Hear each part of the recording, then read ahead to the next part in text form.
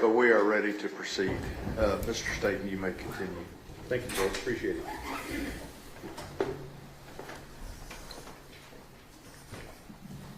Ranger Espinoza, you've been on the stand for a little while here, and we're testifying yesterday. So at this point, when we're watching the video, but we cut it off yesterday, we have now gone from search, correct? Yes, sir.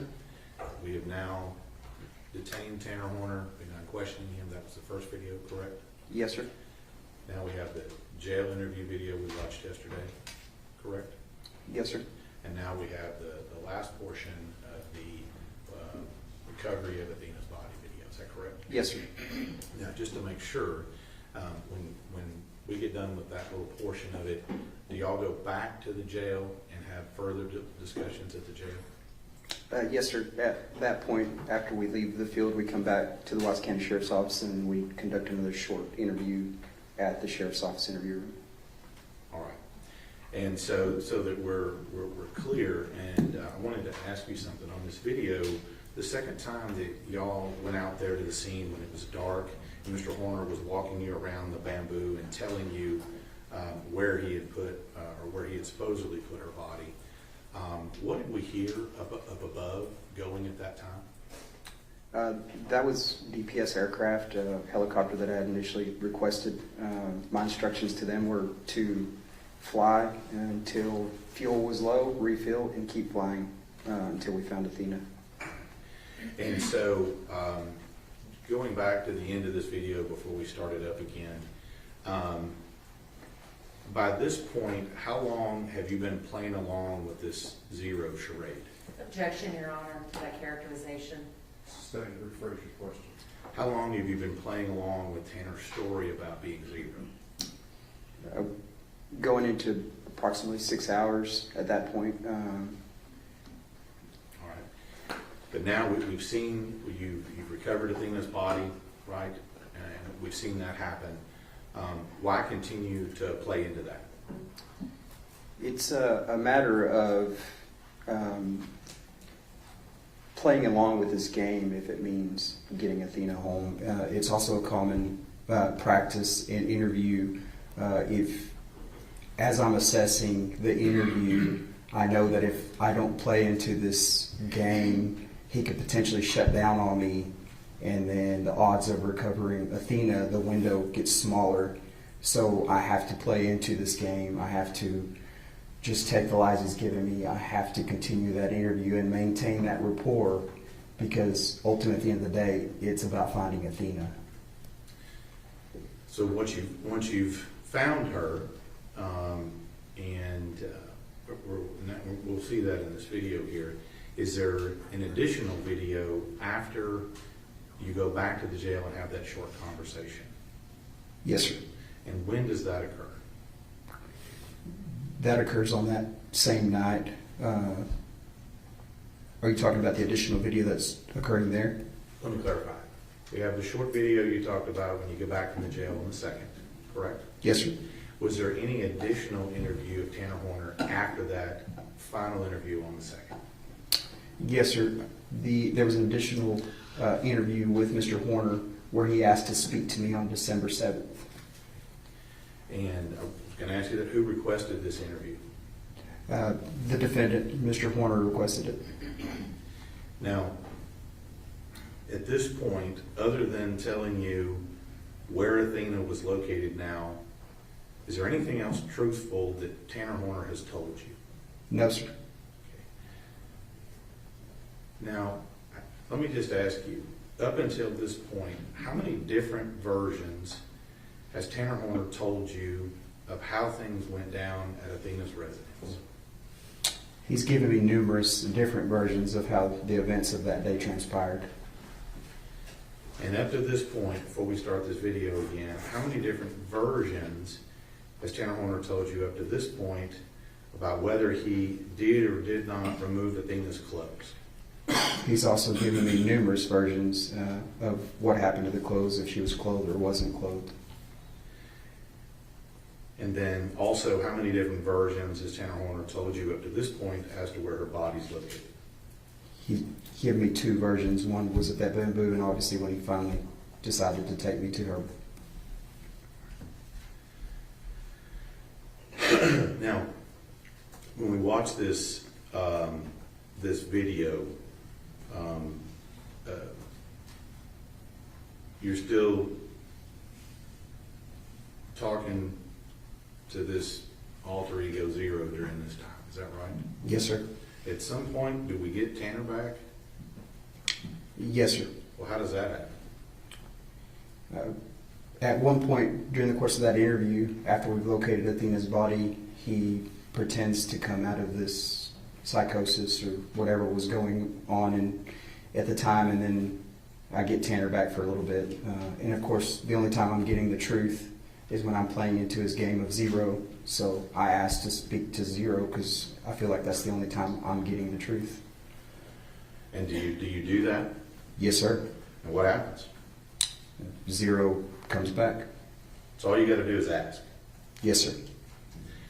Now, throughout all of this, who does Tanner Horner continue to blame for what happened to Athena? Everybody but himself. And has that been a consistent theme throughout all of this? Yes, sir. Now let me ask you, when we're doing this, and I'm trying to figure this out here. So when Tanner Horner wants a cigarette, or he's telling you the story about how he wanted to leave her on the scene, who is he then? I feel like in that time he's Tanner. But when you start digging in and asking him what happened to Athena and what's going on, who is he then? That's going to be Zero. When he's telling you that he's worried about his kids and wanting to see his child and things of that nature, who's he then? Tanner. But when you guys start challenging him regarding some of his inconsistencies, who is he then? Zero. And is this a pattern that continues throughout what we're going to see today? Yes, sir. Yeah. Throughout the course of the interview, that's obviously, like I stated before, something that I acknowledged based on the interview. And it's very strategic for us because, again, we want to maintain that rapport. We don't need him shutting down because we're trying. Now that we've found Athena, we still need to get to the truth. So if getting to the truth is playing this game, I'm willing to play it. And so let me ask you just a little bit about this interview on December 7th. We're going to talk to you about it a little more in a minute, but I just want to get an idea here. You said that Tanner Horner asked for this interview, is that correct? Yes, sir. And so you go to the jail on December 7th and interview him. Is that audio and video recorded as well? Yes, sir, it is. And is it in the same room that we saw before yesterday? Yes, sir, it is. And during this time, did Tanner Horner tell you what the primary purpose of this interview was with you on December 7th? The only purpose of that interview, which I quickly learned from speaking to him, was that he wanted to cut a deal. Judge, can we go ahead and finish the video here? Yes, go ahead.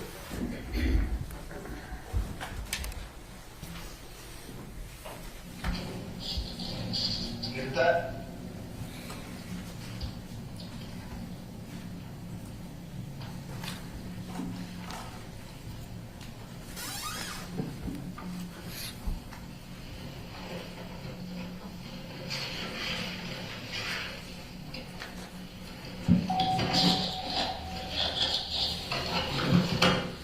Oh. Yeah, okay. I knew that you did. You tore my bit. I'm sorry.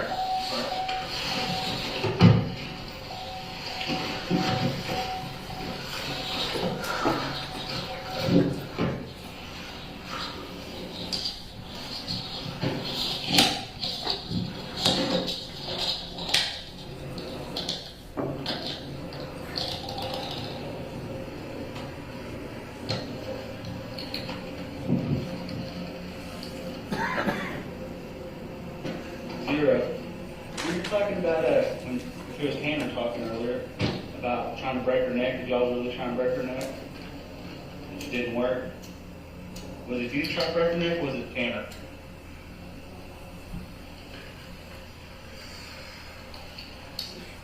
you? Did you choke her from behind like you said earlier? Did she defecate on herself? Did she struggle? Did she try and claw you or anything like that? How's she trying to claw you? Trying to kick you? She actually get a kick on you? She's screaming on? Wasn't able to. So about did it end quick? So you talked about a sock being in the truck. Is that her sock? You remember where you tossed that at? Y'all remember just some random place for sure? Tanner tossed the sock. And I tossed it. So what Tanner tossed it when he threw up?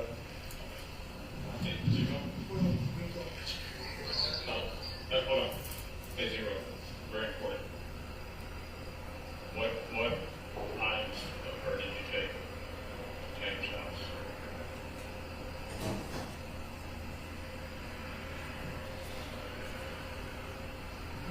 Did you take any of her clothes or anything to your house, to Tanner's house? You didn't take anything over there?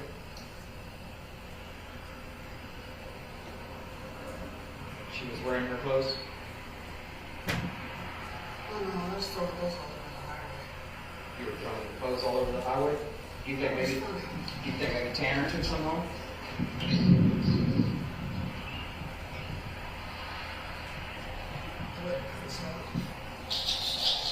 Are you saying you stripped her naked and throw her clothes out the window on the highway? Is that what you're saying? That was funny. You thought it was funny? Did you take all her clothes off of her? Shirt, pants, panties, everything? I left the panties on. Left the panties on? So did Tanner take any of the clothes home, you think? You don't think so? You think Tanner He's not stupid. You think Tanner took anything home? He's not stupid. I think He Tanner might be a had, little bitch, but he's not stupid. I think Tanner had stated to me earlier that he doesn't shit where he eats. Is that why? That was me. That was you? You don't shit where you eat? So you didn't take anything back to Tanner's house? Okay. So the only thing she was wearing when she went in the water was her panties? How long have we been talking to you, Zero? The whole time? When did you take over? When he addressed me as such. So when we were in the building earlier, it was Tanner talking to us? So if I'd addressed you as Zero from the get-go, you would have talked to me? Probably. It's only respectful. I apologize for not referring to you as Zero sooner. But it clicked to me. Tanner, you've been talking. I need to talk to Zero. Thank you for talking to me. You asked to talk to me. You wrote on the board. Do you not remember acknowledging that? You were trying to get me to talk to you the entire time. I just wasn't seeing it until I was there on the side of the road. I saw it. I heard you calling my name. I just wasn't listening. Zero. He's got one more question for you. So her flat pants, the little pants, you threw at the house. Okay? Yeah.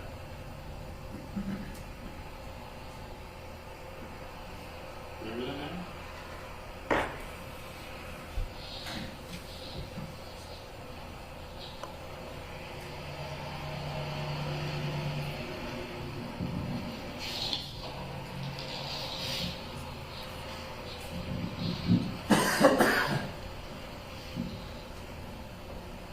I don't give anything away. And in the trash at your house? At your house, in the trash? No, just in the trash. Just in the trash, okay. Okay, anything else there at the house? Shouldn't be. You're being truthful. Truth as I can. Hey, Zero. When you took her, was she wearing a jacket or anything? No jacket, no shoes? The jacket, no shoes. But she's wearing little pants and a shirt. Yes. Was it long sleeve, short sleeve? I think it was short sleeve. Maybe it was short sleeve. What color was it? I don't know. You don't know? It was dark.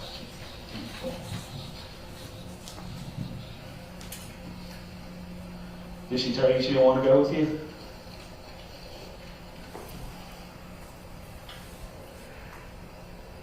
Of course. What'd you tell her? We're going on a ride. She was trying to fight you when you told her you were going on a ride? No. She did keep asking questions. What'd you tell her? I told her no. We're just going on a ride. Just going on a ride? So did you hit her before you dropped the package? I'm sorry, did Tanner hit her before the package was dropped off or after? I want to talk to him. No, I want to talk to Zero. I want to talk to you. Because you're being more honest, you're being more helpful. I want to talk to you. And I went back to him. I understand? All it took was a quick motion and I'd be able to slam me on the neck. I don't want to do that. I mean, I don't want you to die. He wants to die. I want him to die, but I want to live. So if he dies, you die. That's not helpful for you. You know what I mean? And you're being helpful for us right now. I really appreciate that. You said it was funny throwing her clothes out on the highway. Which highway did you throw them out on? 114.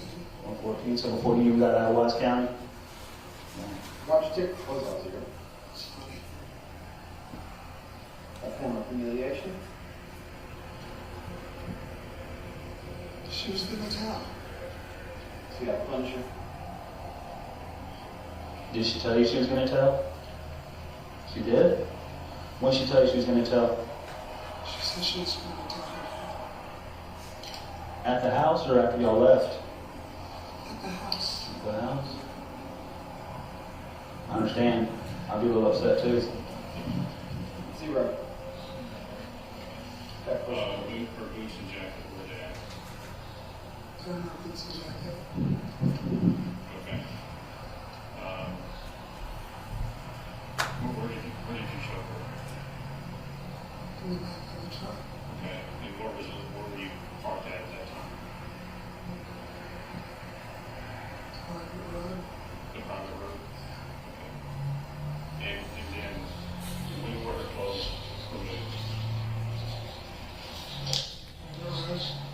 Okay, and then what? And drove off. Okay, and what was done with her, the clothes at that point? They did. So, her clothes were taken off and you're driving down the road and she's not wearing clothing, correct? Am I correct? Okay. And then what? What did you do next? Found a place to put her. And where was that? Along the creek. Okay. And then what direction did you go? And I started heading back to the station. And I let him take back over. Tanner doesn't remember times. Do you remember about what time it was? About 6:30. I was heading back, I believe. When did you put her in the creek? Do you remember about what time that was? A little bit before 7. When did you turn your phone? When did you turn his phone back on? And I let him take back over. Do you remember what time that was?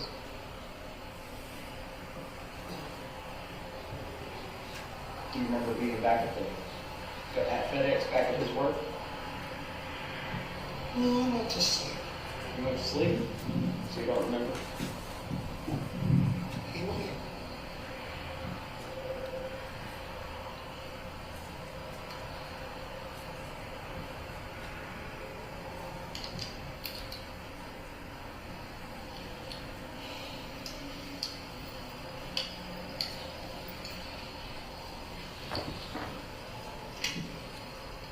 You got any questions for me? Is that it? No. It's not. I want to get to know Zero for a little bit. Why? No one wants to do it. I do. I don't think so. You intrigue me, Zero. Does that make sense? I'll do it again.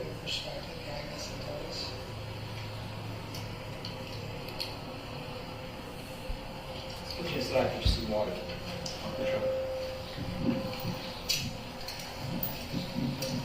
What happened? Mission.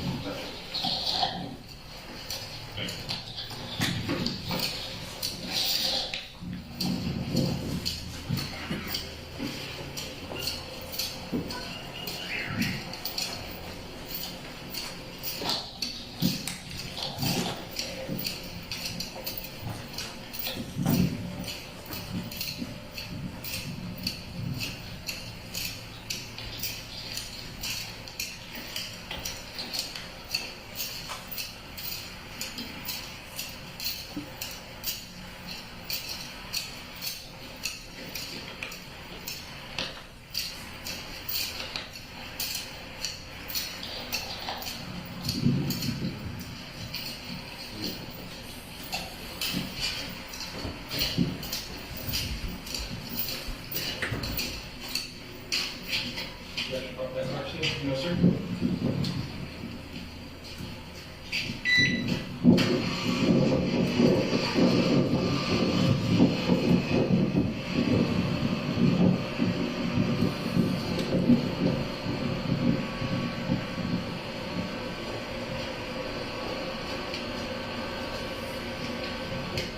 And it's over. The sheriff won't let us in.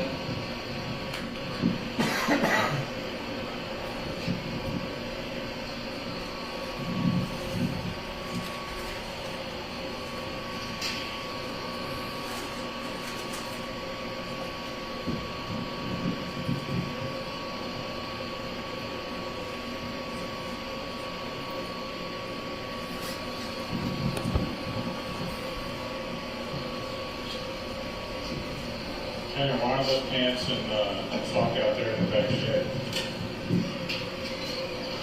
0 o'clock.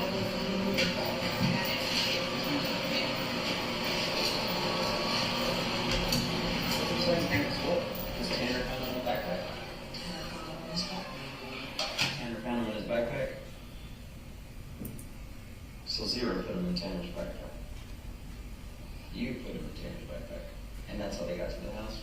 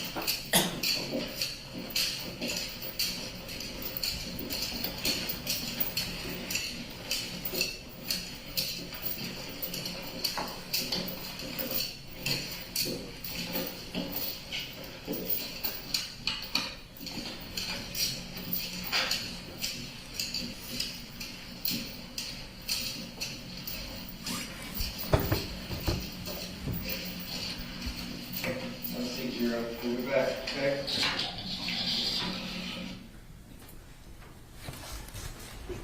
Yes, sir. Espinoza, I'm going to show you what Market States Exhibit 38. Do you recognize that? Yes, sir, I do. And what's that? It's going to be the interview from the Wise County Sheriff's Office interview room, which I've initialed. And that initial again means that you've reviewed it, and is that a true and correct copy of that interview? Yes, sir. And just to clarify, since we've got several videos here, this is the one that we're going to see right after where the video just ended. Is that correct?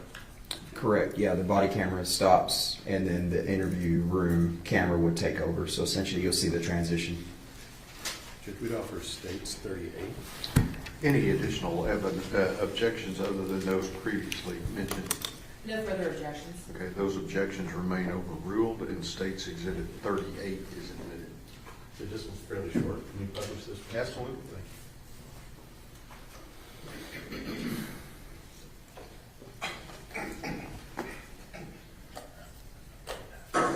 should have a look. Okay. I should have a water on.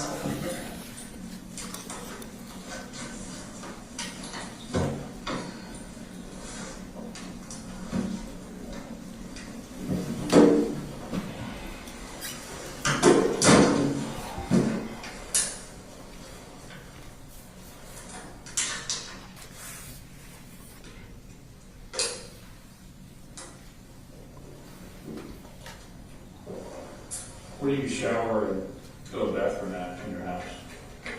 Up in my grandmother's Okay, where's that at? on the same property. Okay.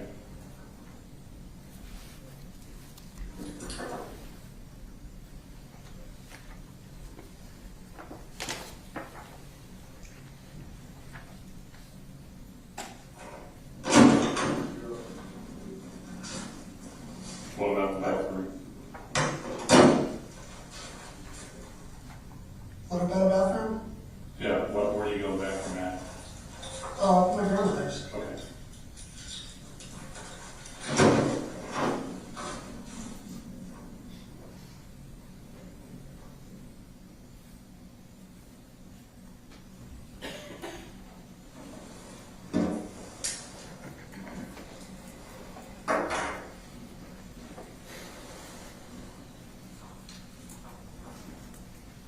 So have you told us everything? What? Have you told us everything? Me? Zero. He went away. No. So who's here? It's me. Like, just me. Okay.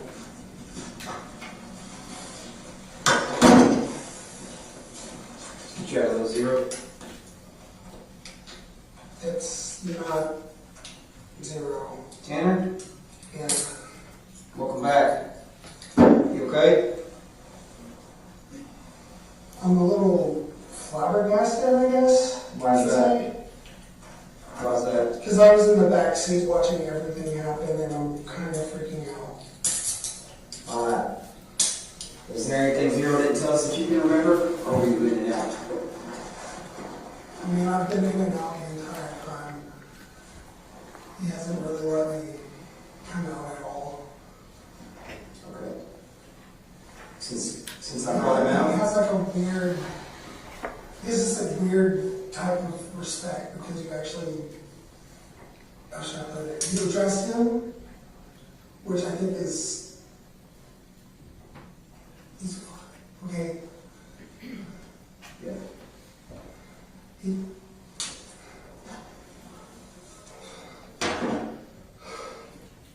There's lots to process, Tanner. There's a lot that happened. So, we're gonna step out for just a second, okay? And give you a second to process that, okay? Give us just a minute.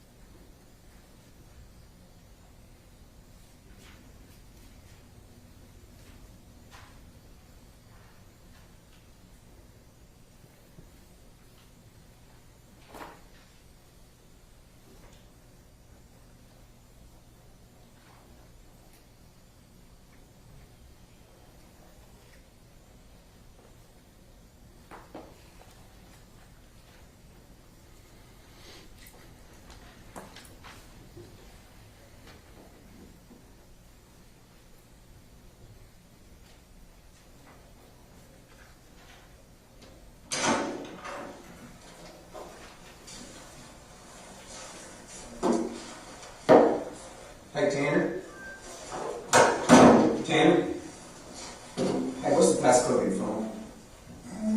What's the passcode of your phone? My finger. There's no numbers? Yeah, give me a second. 1561. 1561? Mm-hmm. Fine. 1561? Mm-hmm. Yeah. Well, we'll eventually need it to, look at your phone. Alright, hey, we're gonna let you get some rest, okay? I want to talk to Cassie. You're gonna talk to Cassie? We'll let you make your phone talk to Cassie in a minute, okay? I want a video chatter. Okay. I want to be able to see my phone. We'll do that for you, okay? But right now you need some rest. Alright? Is she still waiting on me to call her? You got something handy? Just write down Cassie's number real quick. Yep. It's on the phone. Is that a phone, you know it? No. You don't, What's her number? You don't know that? Oh, you don't know it? Okay, we'll get it. We'll get it. It'll be under my recent calls. It'll be under my name because I never saved your number. Okay.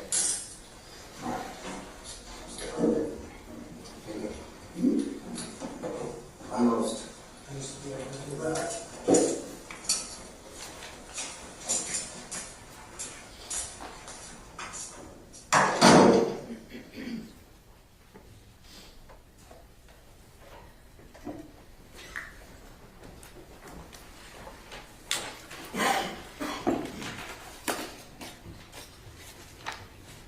Ranger Espinoza, before we get to this next video, and I'll talk to you a little bit about that, in the very beginning of this, there was a question asked to Tanner Horner about did he take any items from the house? What was his initial answer?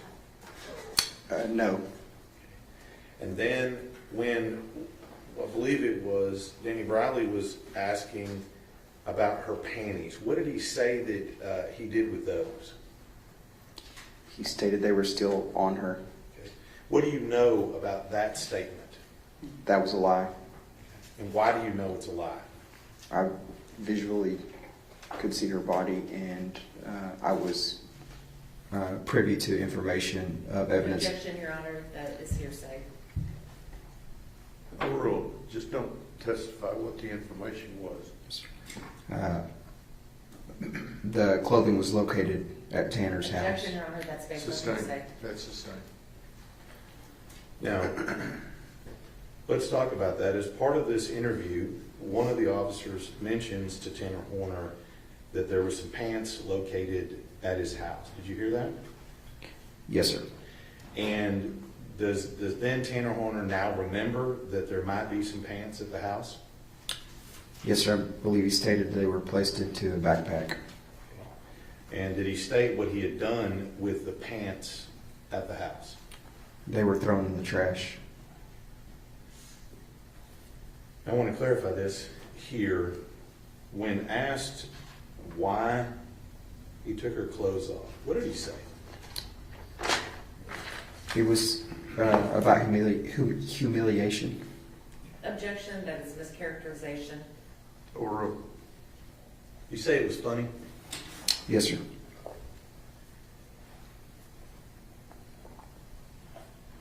Now, any of this information that we have as to what he said about throwing the clothes out the window, is that what he said? He threw some clothes out the window? Yes, sir. I believe the statement he made. So all of this information about that,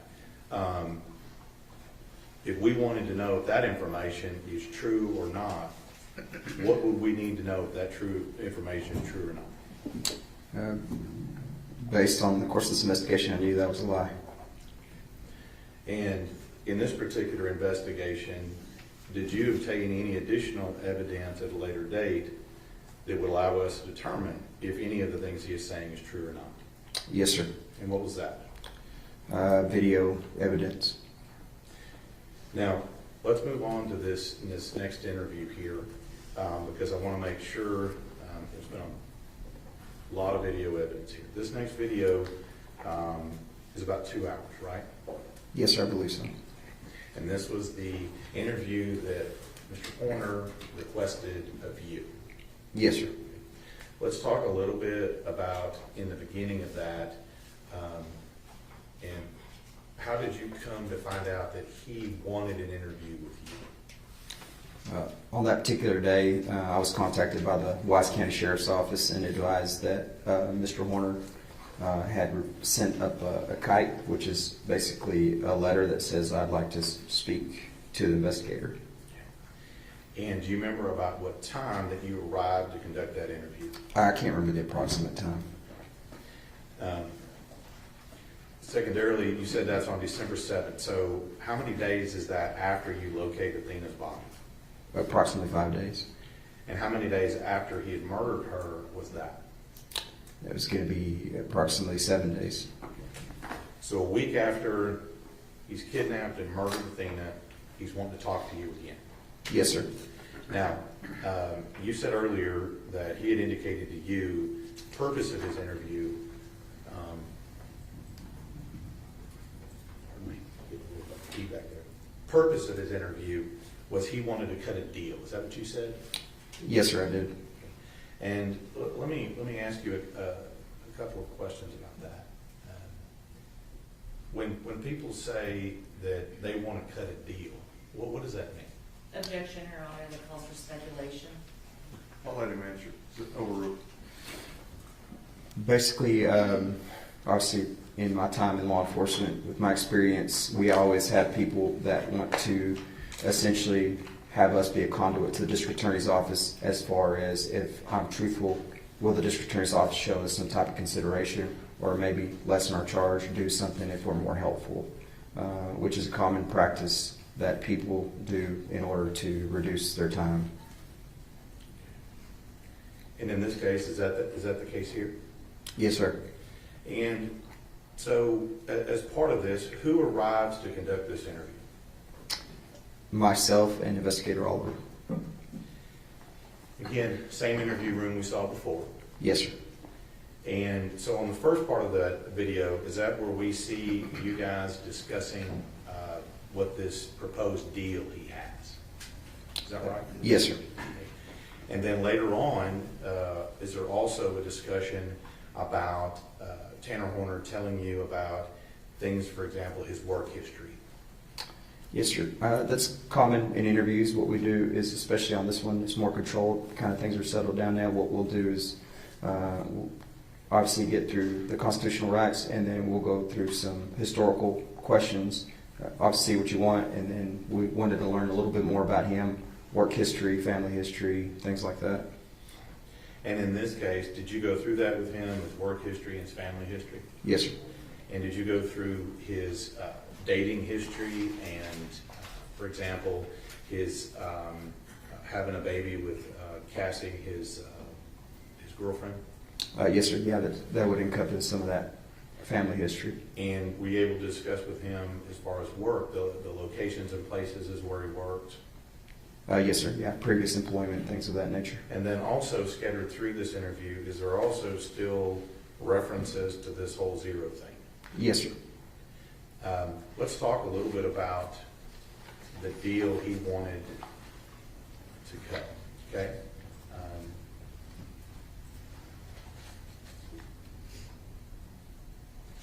Prior to talking to him, did you advise him of his rights or have a discussion about his rights at that point? Yes, sir, we did. And he had asked for this interview, correct? Yes, sir.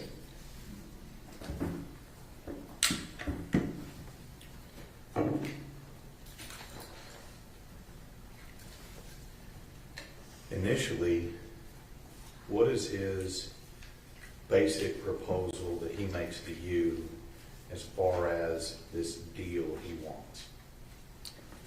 Basically, just a brief synopsis of it is I want to be freed with an ankle monitor. I want to spend Christmas with my family. You guys can monitor me, keep track of me, and I'll fully cooperate in this investigation. So that's his proposal. If you'll let him out, then he'll tell you the truth. Yes, sir. Now, during this time, did you ever agree to anything about that? No, that's another thing. We can't make any promises. We can never do any guarantees. That is not in my job responsibilities, and I am 100% forthcoming with people on that. I can't make you any promises. I actually told him that's not going to happen. And as part of this interview, you said he wants to have Christmas with his son. Yes, sir. And in fact, he says that if he can do that, he'll tell you everything. Is that right? Yes, sir. So you, essentially, he wants you to give him something for him to be truthful about what he did to Athena on November 3rd. That's correct. Now, it is part of this investigation and questioning. Do you ask him some questions during this process about the why and what happened to Athena? Yes, sir, I do. And at all points in this, does he volunteer any additional information about that? No, sir. Usually when we start talking, he diverts back to this deal, refers back to it, and then it's more me essentially trying to pry information out of him. Just, hey, be honest with me, talk to me, tell me about this. And so does this process of you trying to question him and then him wanting you to give him something to tell the truth, does that repeat several times? Yes, sir. Yeah, throughout the course of the interview, you could kind of see how that plays out. And that's in the first part of the interview, correct? Yes, sir. The middle part of the interview is what you're talking about when we discuss all of the history. Is that right? His family history and things of that nature? Yes, sir. And then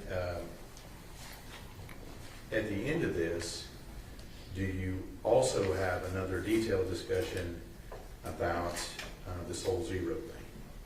Yes, sir. We speak about it. And let me ask you a couple of questions about that. At any point during all of this, does Tanner Horner ever take responsibility for what he does, what he did? No, sir. And during all of this, do you ask him questions about whether he feels remorseful or not? I do. And at any point, does he directly express remorse for what he's done? No, sir.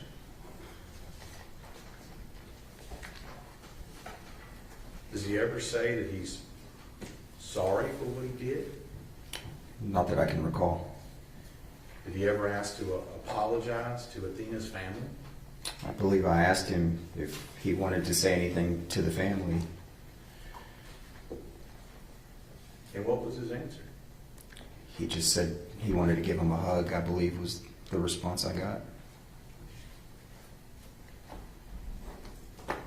Judge Brown? Yes, sir. And Judge Espinoza, I'm a little out of order on the numbers here. I'm going to show you State's Exhibit 275. Same questions as before. Do you know what that is, and how do you know what that is? It's going to be the reinitiated interview, and it's going to have my initials on it with a date stamp of December 7th.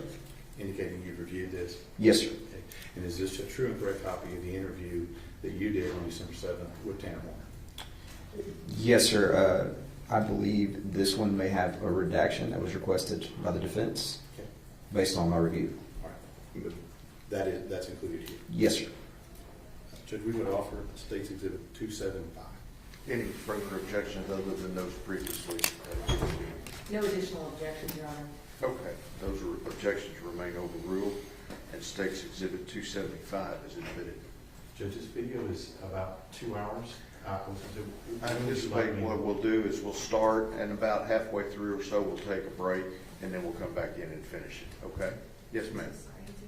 You need a break? All right, let's take 10 minutes and we'll get started, all right? 5 after 10, we'll start, everybody. State's 275. 275A. Go ahead, 27.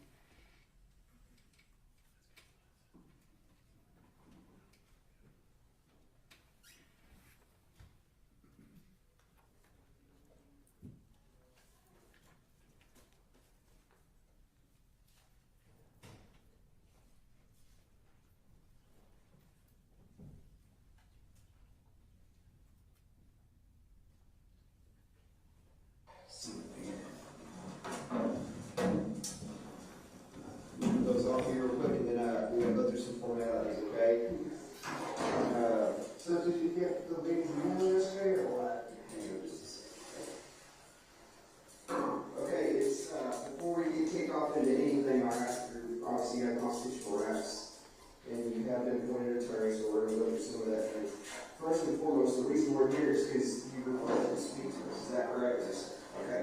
Who did you ask to speak to us? The guard. The guard, do you remember the guard's name? I can tell who it was. Okay. Was it male or female? Female. Female? Okay, so female jailer on, do you remember about what time that was? I don't have a clock to look at. Okay, that's understandable. So it says 9/11, around 9 o'clock p.m. last night, you requested to speak to an investigator in reference to your case. And let me make you aware of your rights again, okay? Because you have constitutional rights regardless of the fact that you have to speak to us. Yeah, absolutely, that's for you. So you have the right to remain silent and make a statement. Any statement you make is against you in trial. Any oral written statement you make is against you in court. You have the right to have a lawyer present to advise you prior to hearing the question to any peace officer. If you can't afford an attorney, you want to be appointed to advise you prior to hearing the question. You have the right to terminate this interview anytime. You understand your rights? Yes, sir. Do you know who your attorney is? I can't remember her name. Okay, but you do have an attorney, you have consulted with him, and now you're asking to speak to us, correct? Yes. Okay. All right, and you do understand your rights and you waive those rights, correct? I mean, I understand my rights. Okay. Okay. You understand the rights and you know you have the right to counsel, that you have the right to terminate this interview anytime, right? Okay. Sir, I'm so sorry. It's okay. I'm so sorry. I'm not here to offend you easy. Sorry, I've had a lot of female jailers, so Okay, it's name your date of birth. obviously. Okay, perfect. All right, Tanner, so obviously you have some questions for us, right? What's going on today? Yeah, I've been thinking about this for literally hours and I don't know how. Yeah. Give me a second. Yeah, I think we'll in next year in a few days. Are you sure? Yeah, I'm absolutely sure. He's here. Yeah, it's gonna help you relax. I mean, maybe, I guess. Maybe it just feels weird doing it inside. It's okay. I've done it numerous times. This is my home, so. Is that gonna help you relax? Okay. So what are you just thinking about for hours?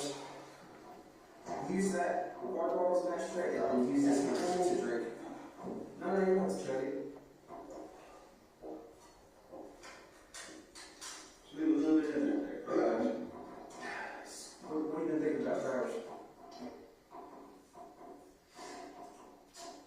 So, I imagine you have basically a list of bullet points that you want to know from me, correct? Yeah, absolutely. There's only one thing in this world that I want. What's that? I don't want a month. If you can't do that, I understand. You don't want what? I want a month. A month of what? Even if you have to put ankle monitors on me, GPS monitors, check off with you. Like, if you give me a month with my family so I can have Christmas with my son, Yeah, I'll tell you everything. I'll be completely honest with you, Tanner. If that's beyond your power, I understand. Yeah, no, it's something that I can't even feasibly think that's possible, but I don't know that for sure because I'm not the prosecutor. I'm not, the courts. I don't know that. So it's above my head. It's a question I'd have to ask. Like, I'd be willing, even if y'all set up cameras outside the house, you know what, Tanner? Give me some good faith. We talked a bunch that night. You were completely honest with me. Completely honest with me. I mean, and I think that goes to trust because there's a two-way road. I think you trusted me and I trusted you to do the right thing and tell me the truth. And you did. Literally, I'll tell you right now that it's okay. Don't worry about it. That's my tip. Don't worry about it. Still, We'll have somebody clean that with that. Listen to me. Small potatoes, right? Remember I kept telling you that I did a small piece of a bigger picture, right? So you told me the truth, and you walked in. And obviously, in today's modern world and with our capabilities, we can make a lot of things. We can corroborate a lot of things, right? We can put all the pieces together and see if you're telling us the truth, and you are telling us the truth. We've literally, we've got everything nailed down. You go into the store and we get the cleaning materials, all that. We know all those things, right? So a lot of the what has been answered. I think I told you that from the beginning, right? What happened has been answered. What path you took has been answered. Where you put her has been answered, right? That was the biggest thing for me. I think I told you from day one. It's like, just let me bring her home, right? I think that was the statement I made to you, and that was my sole intent. I just wanted to bring her home. And we got her home now. But a lot of the why some good faith and some things that are beyond my power to do. But I think you got to give me some more good faith on why this happened. Why did this happen? Well, the thing is, I'm willing to tell everything, even if you have to make a list. I'll make video entries of every detail of everything. If you can somehow get me a month just to be with my family, that one last month, if you can talk to somebody, anything, that's all I want. I just want to be able to have one Christmas. I can't promise you anything. I know you can't promise that. I can't tell you that that's even possible, nor am I going to begin to give you any false illusions. Because I think from day one you asked, how many questions did you ask me there on the side of the road, and I answered you truthfully. I didn't count. But how many times, you asked me several questions, did I avoid your questions? No, sir. I answered you directly, correct? No, I appreciate you. Yeah, and I was truthful with you. About this. What was a two-way road, Tanner? It's that two-way road means that what I expect of you, you should expect of me also. So I'm not going to. That's why I'm not like upset that you're telling me that it might not be possible. Yeah. If there's like a sliver. Yeah, I'll tell you where we're at right now is you got to give me some good faith and answer that question for me. You got to answer me the why, right? Because that's what's weighing on me, is why this happened. We don't have to get back into the details if you don't want to right now, but that's a big question I have. Why did this happen?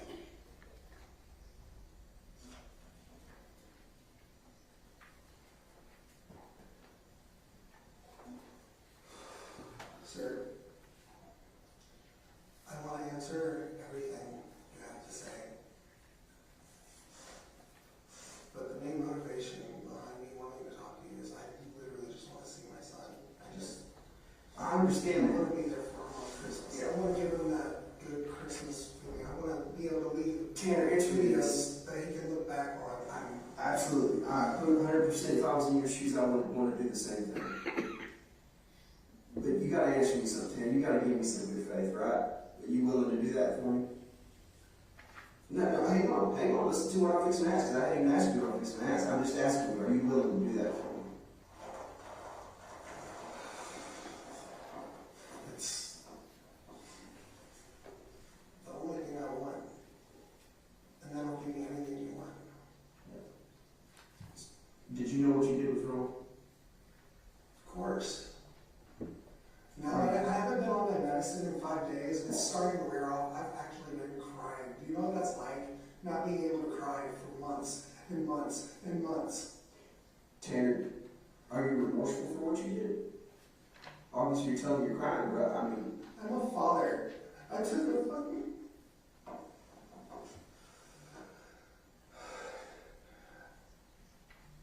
I took away something from someone. I already have something here. Oh, that was gel, I guess. All I want is just to spend one last Christmas with my son, and I'll tell you everything. Like, I'll on Tanner, you got distracted and you didn't answer my question. I said, are you remorseful for what you did? I'm a father.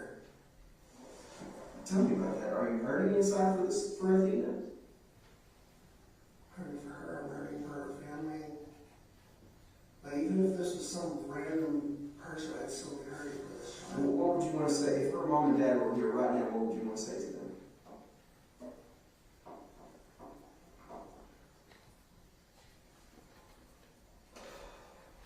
I thought the illegal this video if you were questions, by the way. What's that? Is there a sliver of a chance? Hang on, Tanner. And I told you that. I told you that. One, I'm not going to promise you anything. That's way above my head. And I'm going to shoot you straight just like I want you to shoot me straight. I don't think there's that possibility. Now, is there a possibility for you to receive equipment and things to make videos for your son and things like that? I believe so. I believe that may be a possibility. Obviously, you're going to get to talk to your family. There'll be a time and place for that. I mean, I have a lot of rights I need along with my own family. Like, you've probably seen what that backyard looks like. My grandmother was telling me she needs that cleaned up for over a decade, and that just... If I'm on like house arrest, something like that, I'd be able to right those wrongs. If I was on house arrest, I'd be able to actually give my son a Christmas. I'd be able to You know what I mean? Tanner, where'd you come up with this idea? Is this your idea or just something you saw someone else or somebody say? I pray about it. Pray about it. God speak to you? And he said this is what you should ask for? So, Tanner, let me ask you something. I've answered your question just now. You said I'd asked around it, but I didn't ask around it. My question was that I told you that, one, I didn't know if this was possible, and two, it was way above my head. And I'm not going to sit here and give you false hope, right? Because you and I started from day one on shooting each other straight. That was our relationship from the minute we met. And I'm not going to begin to start jacking that up right now and not shoot you straight. So, I've answered your question. The only question I have is, and you got to help me out here, you said you were a parent, right? As a parent, my question to you was, if Athena's parents here were here, put yourself in their shoes for a minute, what would you say to them? I don't know what I would say. I mean, would you apologize to them? Would you explain why you did this? Or I don't know what I would say. I would be speechless. What would you want somebody to say to you if somebody took somebody from you?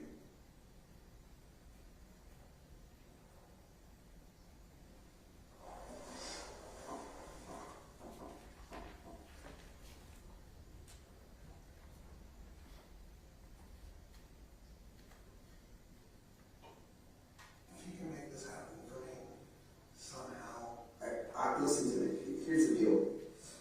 Again, I'll go right back to what I said before. I don't get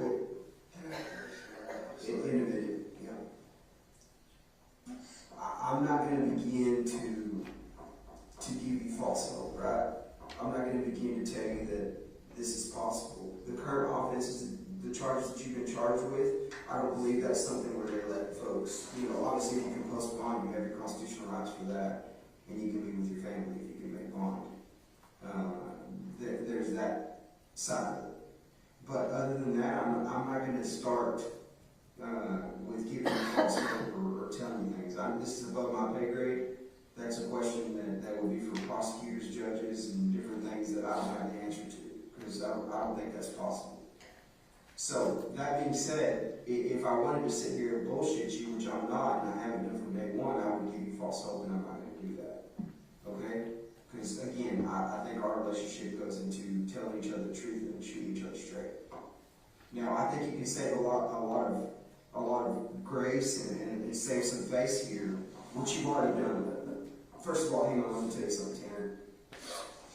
From the bottom of my heart, I want to personally thank you for letting me bring her home. Thank you for that. Because guess what? That wasn't for me. That wasn't for you. That wasn't for anybody in this community. That was for my parents.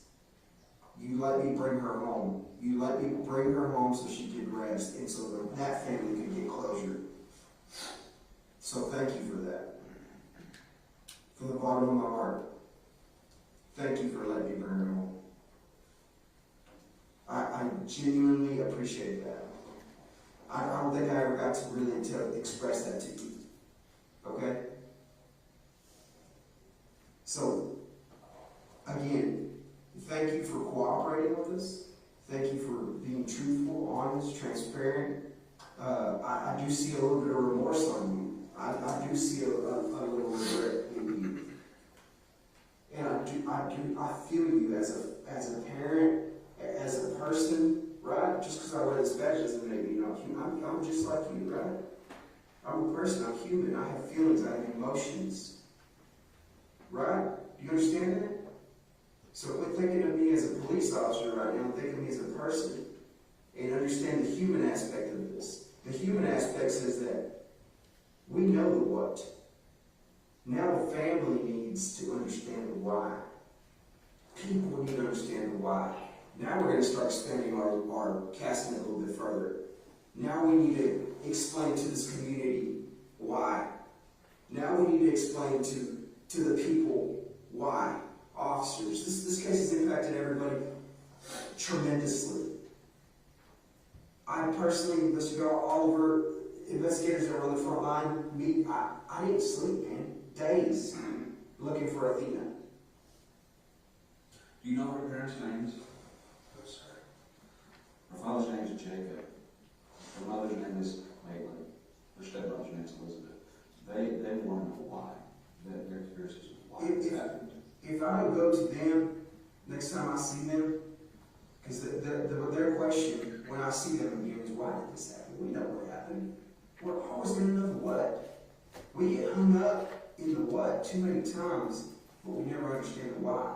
And you can go play every person I've talked to in the past, and I'm not going to sit here and tell you I haven't worked cases like this before. I have. And every single person's always helped you understand why, because there's always a why. Let me tell you something, Tanner. Last night, there was a prayer group for this going on, and Jacob specifically asked me why this happened to us. And why did he get taken? He wants to know. I mean, he's got 2 other daughters, but he'd like to know why. Why did this happen? And I couldn't tell him. I looked this man dead in the face, and I couldn't tell him. I said, I don't know. He hasn't answered that for me. He doesn't want to talk to you right now. Tanner, I know what you want, and I'll listen to it. And you know, I've been honest with you, upfront with you, and maybe you have been with us as well. But if that's something that you can help us put that piece of the puzzle in, then that's very important. I know there's a lot of other details you have, a lot of what you want to give us, if we can grant this, but the why, it is pretty big for this family. This helps with their closure.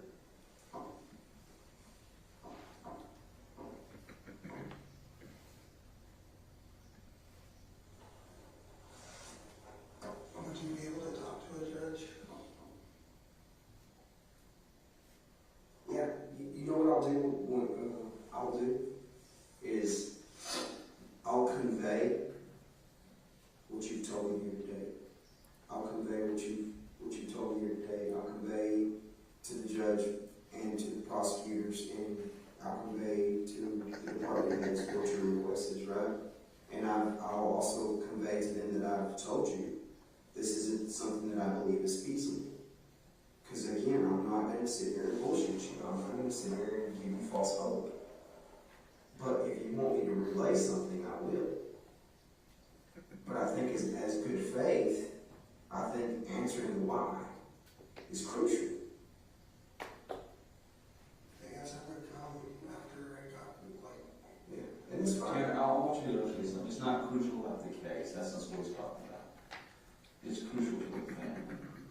This is not about prosecution, not about putting you on trial. The why is crucial to the family. We need to, let me help you understand this again and walk you through. The what happened is done. We know what happened. You were helpful in what happened. You literally walked me step through step on when you took Athena, when you killed Athena, and where you put Athena, and what you did after you killed Athena. That's the what happened. What you did after, up until the day you came here. We know what happened because of you.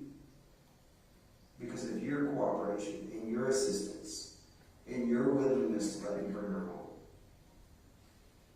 That is what happened. And those answers have been answered. So that's what I want to help you understand. Would you agree with me on that? Yeah, I mean, I understand what you're saying. But can I speak for a minute? No.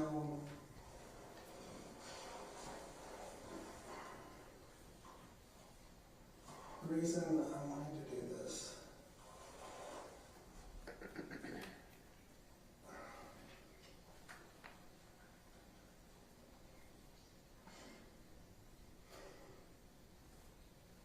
I just want to spend that one last Christmas. I have videos of Christmas morning and waking up, gonna go sit, I go under the tree, see his presents. Videotape the entire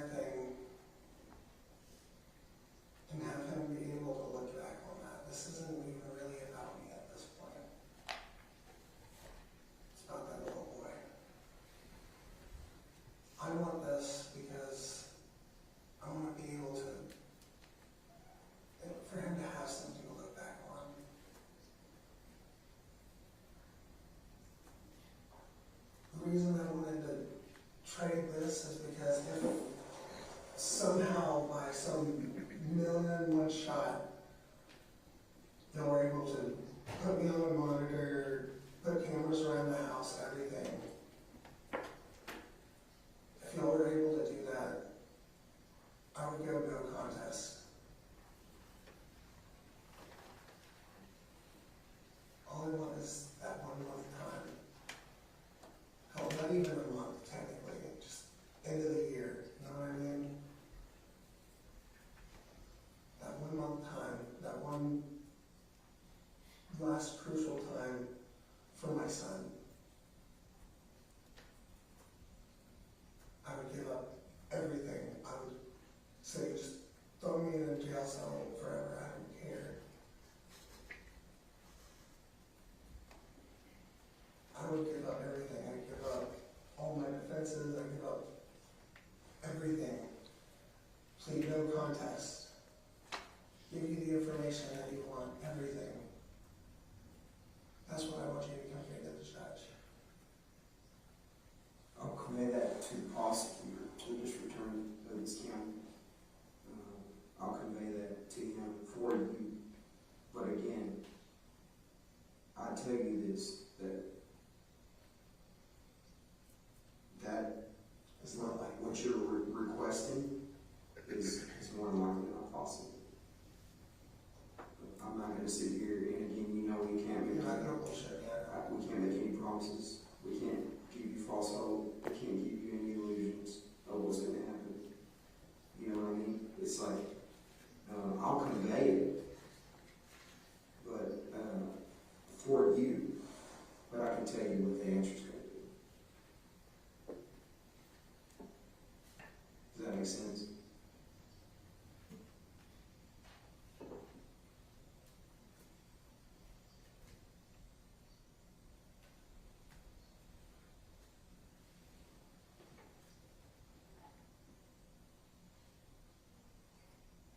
I like the shoes. Thank you. What are your thoughts, Sarah? What are you thinking?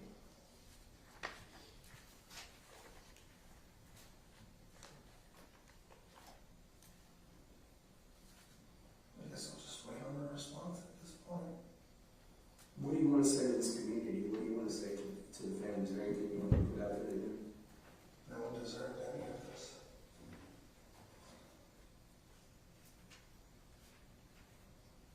Have you spoken to your family? My mom and my grandmother are currently coming today. To see? You know what time to be here? Pretty soon from what I'm guessing. Okay. Is this y'all's water? No, that's yours. Everything we got is for you.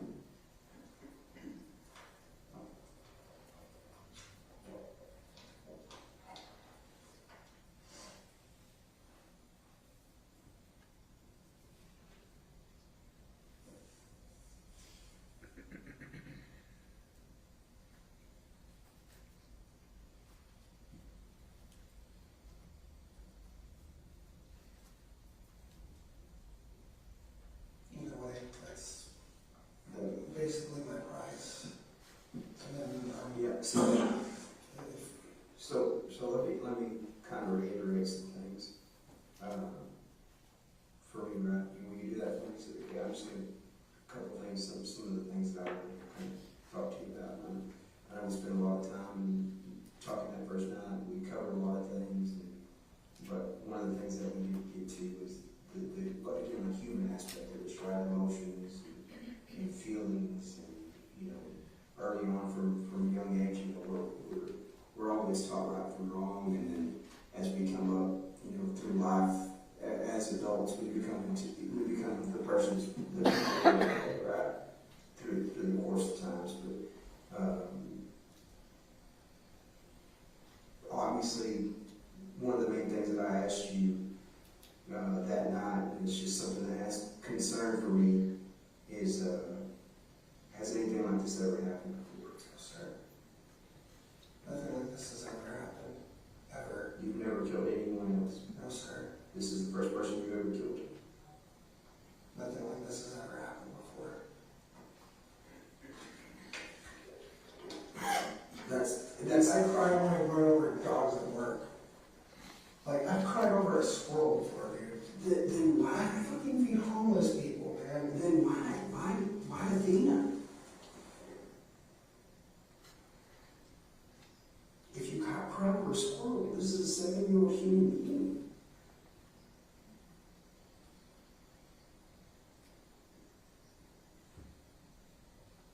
It wasn't me. Now that I haven't been on that medication, I haven't heard from Zero in like 2 days.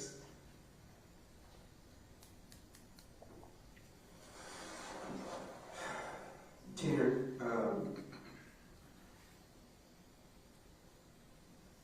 I know you're being a little evasive right now to me about some of the things, rightfully so, right? This is your meeting. You call this meeting. You want to speak to me. I know that you want to put it on your terms, right? But I do ask that you show me the respect that I'm showing you, because this is a two-way street. Honestly, by all accounts, if you hadn't reached out to me today or last night, we probably would have spoken again for a long time. I wouldn't have had the opportunity to sit before you for a long time. It would have been a while. So what I'm trying to do here is not only primarily fill those voids for the family, first and foremost. Feel that void, feel that emptiness, feel that why for them. Because it's not about me, it's not about you, it's about them. It's not, again, I'll reiterate that. It's about that family, it's about that closure, it's about what you would want as a parent. Right? Closure. That's why I'm asking you those questions. That's why I asked that why. Again, I'm not going to sit here and pretend. I told you the why the first night, though. Which is what? Come back and watch the videos. Y'all have access. I told you why it happened. So the whole reason we took her is because you bumped her with the truck. I knocked her down with the truck. And then it just spiraled out of control from there. I sat on my hands at that point. So if you had never bumped her with that truck, this would have never happened. Nothing would have happened. I'd be at work right now. I'd be at work, saving up for Chester's Christmas, getting everything ready, just trying to get us into an apartment. I was this close. I finally got a new car. Okay, I was having to drive the freaking work trucks home for like a month because I didn't have a car. Because my car broke down several months ago, and then Cassie's broke down.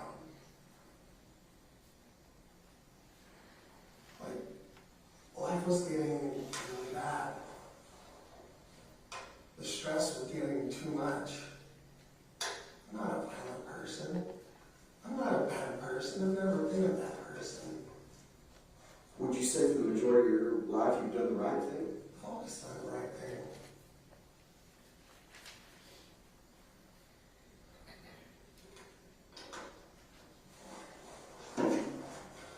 I've never been a violent person. I've never been a bad person. The only bad things I've ever done is, like, occasionally I'll smoke marijuana, but that's legally that's on its way out the door anyway, eventually. So, like, slowly things are coming in, but I'm not getting into all that. Like, that's literally the worst thing I've probably done in my life. I would say so. I'd say so. I would hope so. So you can look at my history. I'm not some deranged psychopath. I'm not some criminal. I don't think you are either. I don't think you are either. I'm an autistic, weird dude who likes music that other people tend to shun at.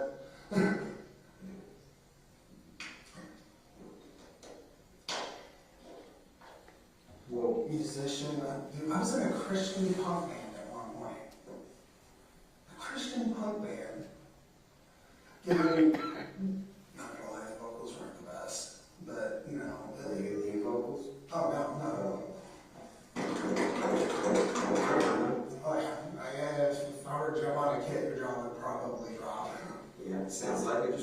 put your hands on your knee just now.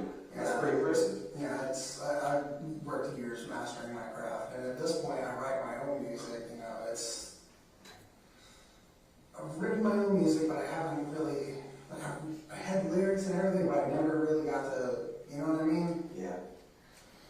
Put it out. Yeah. I mean, smart, freaking talented musician. You work for a living, being a productive member of society.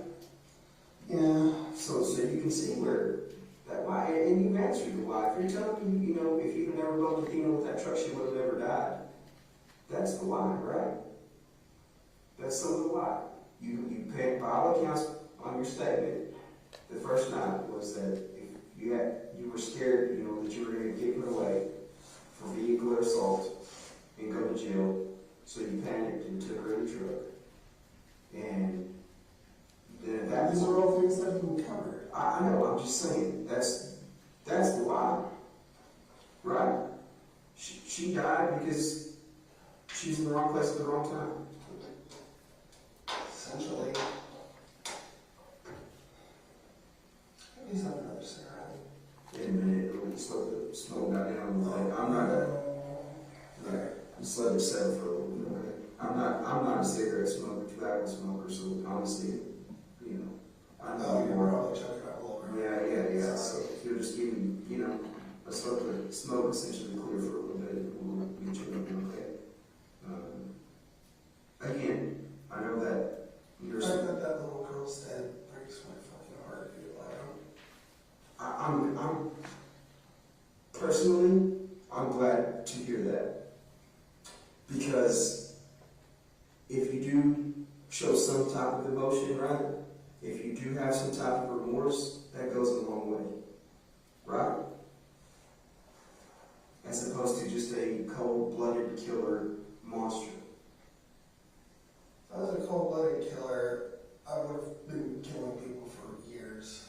You know what I mean? Like, I have a conscience. I have feelings. I'm just a person. It was a decision that was made at the, you know, you panicked. It wasn't my decision. I wanted to let her go. There's other jobs out there. He didn't want to let her go. Now I haven't even heard from him in 2 days.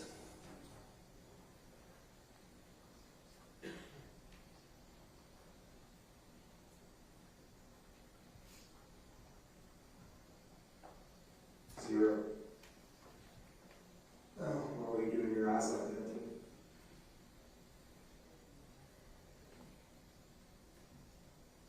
Can you do some research on something for me? Sure. Can you look up some of the potential negative psychoactive effects of potentially Prozac? Let's talk about that real quick. What all medications are you on? I know you told me that first night. Yeah, I'm on Prozac, Strattera, and... Hang on. Strattera? Yeah.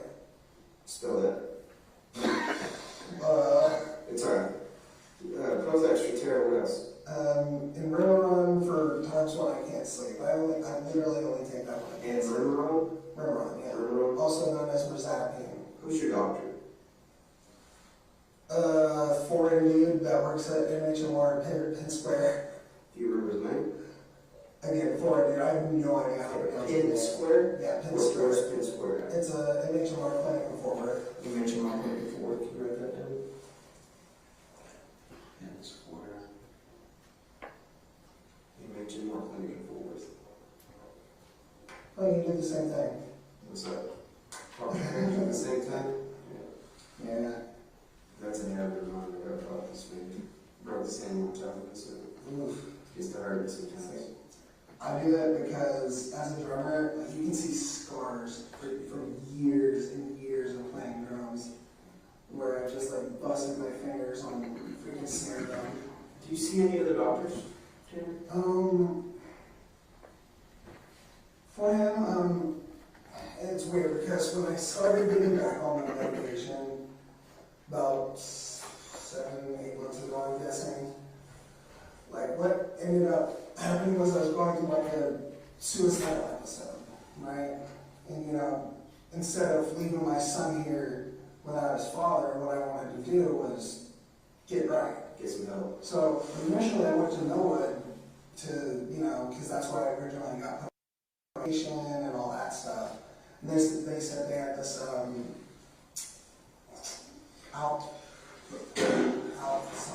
outpatient thing called eye care. So I went through them, and you know they helped me get back on my meds and all that stuff. So let me go back a little bit. Do you care if I get to know you a little bit better? Just real quick. Yeah, that's fine. Okay, let's just literally start about. And I'm not gonna interrupt you. I'm gonna let you do your thing. I just want to know, Tanner, where did you grow up? Where were you born? What did you do? Where did you go to high school? All that stuff. Tell me a little bit about Tanner. I'm pretty much born and raised in Fort Worth. My dad's a fucking crackhead. Like, if you type in Horner, fucking, pardon my French. If you type in Horner at, like, Parker County, my dad's name and my brother's names come up a lot. Okay. You know, I try to disassociate from them because... What's your dad's name? Terry Horner? Senior. Okay. My oldest brother, his name is Terry Horner as well. Okay. He's junior. So born and raised in Fort Worth. Yeah. Where'd you go to school? Multiple places. Okay. Multiple places for elementary. What elementary around Fort Worth or around Parker County? Or? Yeah, like Fort Worth. Okay. So multiple places in Fort Worth. You don't really remember the names. Where's the last elementary you landed at? Last elementary was Eagle Heights. Okay. In Fort Worth. No, that's technically, I think, Eagle School That's District. a school district. Okay. Yeah. And then where'd you go to high school? High school, that was Hazel. The years before that, I was just kind of moving around a lot. You know what I mean? Because my mom is a heroin addict, so most of my life I was actually raised by my grandparents. Well, my grandmother and my step-grandfather, which I consider him more my grandfather than anybody, because he's the man who raised me. Okay, what's his name? Bill Harbison. Harbison. Harbison? Yes, sir. Where does he live? Veterans Memorial Cemetery. Okay, so he's since passed on, sorry to be He, lost. he passed a few years ago. Okay. So he pretty much raised you. What was your childhood like? Was it good? Was it bad? Was it rocky? Like, I didn't realize how bad it was when I was younger, okay. because, you know, like, I didn't realize, hey, why is my mom always gone? You know what I mean? Why is my dad never around? Like, for a big portion of my childhood, my dad was in prison. And my mom, in and out of jail constantly. Like, when my mom and my grandmother see me, I actually worked on this clever line. As soon as I answer that phone, and my mom's on, she's going to be like, oh, how the tables have turned. Mm-hmm. You know, a little nod to seeing her in jail most of my life. Yeah. So my grandparents raised me, and you know, I'm glad they did, because I wouldn't be the kind of person that literally buys fucking homeless people food. You know what I mean? Like, there's been several points. They taught you right from wrong. They made you the person you were growing up. Probably instilled some work ethic. The work ethic, that came later. Okay. Yeah, the work ethic I didn't really get until I was a father. Mm-hmm. Like, because I was always in and out of jobs. You know what I mean? Like, my 20s were interesting. I got to live my 20s to the fullest. Yeah. Tell me about that. What do you mean by that? Bands. Play show after show after show. It was great. Yeah. Good times. Yeah, like especially Sacred Sound, the Christian punk band I was in. It was that time when I met this girl, Nicole. Oh my God. Bunch of crazy. Yeah. Bunch of crazy. That one stressed me out so bad. What's your girl's last name? Baka. Baka? Baka, which Means cow? No. Okay. Funny story. So I ended up watching anime, right? You know, like One Piece, Dragon Ball Z, Naruto, all that bullshit. And, you know, sometimes if I caught up with the English dub, I'll watch the subs, right? And that's when I learned that baka in Japanese means stupid. So, Okay. I know. So, I definitely never told her that, but, you know, I thought it was funny because she's dumb as a brick. You know, she actually, with Sacred Sound, they pretty much gave me a choice, like, hey, it's her, the band, right? And I chose her like an idiot. She ended up, I'm not racist, I swear to God, but she did end up cheating on me with 2 different black guys. So, which eventually ended up telling me later on what was really going on. And actually, y'all can send this into Fort Worth. So she, one of the guys that she cheated on me with, right? She put rape charges against him, right? I ended up meeting up with the guy while doing Uber one time. He ended up showing me the messages. She had been cheating on me with him for like 2 months. What he's saying has happened was one time when they were messing around on me, right? He came in her, and there's no way she'd be able to pull that off as my kid, because clearly about as white as glue. Yeah, that's, you know, that's when I went through my first like suicidal depression and all that stuff. Over her. What year was that? You remember? It was like 4 or 5 years ago, something. Okay, pretty recent. Yeah, that was the first time you went in the way. So that's really the first time you had any type of issue over a girl. Essentially, you were heartbroken, right? Was that a proper conclusion? I don't want to put words in your mouth. I mean, 3.5 years, like, down the drain like that. So, yeah, that's... You love her. Yeah. Okay. You know, ironically now, supposedly she's a lesbian.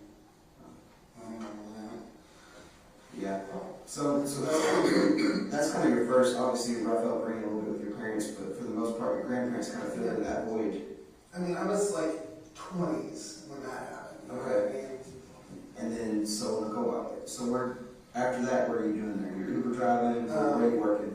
Yeah, I'm doing Uber at that point until I lose my Tahoe, which, you know, she ended up telling the finance company that I was only on liability. So, yeah, that got my car taken away. So I was jobless there for a bit, but I was doing pretty good. Like, where were you at? Where were you living at then? My grandparents. Okay. Yeah, it's not until I got on Cassie that I moved out. Okay. With that, I was like 300 pounds when Nicole broke up with me, right? Just because you started eating, kind of depressed, kind of doing that thing, or what? I got stagnant, I got careless. So I got up to like 300 fucking pounds, right?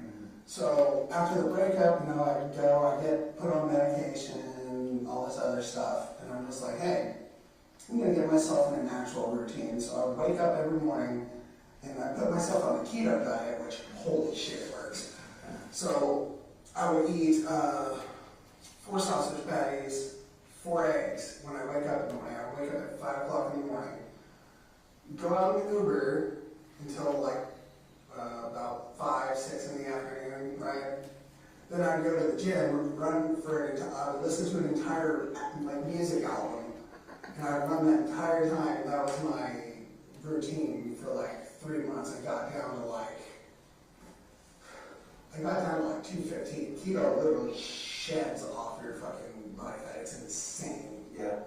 So I'm doing good, you know. Ended up actually going out and socializing a lot more because, you know, I've always been an introvert, you know, all that stuff. I'd rather sit at home, like watching anime, play my guitar, do all that crap, right? But something told me, you know what, I actually need to go out and be social. So on Friday nights and Saturday nights, what I would do is I would go out to the bar, and that's where I met, you know, some friends, you know. Karen and Stacy. Stacy's actually a dude. I think his actual name was Randy or some shit, but, you know, he likes to go by Stacy for some reason. So, I remember his last name.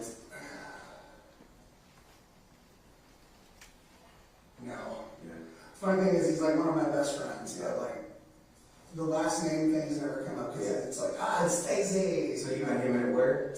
Electric Cowboy, which is sadly shut down now. Shut down. I remember that cat bar over here. Yeah, it was a fun place, you know. And So you met them all there. Is that kind of like a routine? You don't have a routine? yeah, we had a routine there for a long time. And Tell me about that. What would y'all do? we'd just go and hang out at the bar. Like, we pretty much ran that shit, you know what I mean? Like, we were the regulars, you know what I mean? So we'd all just hang out, do our thing, you know, and that's when, you know, I lost my car and all that shit, so I ended up needing work, so I started working with my cousin Bert and my dad. Okay. Yeah, that's Bert. What's his last name? Rodriguez. Rodriguez. I know, it sounds strange, right, because I'm white as shit, but yeah, his name's Bert Rodriguez, but I worked for him, and, you know, me and my dad worked for him. We do AC work, Okay. which, you know, it's fun, but, you know, it's hot work in fucking summer. Like, we were installers, you know what I mean? We take out units from the attic. Oh yeah, no, that's hard work. I've seen it. I've got some buddies that own a company that do that, and man, they're constantly just sweating their butts off. Yeah, this one time, the fucking unit fell out of the ceiling, right? I caught it. Okay, those things are like 200 pounds, so I decided to brace my knees, and I caught that shit. I was like, oh, God. Hurt my knee like a motherfucker, more than my back, but that's because I actually braced correctly before doing it. But, so, after that, I started going more to guitars and Cadillacs, because that's where my cousin wanted to go instead, because it was just like, oh, fuck Electric Cowboy.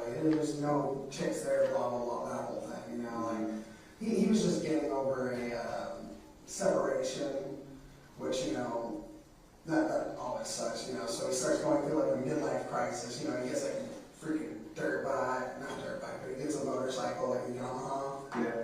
You know, like he's in his early 40s at this point, you know, and he's sitting there acting like he's 20-something. Kind of like a little midlife deal, kind of going Yeah, on. So definitely midlife crisis, but, you know, I helped him through that because, you know, he's my cousin, I love the shit out of him. But, So where's Bert live? Is he living near Hazel too, or what? he did live in Hazel. It's actually a funny story on that. So with that separation he went through, he wanted a percentage of the house, and his girl wanted a flat amount of, like, I don't remember what the amount was, you know, but it was a flat amount. And then fast forward through time, and housing goes up. That means his percentage, his money went up, but hers stayed the same because she wanted a flat amount. So, yeah, he came out on top on that one. Like, when they finally were just like, hey, let's go ahead and finish this up, because, you know, like, COVID put everything back a lot. So, he ended up getting this huge payout because they had to sell the house, you know what I mean? Like, there was no way around it. So I don't know where he is now. Oh, so you haven't seen him since he essentially got some money and forgot about his family and friends kind of deal, or what? No, I think he's having a house built. I just don't know where. Yeah. Probably like Joshua or something. Okay, So, Johnson County area. is that back home? Yeah, that's Claiborne, Johnson County. Yeah. Yeah. But, so I don't know where he's at. And as for my dad, last time I heard him, he was telling me, hey, I'm homeless, can I have a place to stay? I'm sitting here living with my mom and my grandmother, like, I can't help you out. But, yeah, during that time, I'm going up to Guitars and Cadillacs. That's when I meet Cassie. And we just hit it off really well. Okay. Like really well. Yeah. Tell me about that. How'd y'all meet? What do y'all have in common? Well, we're both dorky as shit. Like, personality-wise, we're super dorks. But Cassie, I met her and it just kind of clicked, which is really weird because her mom was trying to hit on me, and her mom's like, So she threw her mom at the bar, or what? Yeah. Okay. she knew her mom at the bar, and her mom was interested in me. I clearly was not. Yeah. She's like, hey, you're daughter's a lot cuter, man. Like, you're like 50. Yes, I get it. Yep. So, y'all exchange numbers. How's that going? Actually, I didn't talk to her for 2 weeks. Yeah. She legit thought I was gay because I ghosted her like that. Oh, really? Yeah. Yeah, that. I had a bad problem with like ghosting girls because like I'd always use it up like we're flirting, like all this other shit, you know, like sometimes we'd sleep together, all that shit, but then like afterwards I'm just like shit, I don't know where to go from here. So, you know. Yeah. So tell me a little about that. How long y'all what year did y'all start dating?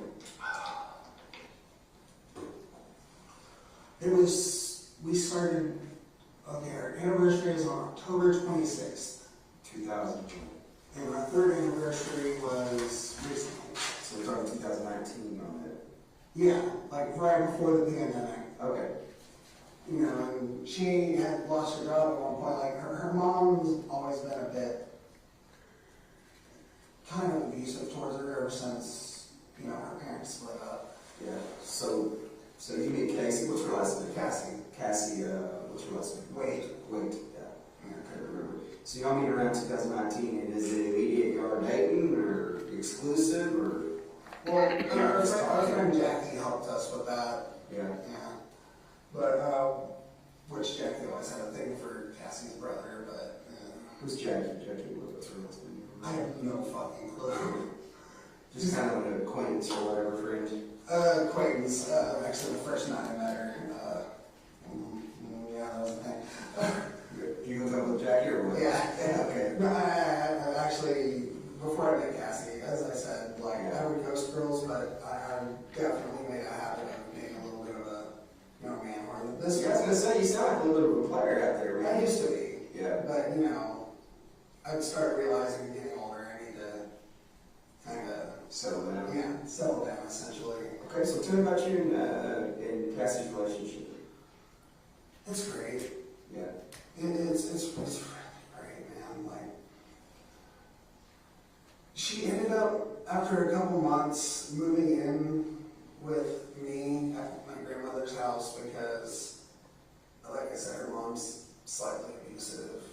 So she ended up moving over with me, and you know, we ended up getting jobs, all that stuff. But then, you know, Cassie lost her job. I don't remember what job it was or what happened, but she ended up getting those. You know, you don't remember where she worked though? No. Okay. She's had several jobs. She ended up getting like those stimulus checks in, right? So after a little bit of getting those stimulus checks in, we're just like, hey, let's go get an apartment. I'm buying a car for my friend Chris, and you know, we get an apartment out in Arlington. It's the same apartment complex as our friend Jay, so you know, we at least know some people out there. So we're out there for quite a bit, just living our lives, that whole thing. I get a job at Papa John's, which I actually used to have that job at Papa John's a couple years prior when I was with Nicole. Okay. But it was the Papa John's out in Pantego. Okay. What did you do for Papa John's? Did you work the front or did you do everything? Delivery? Okay. Yes, I was the #1 delivery boy. Yeah. Though, I will say this, UTA was in our delivery zone, right? And I hated it when I delivered there because, and I'm not mad because I realize it's a cultural thing, but people from India think tipping is disrespectful. But when you're a pizza delivery driver, you're basically living off tips. Yeah, they don't tip at all. Yeah. So that was probably a lot of Indian folks in that area, I guess is what you're saying? Yeah. Yeah, so I mean, they're going to like TCU, you know, yeah. Cookermore and all that. So we ended up getting out of that apartment. We ended up moving into where her mom and her were staying previously. Which was where? Denver. Yeah. Okay. Right off of what's it called? 377. Okay. So we ended up living around there, and it's going relatively well. After a few months, JC's boyfriend gets out of jail. That's Cassie's cousin. We were living with JC at the time. What's his name? Levi Henderson. What was he in jail for? He's a piece of shit. He's an absolute drug addict piece of shit. Like, but I'm not someone to call someone a piece of shit, but this dude was. If I would have known what he was in trouble for, we would have been able to get him gone sooner. But JC wanted him around. Me and Cassie did not, because at this time we're finding out, oh shit, Cassie's 3 months pregnant. Mm-hmm. So we're just. What was he like, in trouble for? Which found out he was in trouble for? I don't know the exact details, but we lived pretty close to a school, and he was not supposed to be that close to a school, supposedly. So So are you alluding to the fact that there's maybe some type of sexual assault on a child or something? that's what I'm asking. But I did not like the guy. I did not like the guy being around. So after a couple days, I'm just like, hey JC, like, why is he still around? And Yeah. it was this entire deal. Like, I tried getting him out. Like, I tried forcibly removing him from the property because I didn't want him there. So you had physical altercations with each other? I wouldn't say physical altercations. Like, there's one point where he straight up called JC a cunt, and I lost my shit on him. Because, you know, JC is Cassie's cousin, so that means she's basically family to me. You're sitting there calling her a stupid cunt bitch. Like, no, like, you respect her, you fuck. So, that's the only time I ever, like, went off on him. But that's, anyways, I digress. I tried to remove him from the house, and then JC called the police, and it's just like, well, you can't do anything because she lives here, and she's letting him come here. So we really can't do anything to remove him. If we would have known that he can't be that close to a school, we would have been able to get rid of him. Mm-hmm. God, I should have known that because this friend of his came around and like busted out my windshield. Like there's police reports about this and everything. Yeah. Like, Through for Pittsburgh? yeah. Okay. He like busted out my windshield, busted my right window, busted JC's windshield. Like it was. He came and really tore y'all stuff up. Yeah. Over what was the reason? Because he was mad at Levi? Or? Yeah, he's mad at Levi. Okay. You know why? That's when we started to figure out, like, hey, something's not right about this dude other than the fact that he's on drugs. He started sitting there calling him a pedophile, and you know, me, I'm just sitting here like, what? Like, so I'm not liking it. Yeah. So, after this all happens, a police report was filed again, and, you know, they actually caught the dude busting our windshields and all that stuff on ring camera. So, they get him out, finally, but then the landlord, like, sees everything that's happened, and Yeah. Tired of the drama on his place? yeah, exactly. So, me and Cassie have to find an apartment. So, we find an apartment out on,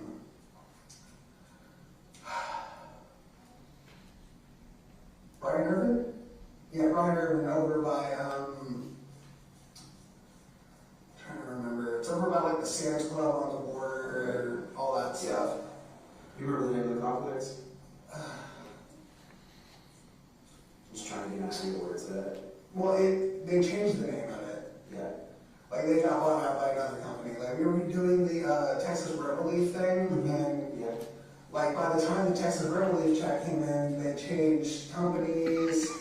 Like, you know, they got bought out and all that stuff, so they had to send another check, but it all happened too late, so we got evicted. Yeah. So when we got evicted from there, our son was born. Like he was already born at this point. He's a couple months old. What year was that?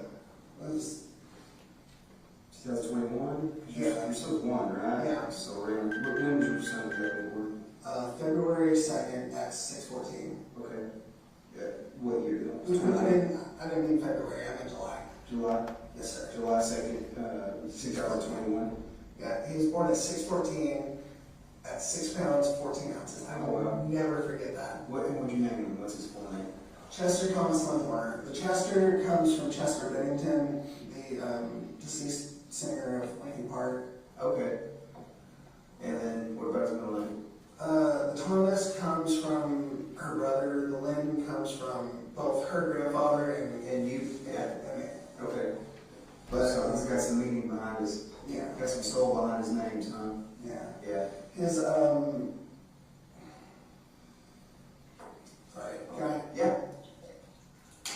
So Cassie, bless her heart, like the months leading up to, Chester being born, we were both working at, what's it called? Australian themed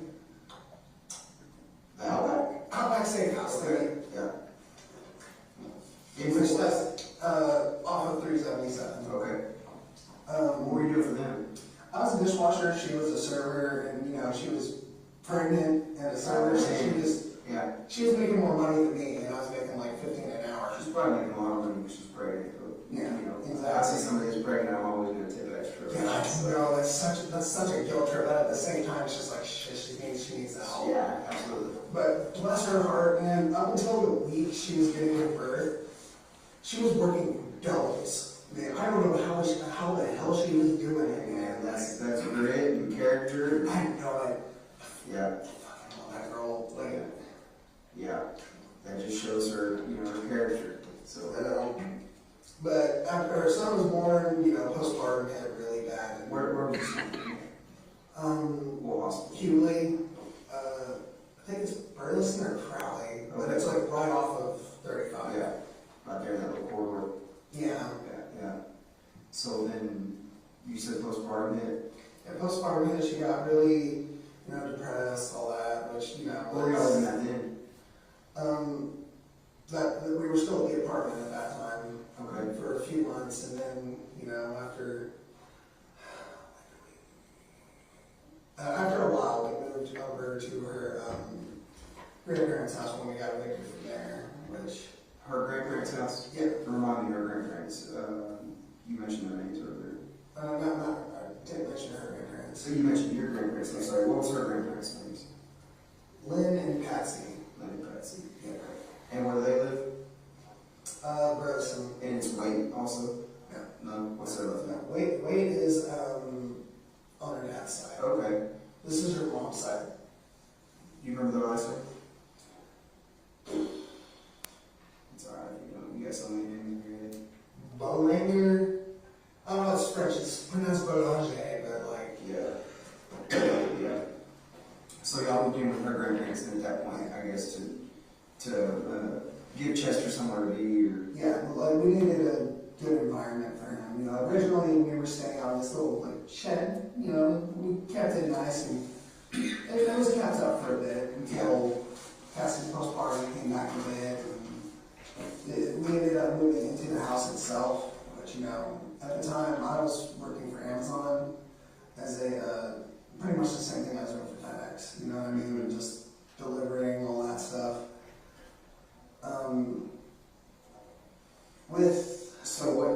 That's around 2021 that you started working for Amazon delivering to packages? Yeah. Like a contract company or whatever, same thing? Yeah. Contract company is Southern Star Express. They're, oh man, they let themselves go. Actually, fun fact, I brought on drivers from there to go work with us at FedEx. Just guys you knew from the... Well, technically I brought on one person that was my friend Savannah, and then she brought on her boyfriend, and then ironically, like a month ago, someone that worked at Southern Star started working for the company that we work for, and I was like, oh, hey, did Savannah bring you on? She was like, no, I just applied. Yeah. So it was So like, I brought everybody over. pretty much. Yeah. Yeah, where they went wrong is they kept getting step vans, but in their minds, all right, step vans, we're making more money now, right? But that's like, they have the same work area, but they're getting bigger routes. So they're kind of screwing themselves over because they have all these people that are step van certified, all these step vans, but not enough routes. Mm-hmm. So I was showing up like driving 40 minutes to work every day, just for like the chance to be able to go on a route that day. Yeah. And I have a 1-year-old. So you're trying to make some money. Yeah, exactly. So you only get paid if you run a route? Yeah. That's the only way you're going to get paid? Yeah. You get paid by the hour, or you get paid by that route? That one I get paid by the hour. Okay. Which, that's no way to live if you're trying to sit here and make a freaking home for your family. Mm-hmm. So, at the time I was back on keto because when COVID hit, I stopped keto and all that, I gained weight. Then I ended up losing weight really fast, a little bit too fast. So, one morning I woke up, I stood up too fast, and I just lost consciousness, because you're not supposed to lose 60 pounds in 3 months. Oh, yeah, it's not healthy, yeah. Yeah, no, that's not good. So I hit the ground really hard, hit the back of my head, and I ended up like going into a seizure, and I ended up calling in that day, and I told them why. They're just like, okay, well, you're gonna be on a 3-month leave. She's like, wow, this isn't really changing much because I'm already showing up 40 minutes to work and not being able to work. So I ended up looking for jobs elsewhere. And since I got my step aid certification while I was there, I'm DOT certified. So I ended up going to FedEx from there. Okay. Where'd you apply for FedEx at? I think it was Indeed. Okay. So essentially a third party internet. Yeah, third party internet. Ended up working for these people. When did you start for them? February. February? Okay, so February this year? Yeah. Okay. And what routes did you have when you started with them? What routes? Yeah, or what area did you work for? Hazel. Okay. Hazel, which, was welcome for me because I know Hazel like the back of my hand, dude. Like, I went to Hazel High School. Mm-hmm. So, I would work from like Reno Road. Wait, hold up. I'd go down 730 a little bit, Reno Road, and then I'd work my way out till I got to the center of Springtown. And that was my route for a few months, and then I had kind of a mental breakdown, and that's when I kind of got put on my meds again. What was the cause of the mental breakdown? What was the cause of you being depressed, upset, whatever? Inadequacy. I wasn't able to provide for my family. Like, I couldn't get Cassie to do anything because she was in this really bad state of depression. Like, it was just all kind of building up over a few months while I was working at FedEx. And one day I only got like 5 deliveries done in an hour. I couldn't find anything on the truck. I couldn't find where anything was. Like, I was stressing out over it. So I started getting really, really, really suicidal.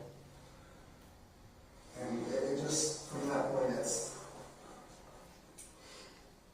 it was getting really bad. I ended up having to leave work early and have Cassie go take me to Millwood, and that's when they told me about their, what's it called, their outpatient program. Yeah. So essentially, observing you, medicating you, kind of helping you kind of cope with some of the stress that you got going on. Is that my understanding? Yeah. On the outpatient treatment? Yeah, and that's about the time. Hold up.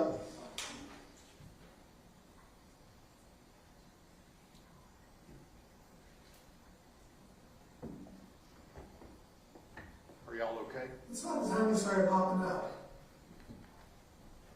Right around that time. You remember what month that was?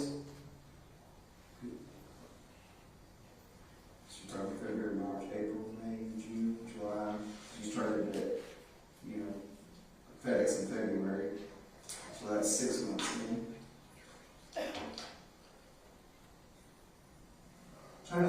Give me a second, I'm trying to think of timelines. Do you remember when you went to Millwood? It's after about 3 months, I think. So that puts you, if you started FedEx in February, that puts you around April.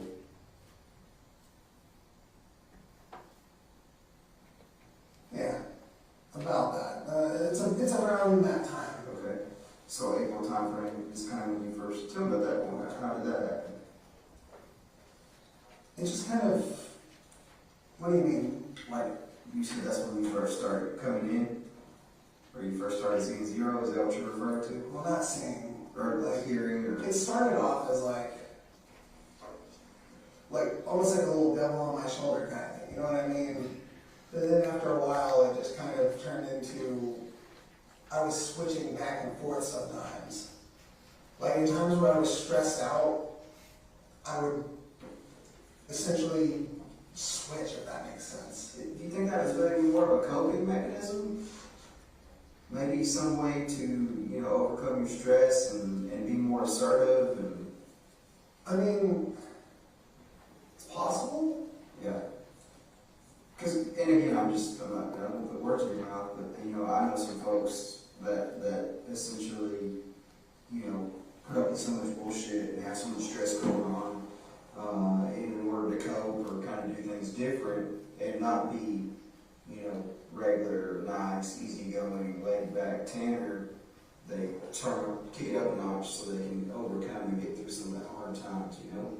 Because it sounds like you were having a lot of coping to do. You were dealing with a lot. You got a 1-year-old at home. You got such a fiance. Is that proper fiance or girlfriend or what was that? Fiance. A fiance at home that's not working and she's dealing with some postpartum stuff. And you're the sole provider. You by all accounts don't have your own home. And she keeps spending all my money. So every time you get a paycheck in, it's going right down the drain. Is it going to get stuff? Is it going to Chester? Or some of it does, yes, and then other parts of it, not so much. Okay. So then here we are sitting in April. You go to Millwood. You do the outpatient treatment. Tell me about where do you go from there? You keep working, obviously. Yeah, I keep working. They end up putting me as a floater, which I absolutely hate. Yeah. Like me having Asperger's syndrome, I like being routine. Mm-hmm. You know what I mean? Like I have a routine. I used to have a way I used to do my own route. I used to go down 7:30, hit the businesses first, and then I'd move west from that point. Yeah. You know what I mean? And I always do it the same way every day. But now they're putting me on like different routes every day. Like since while I was away for like a week, right? So they put someone else on my route, Mm-hmm. and then they became the main on that route. I would only get that route like once a day. Yeah. And Polaris at this time had, let me see, they had Paradise, Bridgeport, let me see what else. All of Springtown, Poolville, which, fun fact, I got chased down by a peacock in Poolville. Yeah. Yeah, I've seen those peacocks in the pool. What are you talking about? Yeah. I also delivered to that nudist colony that's apparently out there. That's I remember, but I've never seen it. Yeah, no, don't even go there. No, like the dude that answers the front is like 400 pounds and like nude as hell, and I almost called the police right there. And like first thing I did was just say, hey, Jason, this dude just answered this door, dude as fuck, and he's like trying to shake my hand. And she's just like, oh wait, you're on that route, okay, yeah, no, that's a nudist colony, you're fine. Please don't put me on this route again. Yeah. Like people being naked freaks me out, but So but essentially, it messed up your routine. yeah. It took you away from your comfort zone. It took you away from, you know, you like that control that I'm the same way, right? I like things organized. I like my routine. I like to do things. When you mess up my routine, it kind of throws me into a little bit of a funk. Yeah, exactly. Yeah. So, yeah, we're dealing with that. I tried getting them to put me on an Hazel route because, like, let's face it, I know Hazel like the back of my hand. Like, the main city Hazel route, it has high volume, but it's mostly residential. Mm-hmm. The only place that was kind of a bitch to deliver to was Walmart. And that's because they wanted their stuff early in the morning, and then they gave you twice the amount of stuff, so now you're going to have to work around all that stuff. But that wasn't a big deal for me because I still know how I'm running this route, you know? I get like 50 stops done in like 2 hours by doing all the residential shit. You need the fastest routes to everything. Yeah. Yeah. But I know how to get it done so I can hurry up and get home, because since I wasn't getting paid by the hour, my goal is hurry up and get done. So if you weren't, you were getting paid by the route on that one. Yeah. Okay. FedEx I get paid by the route. Okay. But they just keep putting me on these like stupid, like, no, okay, now you're on this route today, now you're on this route today. I never knew what to expect. And then that's when they ended up having to sell some of their routes to this new guy, Richard Davis. Y'all probably talked to him already. Yeah, I haven't personally talked to him, but yeah, I think they have. The guy that owns these trucks, right? The guy that owns the routes you're correct. Yeah. Yeah, okay. Supervisor for that. Well, he's the business owner. Business owner, yeah.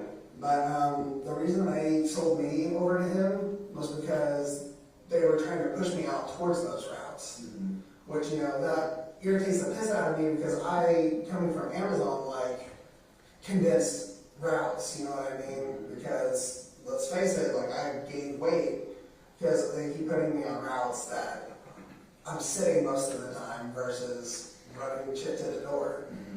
But it was disheartening, but, you know, in my mind, I'm just like, hey, I have a kid, I have to keep providing, I have to keep doing what I have to do. So, it was just kind of frustrating, I guess. Okay, so how long does that go on? When did they settle over? When did you catch these new routes on this side? I don't remember when that was. I don't know. I actually don't know. A few months? A few months. Not too terribly long. Yeah. So, now you got these new routes, you got this new business. How are you doing at that time? What's your...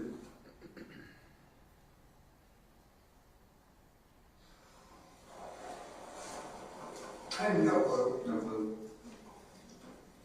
Everything just kind of Yeah. blends in. So did that add to your stress a little bit on you and Cassie, obviously?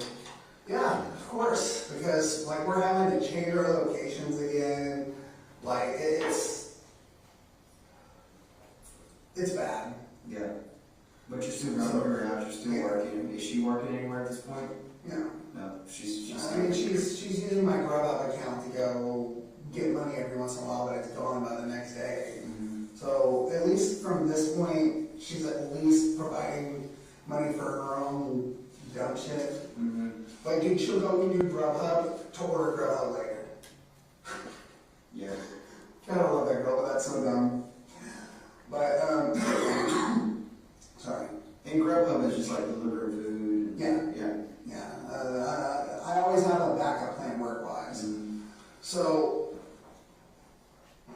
we're at my grandmother's for like a month, and then, you know, my grandmother's house in general is just not a clean place.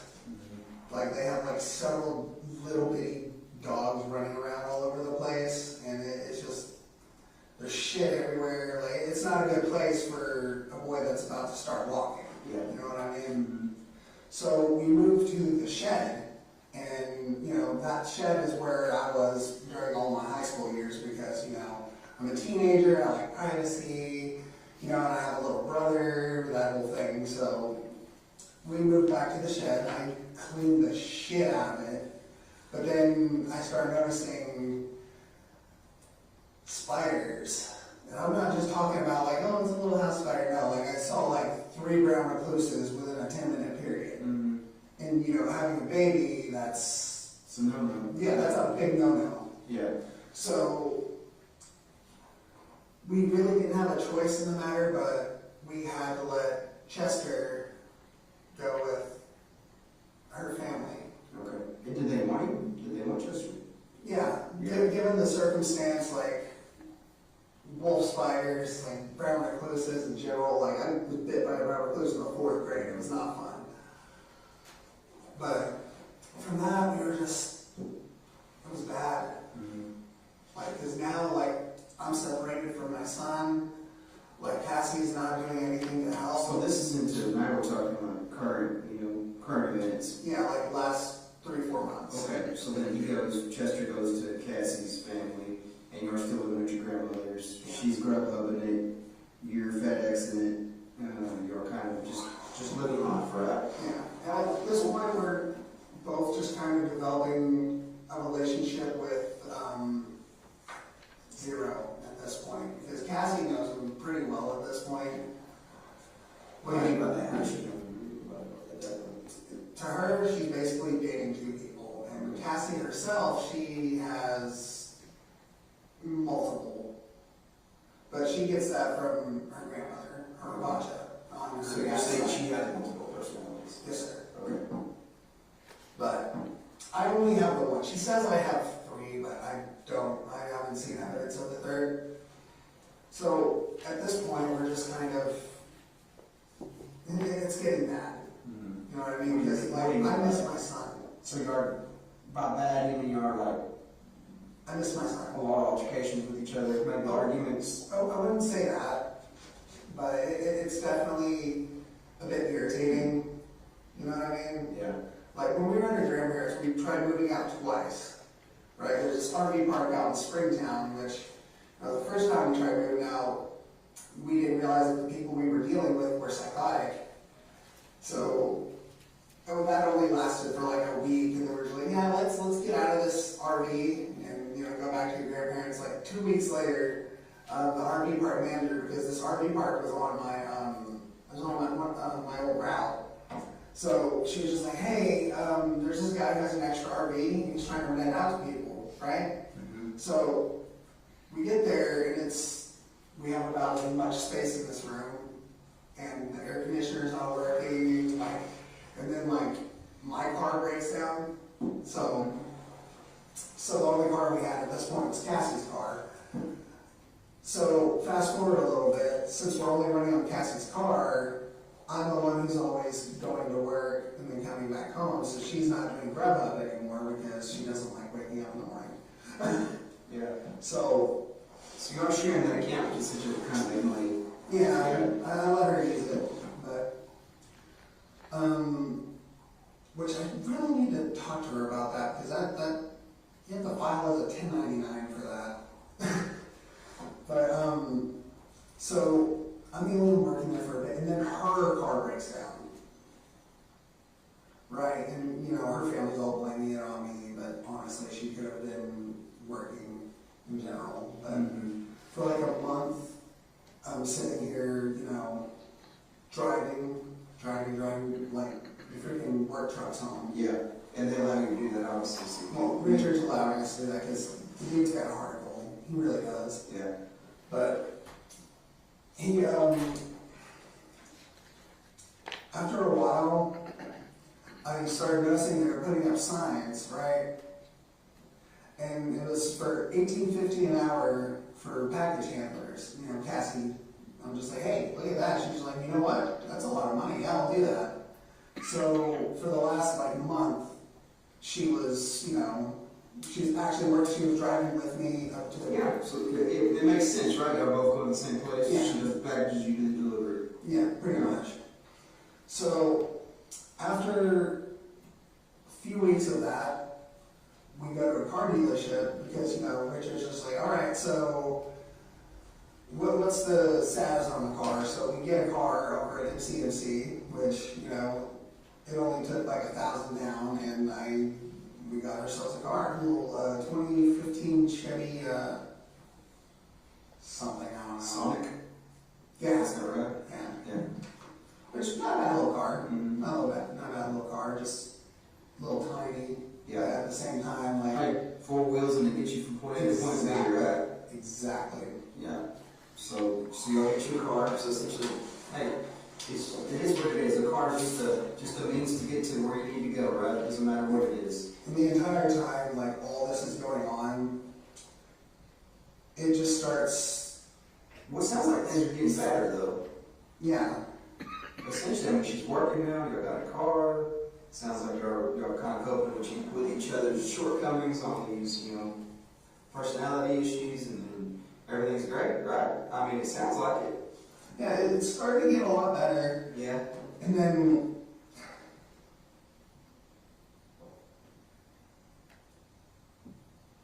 the last 4 months, though, Zero becomes a little bit more prominent. He starts, ever since, once about 2 months before we moved out of our grandparents' house, becomes a lot more prevalent. He's. Describe that to me. What do you mean by that? He's coming out more. He's taking over a lot more, which at the time I really didn't mind because a lot of the times I'm just sitting here bored as hell, driving these long ass routes for sometimes it's 15 minutes in between one stop and another. You know what I mean? It gets tedious. So I didn't mind him coming out a little bit more. Plus, dude gets random. I listen to a lot of metal and all that stuff. His technique's different. that. I don't know how to describe it. But,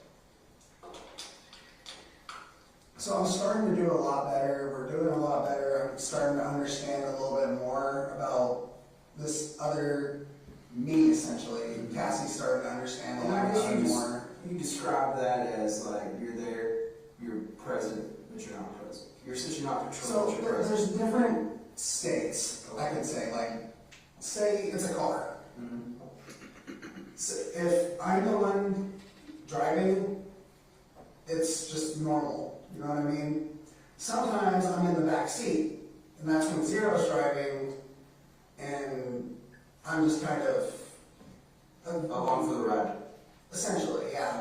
And then there's other times where I call it being in the trunk, where I have no idea what's going on. Because there's been times where I wake up and I have no idea how I got there.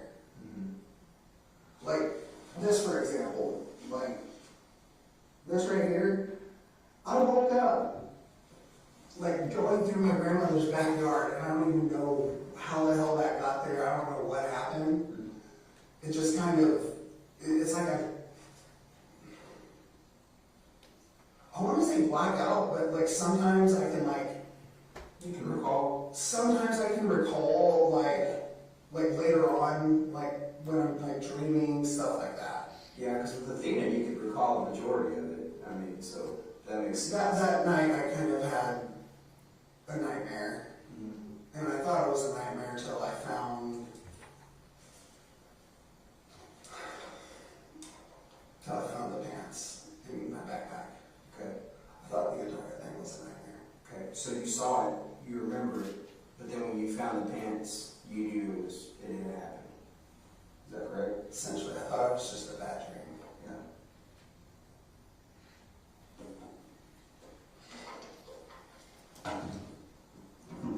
Sorry, I haven't been able to wash my hands in days. I haven't even taken a shower in 4 days. And I'm like, Well, when you stop doing silly stuff like that, it's I don't remember doing that. well, I mean, looking at That's what I'm talking about. Like, stuff will happen, I don't even remember how it happened. I woke up in a padded cell with that right there. I don't even know how he got anything to do that with. Tell me a little bit about that, about remembering, where did you find the pants? My backpack. Okay. Well, I don't even know what the hell happened. Yeah. Like, I just found them in my backpack and I'm just like, are you fucking kidding me? Like, I thought I just had a really fucked up nightmare. What was in your mind before that when you, because I mean, obviously now we've gone through kind of that. Was the nightmare pretty similar to what we discussed, or was there any? I was describing my nightmare. Yeah. Like I said, sometimes I recall it in like weird ways. I'll recall stuff in dreams. I'll recall stuff like just random flashbacks to the next day. It's almost like a PTSD kind of thing. So have you recalled anything come back that you think maybe we missed that first night that we spoke? Not that I can think of. Yeah. Nothing that just sticks out to you is like, oh crap, I remember this, or telling this, nothing like that. I've been trying to think of something. Yeah. But I can't think of anything. Yeah. Like I'm at a loss. I'm in trouble for something I don't even remember doing half the time. Half the time. Yeah. Yeah. Because I remember, like I said, like nightmares, Yeah. dreams. Yeah, no, you recall a lot of it in great detail, and I understand some of it you don't, and obviously, ultimately talking to Zero, he filled in a bunch of the holes that Tanner wasn't able to fill in, right? Well, we kind of talked about that, and I'm not discounting anything, right? I 100% believe you, what you told me that night, and the statements you made to me, because of digital evidence, physical evidence, timelines, everything we're able to corroborate, right? That's my job. Now we're talking about the guy that's responsible for doing that. So then I'm responsible for essentially corroborating and filling those holes that you told me to make sure that we're not missing something. And I'll be honest with you, I was able to fill in every single one of those holes for the most part. And some of the holes, like that's that what that we keep talking about, that what that we keep bringing up, right? But then there's just some of that why that comes into it, And I know we touched a little bit about it, but, you know, obviously if the child was sexually assaulted and you said no, you were pretty adamant about that. That no, I don't have any visions, memory of any of that. any type of sexual assault. No, sir. Nothing like that. No, sir. Yeah. You know, and obviously, yeah, medical examiners and folks that will determine that. Yeah. I'm not a doctor. By Yeah, I'm not too worried. I'm pretty sure he didn't. Yeah. Like, I'm 98% for sure. 98%. Thank you. I'm Yeah. sorry. I'm like halfway thinking about a cigarette right now. That's why I'm just like, so I'm just, 98% sure that. yeah, she because I was haven't sexually seen assaulted. anything. Yeah. I haven't seen anything in my dreams. I haven't seen anything, like, at all. Yeah. Yeah, no, and I trust you on that. I believe you, because I'm going to revert back to whoever I was talking to, whether it was 0 or 10, or that both of you guys are completely honest with you. Both, 100%. And I think that goes, I'm going to go ahead and accredit that with that throughout your life, throughout the series of events in your life, there's a two-way road with you. You're going to give what's given to you. Am I wrong about that? If somebody disrespects you, you're more likely, it sounds like, to disrespect them. If somebody... Not even to that point. Yeah. Like, I have a lot of patience with it. Yeah. But there's certain lines that when it's crossed, it's crossed. Like, for instance, my mother-in-law putting Cassie and my fucking son in danger. Yeah. And like, that's a line you don't cross. Yeah. So I tend to believe, you know, if you're telling me you didn't get sexually assaulted or she wasn't sexually assaulted, I believe you. But I'm not the doctor, right? So if the doctor comes and tells me that she's been sexually assaulted, then obviously I have to go with what the doctor says. Yeah, I mean, but you're 98% sure that's not going to happen. That's not going to be. I'm sure that's not going to happen. Okay. Okay. I believe you.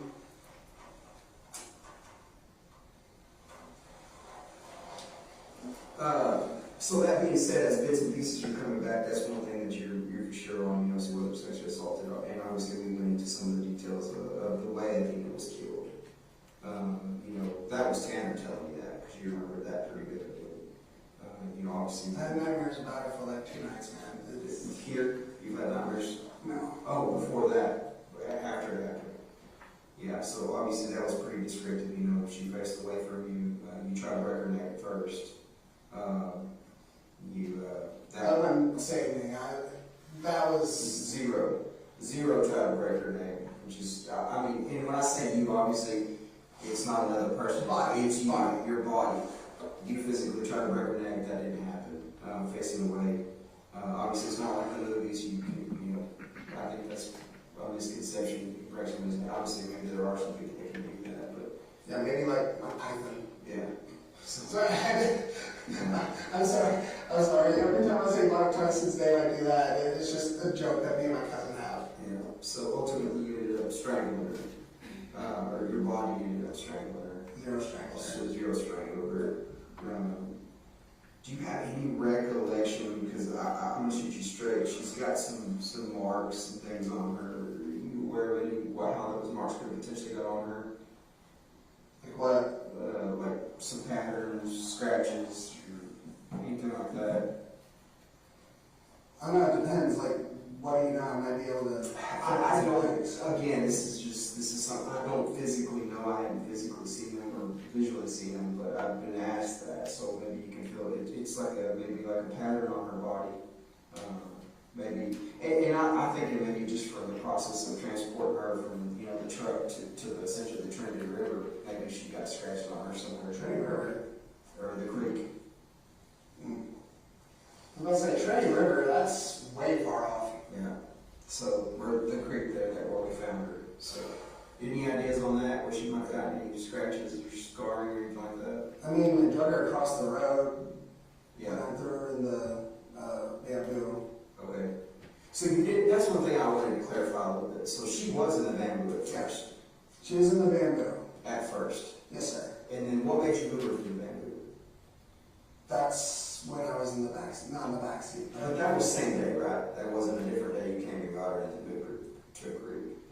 Essentially. Yeah, same day, same time frame. When I came to, I was getting on 114, coming off of a little county road. Okay. So essentially you went back, you had to go back, get her, put her back in the truck, and then take her to the creek. As far as time goes, I don't think that happened. What do you mean?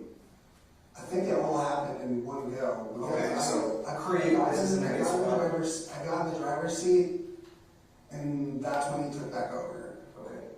So essentially it was like, this is probably not a good spot, somebody's gonna find her pretty quick if she's I left. wanted somebody to find her. I wanted somebody to be able to find this poor little thing. You went to the zero. That's my guess. Okay, so then that's how she ends up in the creek. That's how he, and I can say she, I think we should give her the respect by calling her by her name, Athena. That's when Athena ends Such a up pretty name. in the creek. So, Goddess of beauty and mythology. yeah, that's, and I thank you for filling in that blank because I was a little confused on it. I guess I got confused on, because we went to the bamboo and she wasn't there. Sorry, trying to blow out here. It's okay. And then essentially, you know, once Athena's not there by the bamboo, I'm a little perplexed because you and I were being pretty honest. But then that's when I had to talk to Zero. And then Zero essentially took me to the creek where she was at. So zigzag, or any type of pattern, any type of scratch, anything like that on her would more than likely be from you dragging her on the road or something in the truck. Right? Yes, sir. Okay. Keep in mind, the truck floor does have kind of a rugged Texture? Yeah. Okay. And in the FedEx truck? Okay. So you don't think Zero tried to, in your dreams or in your mind when you're recollecting some of this stuff, you don't think I haven't seen anything. Nothing as far as like trying to smother her or anything like that, just strangling her? Sir. Okay, that was it? Sir. Okay. And strangling Athena, I'm sorry. Again, I just want to show her the respect, you know, by calling her by her name and not minimizing who she is. It's a person. Yeah, it's a person. That's a child. Yeah. So, and it is a child. So, and at that point, explain to me a little bit about the clothes. What do you think is the rationale behind taking the clothes? I know it was essentially it was a humiliation factor for Zero. Is what I understood, to humiliate her. Is that It might have been like throw off trails, some kind of thing. I don't know. okay? Essentially, put the clothes somewhere else, and then it's kind of like the story about the green man, right? So to throw us off. So if we find clothes somewhere, then it kind of throws us off. Is that your train of thought? Maybe is that what the thought was? That's my theory on it. Yeah. I don't know 100%. I haven't talked to Zero in a couple days. So. Okay. It makes sense, right? I mean, to me, it makes sense. Obviously, you did tell us that the green man was to throw us off, right? So essentially, seeing somebody. So now the clothes, it only makes sense that if you take the clothes. Well, the first time that I talked to the people from the FBI, when they saw me when I was dropping off some packages at someone's house, I was in the back seat for that. Mm-hmm. When we realized who that was, Zero took over on that. Okay. So threw them off. Yeah. I think he had access, like, we share the same mind. Mm-hmm. He has access to our memories. Mm-hmm. And my dad used to have an old Astro van, and I think that's where he got that from. Okay. Just a repressed memory, essentially, so to speak. Yeah, and he had the missing panel off the. Yeah. And that was very descriptive, so that's what, obviously that's something that was, stuck out to me. It was very descriptive of the way the man is described. But it only makes sense. So do you remember what article? Obviously you found the pants in your backpack at the house, at your house, right? Do you remember where any of the other articles of clothing went? I know we talked about a sock that maybe was thrown out on the side of the road. Can't think of anything else as far as that I goes. can't think of anything. No, sir. Was she completely nude when she was thrown into the creek? I believe so. Okay. So she had no more clothing on her person? No, sir. Okay. But you don't remember particularly any other signs of injuries, anything that you can remember or recall in your mind, in your memories of any other injuries that she had on her? Not that I can think No. of. Yeah. So, we recall a little bit, and I want to talk a little bit about that because I don't want to minimize the actual act. It's like, obviously, get her in the truck and find that dead end road, which we drew up here, right? Let's get to the dead end road and kind of instruct her to face away from you. And then try to strangle her neck, strangle her, and then she did defecate and urinate on herself, right? Is it? Yeah, you recall that. Is that maybe the reason some of the clothes came off? Because she had defecated, or is it just straight to humiliator? You think? Is that zero rules? Reread that? So you think maybe the clothes came off because she defecated on herself, or because it was just to humiliate her? I don't remember there being any defecation on the clothes. Okay, I think Zero stated, or a memory that you recalled, was that she had potentially got a bowel movement. I remember part of what I threw up. Part of what I cleaned up was throw up. Okay. The other part was poop. Poop? Poop. So that's defecate. Essentially, she was it her poop? Yeah. Okay. And then the throw was yours. Yes, sir. Okay. So essentially, once you think maybe she was obviously the clothes was taken off in the truck, and then some of it was put in your backpack, but you don't remember where the other stuff went. Sure, Yes, sir. that. Okay. But just looking at it, it only makes sense. I think you're on the right track there. Maybe to throw us off, throw law enforcement off. Yeah, that's my theory on it. Yeah. So obviously early on, your grandmother was it already on your radar? Obviously, it's all over the news. You kind of seen it. My grandmother sent me a message about it, like, dude, this is not where you're working. Like, you know anything? I was just like, I don't really know anything. Like, Yeah. And you didn't talk to anybody about it? no, sir. No. You didn't mention it to anybody? You didn't tell anybody what you did? Nothing? No, sir. No. It was just you and Zero. Nobody else had a clue about it? Yes, sir. Okay. What do you do at that point when you find out? This is kind of like an oh shit moment, right? Like, this is real. What's your train of thought? What's your direction? I think I was in denial. Mm-hmm. I think a lot of it was denial because, like, I would never have it in my heart to do that. Did you think about calling law enforcement at that point? Did you think about doing anything like that? I thought about it. I didn't know what to do. Yeah. When you thought about it, what did you think about doing? What was your thoughts? You had events and things going through your head, right?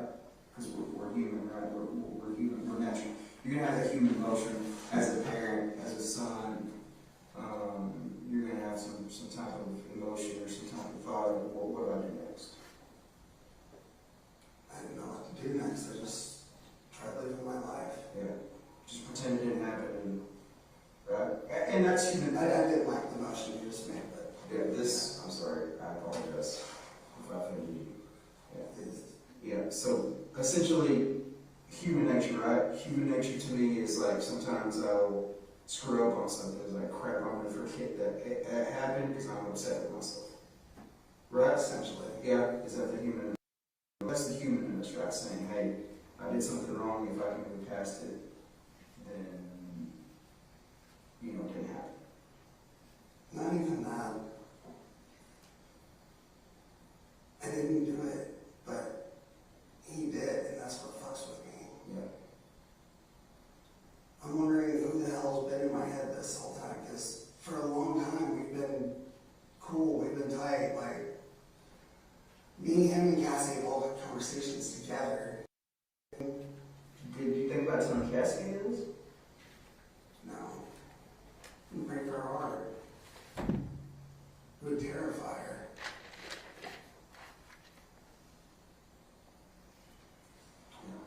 So essentially, you're more or less in denial at that point, I would say. Still, part of me is in denial because I didn't pull the trigger. What do you mean by that? I didn't pull the trigger. As far as letting somebody know what happened, Doing it. or you feel like Zero pulled the trigger? I feel like, yeah. Okay. I tried to disarm the gun.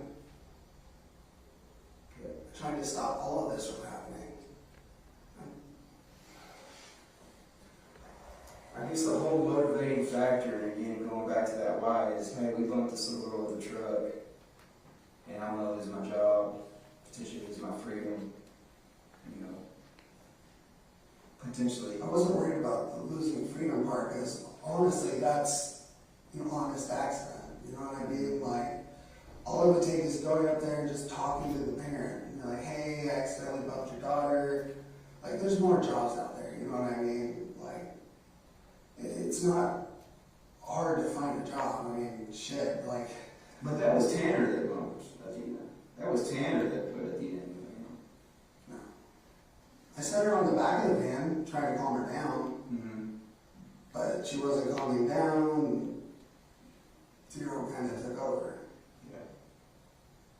So when Zero took over, do you remember that, or can you see that? Did he put his hand over her mouth? Did he physically restrain her and put her in the van? How did that go down? He told her, just get in the back of the van.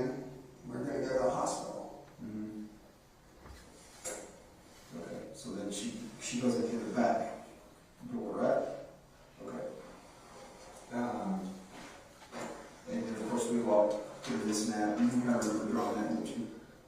Yeah, just kind of where we went on that, leaving the house and then coming back out, going around and finding that dead end road.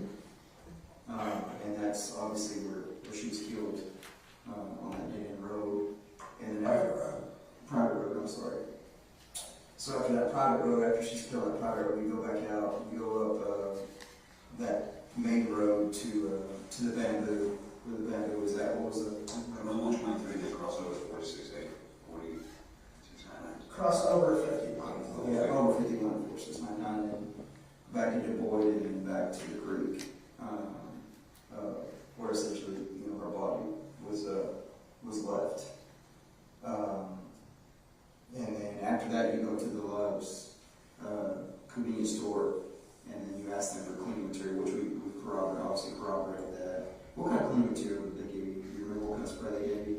Just some sanitizing spray, I'm guessing. It said sanitizer on it. Okay, so just some generic spray. Paper towels, the brown paper towel, white paper towels, something like that. And then you kind of clean the poop and the vomit out of the truck, right? And that was approximately, according to my time. Do you remember what time it was? I think our time, I think we have a time stat there, was around 7 or 7 when you were there at that Love's. So, and obviously this is a time span, we believe, approximately from about 5:45 to 7. So it wasn't an extended amount, period of time, it wasn't a long, drawn out thing. It happened pretty quick. Do you recall at all any times in your head, or do you remember seeing a clock or anything like that? I know there was a little bit of a confliction there on the phone. Was the phone completely turned off, or did it legitimately die throughout that thing? I'm guessing that he turned it off. I don't know if it just died or if he turned it off. I only noticed when I plugged it in, it had really low battery. Okay.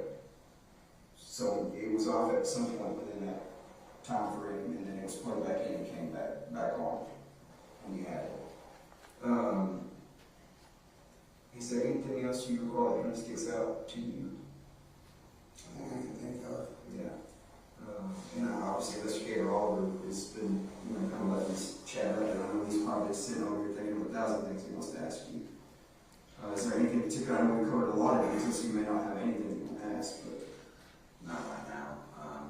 I knew there was some stuff that you kind of crossed over some of these things and crossed them off my list for me.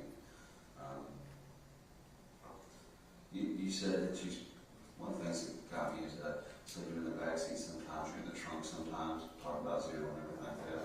And Cassie said you have 3 personalities. She says I have 3, but I've never personally seen any evidence of a third one.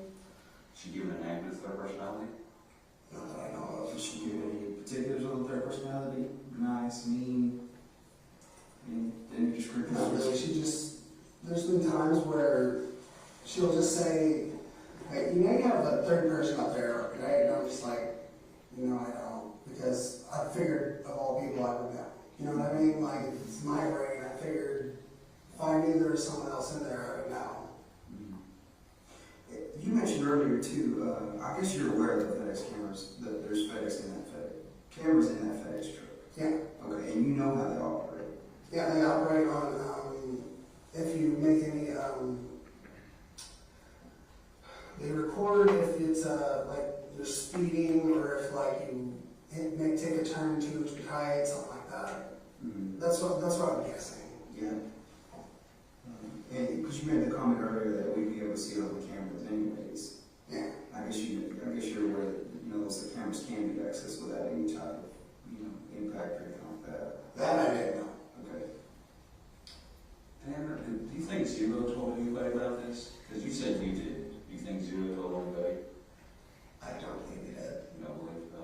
Is that tattoo on your forearm? I mean, no, tell me about that. That's actually how we came up with the name for him. So this is a Christian metal band named Under Oath, and the O in Under Oath is, the O with the line through it. Mm-hmm. So that's a Christian rock band? Yeah, Christian metal band. Christian metal band? Yeah. Excuse me. So like, when we were trying to think of a name for that, other personality of mine, I just kind of looked at my arm and was just like, Zero. And that's how I just came up with it. Okay. So essentially that was something you cast came up with. Yeah. Okay. That makes sense. That's the first thing I saw. So Are they pretty new band? I mean, is it? Oh, no. Technically, okay, so the first EP came out in like 99. Okay. Their second EP came out in like 2002, and then their first full-length album was 2003, and then 2004. Between 2003 and 2004, they switched vocalists because he's going through a lot of like mental problems at the time. He fell asleep at the wheel, and his girlfriend died. It's a big thing, but yeah, they've been around for a long time. I'm gonna have to look them up. I'm gonna have to listen to some of it. Well, so some of their earlier stuff, it's more like death metal kind of sounding stuff, but they're trying to bring that whole positive spin to an otherwise really negative scene, which I love the crap out of. And then after their first 3 EPs, they went more towards the like emo direction, where there's a lot of singing and screaming like mixed together pretty well. You know what I mean? Then they went more towards metalcore, which is still singing and screaming together, but less on the emotional side. Even though he does talk a lot about like mental health problems and all that stuff. And then they got experimental for 2 albums. On the second of those 2 albums, the drummer left, who was also the clean vocalist, the singer. Then they made one more album with the drummer from this other Christian band called Onadine. Then they split up for a long time, and they got back together a few years ago as more of like a heavy rock group. Like, almost like, I don't know how to describe it, but it's definitely a lot more singing. But when they got back together, they weren't Christian anymore, sadly, but it's their band, their choice. They can do what they want. Yeah, so that kind of explains the name a little bit. It clarifies something for me as far as the name goes. Sorry, I went on a tangent about that. I like info dumping. I'm not telling you. I want to know Tanner, right? I want to know that's important to me. So the tangent, I'm good with. I don't even want a tangent to explain things to me that way I can fully understand you, right? Like all-time 3 favorites are like Under Oath, Linkin Park, and recently Dance Gavin Dance, which weird name for a band, I know, but the singer, his voice is just phenomenal. Yeah, Dance Gavin Dance. I know, right? Like that is a weird ass name, I know. What I got this on the tip of my tongue before I forget. We talked the other day a little bit about. You spoke to Athena. You kind of remember that. You recall that when I was talking. Bits and pieces. Bits and pieces. Like when we were talking to Athena, me and Zero were also arguing. Over what to do next. Yeah, like I was trying to be like, you just put her back and forget the whole fucking thing. Yeah. Like, you know what I mean? But he seemed adamant. So you obviously asked her her name. Yeah, he seemed a little bit different than normal too. Like, cause normally like he's the cool guy. You know what I mean? Like he's almost like everything I wanted to be. He's like super suave, super like, you know what I mean? Confident, yes. Yeah. But he was a little bit more manic than normal, I guess. It was kind of weird. It's a panic mode situation, right? Yeah. Are we going to get in trouble kind of deal? Do you remember, and this is more for do you remember any of the conversation with Athena? I know you asked her her name and she told you her name was Athena. I know that you told her you were going to go to essentially give her help, hospital or whatever. And I know she asked for her dad several times. Do you remember any other conversation with her? Anything else she might have said or anything like that? I remember there was a point where me and Zero were getting verbal, like outward verbal versus inside the head verbal, and she was kind of like freaking out over it. What, how was she freaking out? Like, she was just kind of looking at us like, why is this dude talking to himself? Mm-hmm. Like, you know what I mean? Yeah. I don't know how to describe it. Do you remember Athena saying anything during that time line? No, she just kind of looked like, what the hell? She rightfully so, she was terrified, right? Yeah, if I saw someone talking, like having a conversation, arguing with themselves, like I'd be freaking out too. Yeah. So, again, there's some things that are, you know, obviously she asked for her dad, and she was scared. She did ask her to stop, right? I mean, asked Zero to stop, not to do it. Did she say anything like that? I don't think she knew. Yeah. I think she was just more like not knowing what was going on. Mm-hmm.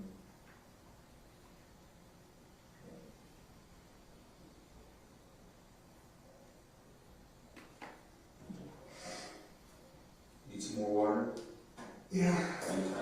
Sorry.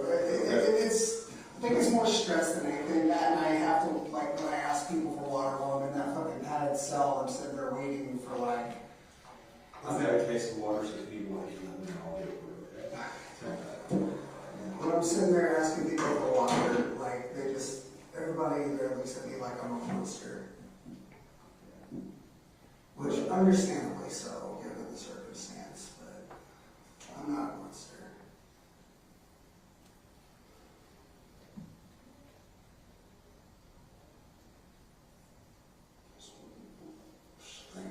Give me just a second, okay?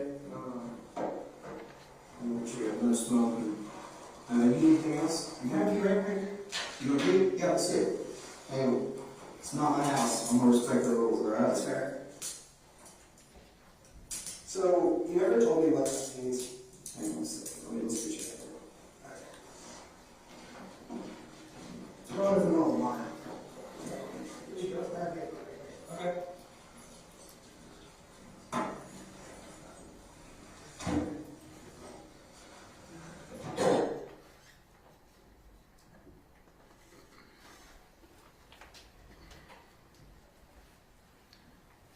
Do you have further questions to ask Ranger Espinoza?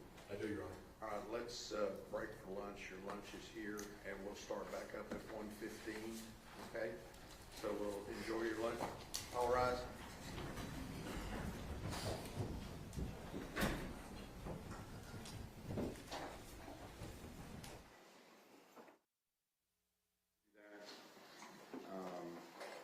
How many times do you estimate during your questioning of him did he come back around and ask you to either present this to a judge or talk to somebody again?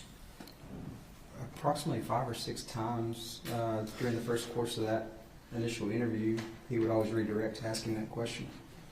And I noticed in here, when we were talking about this, you know, he presented what his terms were, his price, I think is what he said, for this, and conditioned it, if he was able to get this, he would tell you the truth. Is that what your understanding was? Yes, sir, that's what I understood.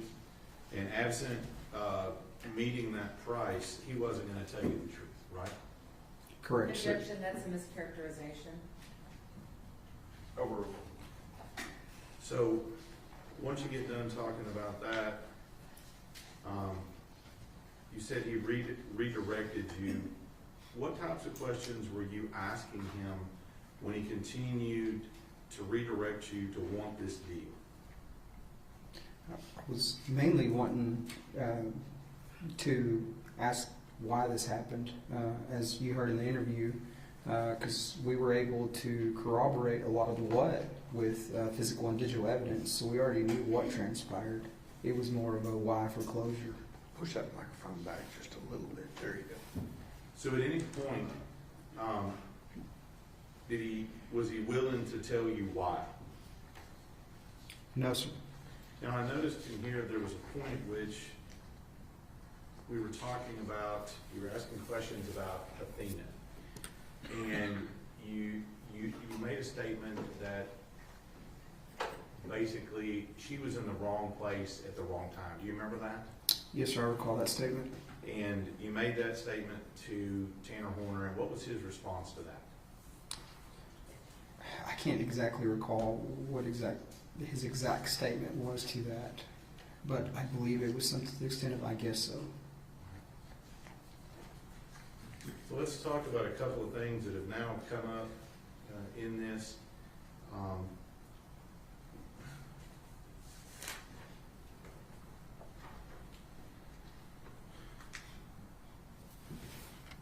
I noticed in here that Tanner Horner mentioned something to you about wanting to take her to the hospital. Do you remember that? Yes, sir, I recall that. Okay. And was this the first time that's come up? Yes, sir, that was, to my recollection throughout the course, this is the first time during an interview where he had mentioned something about taking her to the hospital. And again, this is Tanner telling you that's what he wanted to do. Yes, sir. Now, when we go through this and we start looking at this, we start talking about the pants. And at some point, does he admit that he found he found Athena's pants in his backpack? Yes, sir. I believe that was a statement that he located Athena's pants in his backpack at his grandmother's residence. Now, prior to this, if you'll remember, did he deny taking any items of clothing from Athena with him? Yes, sir. Now, let me just ask you, he talked about the pants. Did he mention whether or not he took her socks with him? No, sir, he did not. The statements made on the socks were varied from he threw them out to he found one in the truck at the Love's. And did he mention where her underwear ended up? Initially, he stated that the underwear were on her, and then after that, he stated he could not remember what happened to the underwear. And let me just ask you, with regard to this whole zero thing and how it came up, was he finally able to explain to you how that it came up and how the name came about? Yes, sir. As you heard in the interview, I got a few statements from him essentially about the name, where the name originated, which was based off a tattoo, a Christian band. Then I also got some clarity on something that he and his girlfriend discussed about her having personalities, him having personalities, and that's how they came up with the name Zero, and that's how they referred to it throughout the course of that interview. All right. Let's move a little bit, if you will, now that you've done that final interview. Is your involvement in this investigation over? No, sir. What types of things are you doing once you've now found Athena's body, you conducted this interview on the 7th? Was there anything that happened in between locating her body on the 2nd and this secondary interview on the 7th? Yes, sir. Obviously, this is a tremendous investigation as far as moving parts go. There's a lot of key elements that we now got to start focus on, which is one, preservation of evidence, getting the evidence properly stored, figuring out who's going to take what to what lab, and then we also have this digital evidence that we have, which is an SD card that obtains potentially more video. So I have to figure out a way to get the proprietary owner, which basically who owns the software to play that SD card, and figure out a way to preserve that evidence. Let's back up a little bit, talk just a little bit about evidence. We have the truck in which Athena was murdered in, is that correct? Yes, sir. We have the truck in which he was found in on the 2nd, is that correct? Yes, sir. Do both of those items, are those going to need to be processed, CSI work and things like that done to them? Yes, sir. And then you also said that there was a search done at the Horner home in Lake Worth, is that right? Yes, sir, that's correct. And in Horner home in Lake Worth? And you didn't conduct that search, right? No, sir, they were just conducted in my direction. All right. And then we have social media, DNA, things of that nature that are all happening. Is that right? Correct, yes, sir. And then, I didn't ask you this before, was there an autopsy performed on Athena? Yes, sir, there was. And do you remember who the doctor was that did I that? believe the chief medical examiner now was Dr. Dwyer. Okay. And so we talked about evidence, so all of that is, would you say, in process when we're working on that? Is that right? Yes, sir. Yeah, like I said, a lot of moving parts, a lot of things moving forward, a lot of things that we need to get doing. I've literally been working on this case along with the district attorney's office for over 3 years. So let's talk a little bit about some of the items that needed to be tested. Were you involved in, once the forensic, the CSI stuff was done on the vehicles and all of that was done, were you involved in getting that evidence from Wise County to the lab? Yes, sir, I was. Okay. And why would you, being the lead ranger, be involved in getting it from Wise County to the lab? One, it's chain of custody, so everything that goes in, evidence-wise, DNA-wise for testing, it's one person handling it. I grabbed it, took it to the lab with essentially a submission that says what needs to be tested for what, which would be trace evidence, DNA evidence, and different things like that. Judge, ma'am. Yes. Ranger Espinoza, I'm going to show you one marked as State's Exhibit 41. Is that what you were talking about with the evidence? Yes, sir. This is a chain of custody transfer receipt from the Wise County Sheriff's Office to me. And is that a true and correct copy of that chain of custody receipt when you took the evidence to DPS? Yes, sir.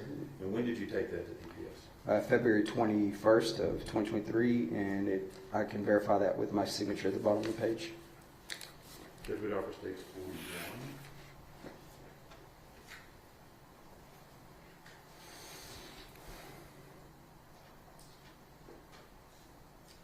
Your Honor, we object as this is a police report and not admissible under the hearsay exception. Let me see 41.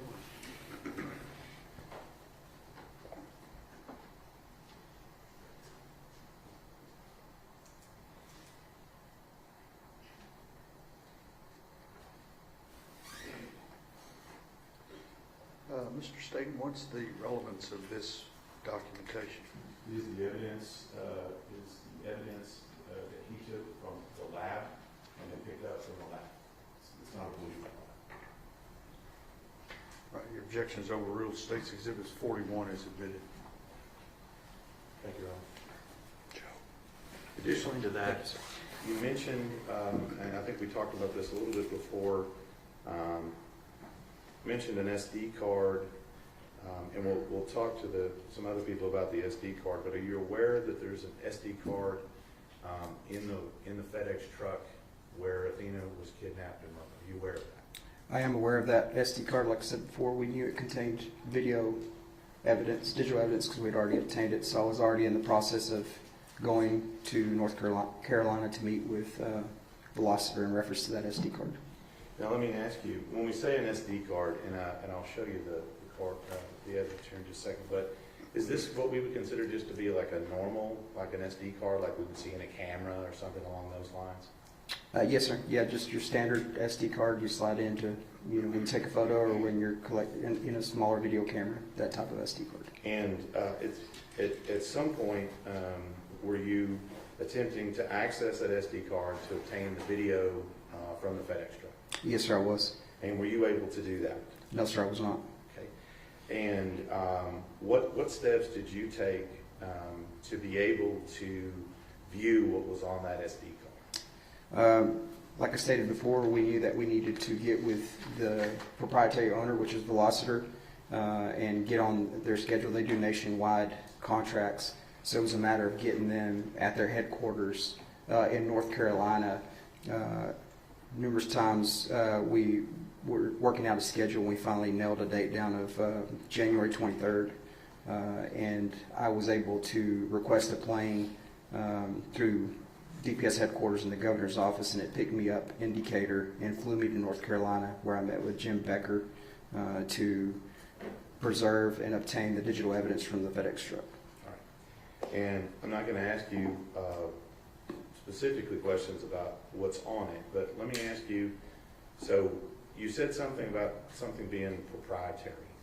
Well, what does that mean? So, yes, sir, I did. So the software that they use for that SD card is basically only for them. If you want to play their videos, you have to have. Jack, this is all based on hearsay. Over.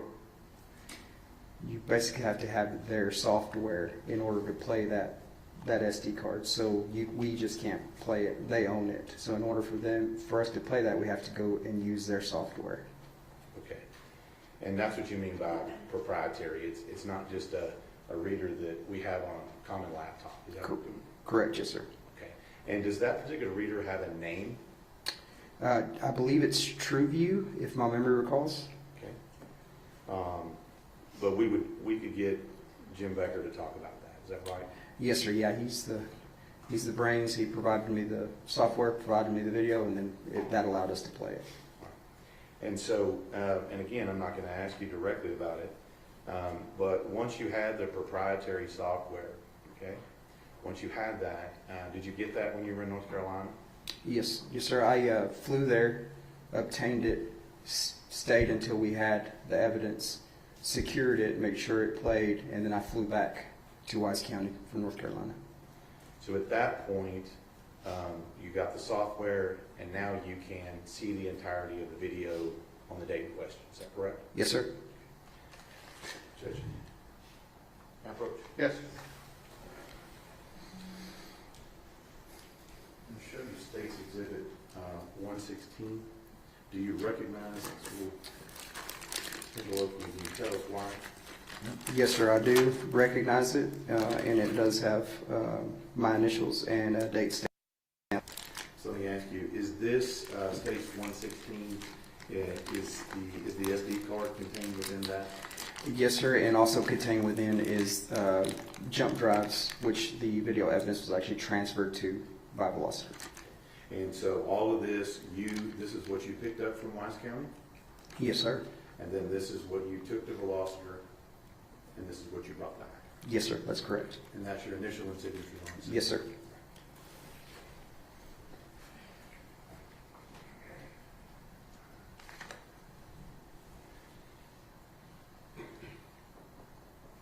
So it sounds like all you needed was their player. Is that right?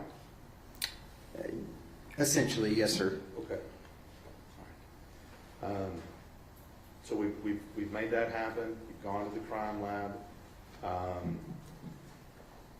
You're taking the jet to North Carolina, right? Yes, sir. So why go to all these links just for that? Is very important. One, it's to preserve the evidence of what happened. It's all there. And two, it's important for us not to essentially tamper with any type of evidence. Like, I don't know the software. I don't know what it is. It's better to have the people that run it, operate it, and own it do that for us so we can get it back, and the video has everything on it.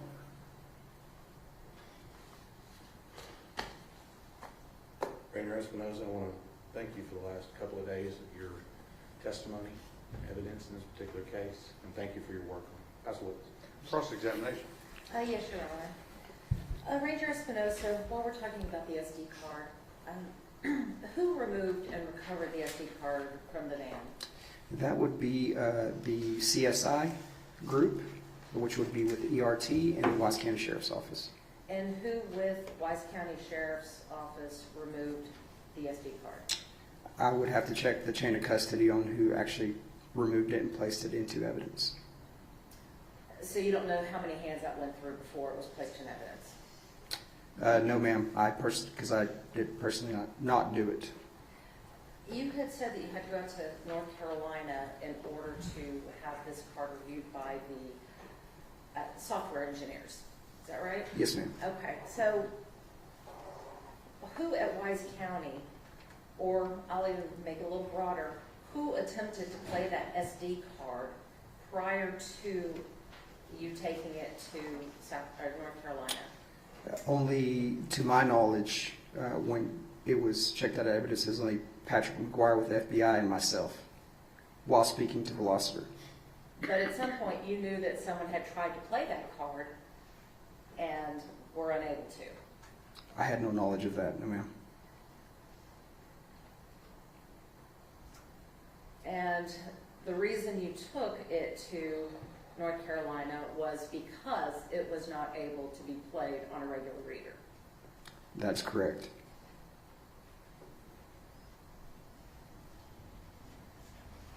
I want to talk just a little bit about these interrogations. When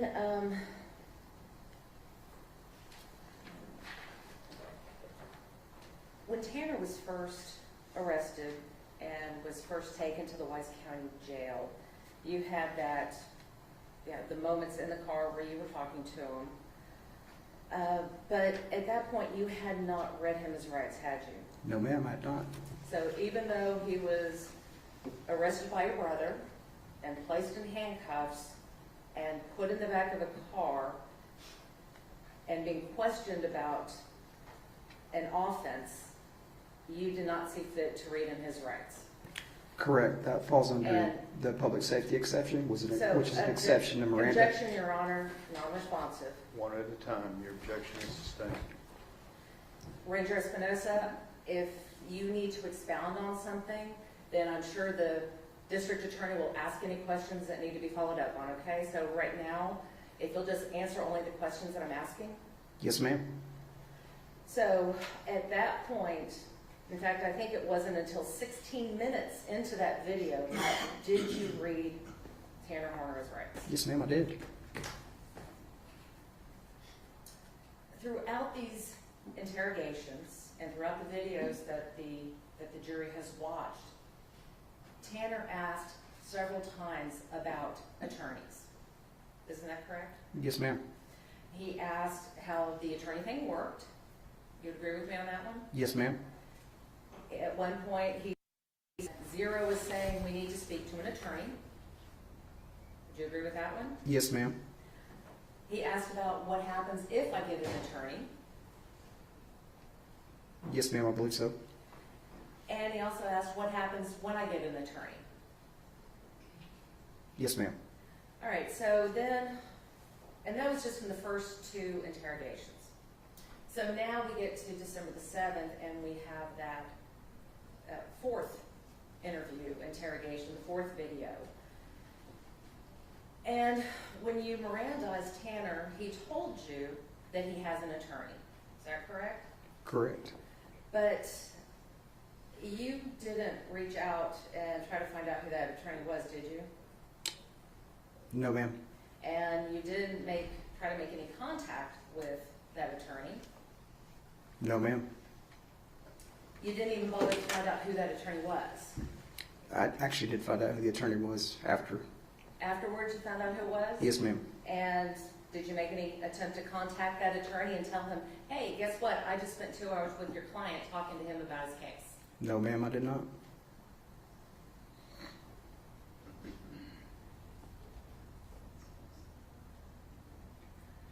Ranger Espinoza, you had testified earlier that Tanner had reached out to you on December the 6th of 2022. And this was about 4 days after his arrest, right? I received the notification on December the 7th, but you're correct. The actual timestamp, I believe, was 9 p.m. on the 6th. Were you aware that the night that he reached out to you, he had cut himself in his jail cell? Yes, ma'am. I believe I asked him what that was on his arms. Now, during your interrogations, Tanner talked to you about his history of self-harm, didn't he?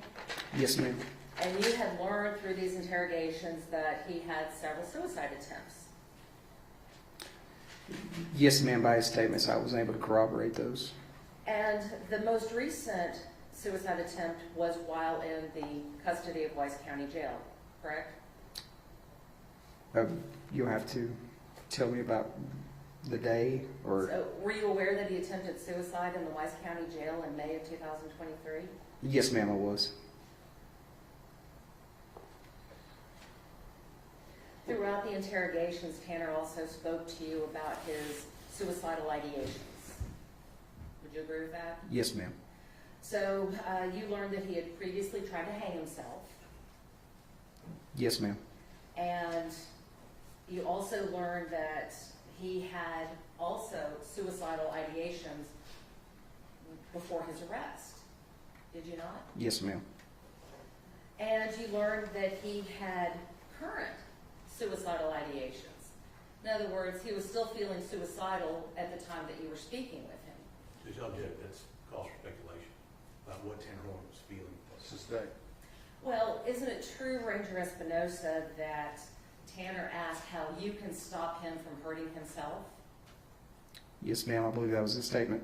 And didn't he also ask you to just shoot him in the head? Yes, ma'am. And in fact, didn't he ask you on several times, can you just shoot me in the head? To the best of my recollection, he only asked me once to shoot him in the head.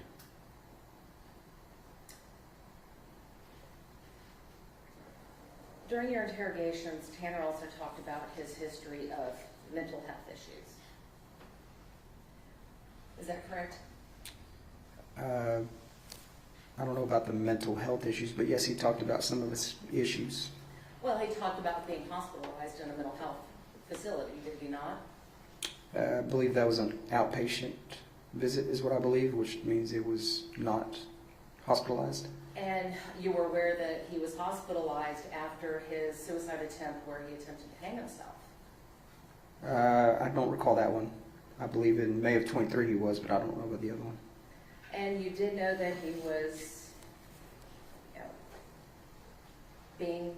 had received medications? Yes, ma'am. I believe we discussed some medications during the course of that interview.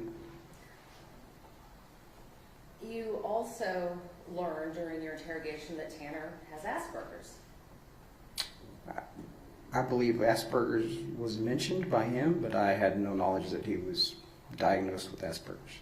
So you knew by report from Tanner that he had Asperger's. I don't know if he has Asperger's. He just said he had Asperger's.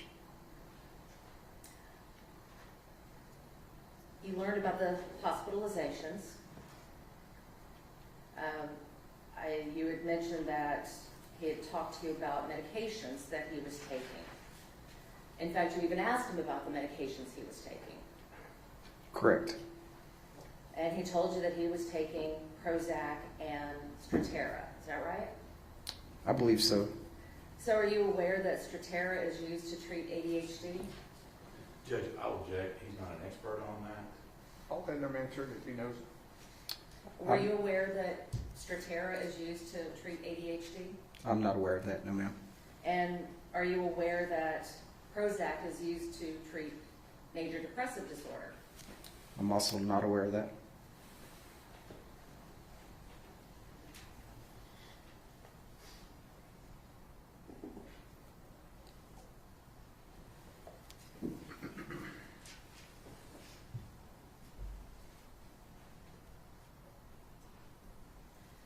During these interrogations, well, let me back up. You testified to this jury that you did not think that Tanner expressed any remorse during all these interrogations. Do you recall that? Yes, ma'am. But you would agree with me that he told you several times that he felt bad about what had happened. And he may not have said, I feel bad, but he expressed his emotions about what had happened. Yes, ma'am. I did not believe him. Objection, Your Honor, non-responsive. Sustain. Yes, ma'am. He expressed that when you had said, he had been talking about what had happened, and you go, that's all right. And he says, no, it's not all right. Do you remember that? Yes, ma'am. I recall that. And your response to him was that, no, it's all right for you to talk to me. That's what you were referring to, right? About it being all right? Yes, ma'am. I believe so. And then based on Tanner's response, he was telling you that it was not all right to hurt a child. Yes, ma'am. I believe that's what he was implying.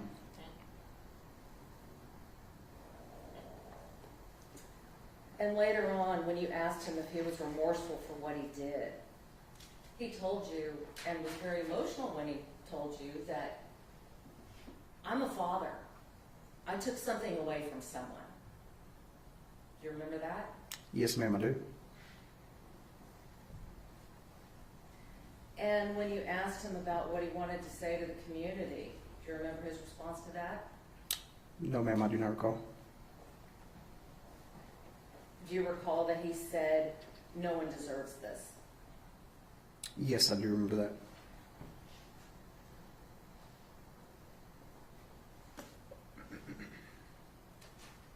He also told you that the fact that Athena was dead broke his heart. Yes, ma'am, I recall that.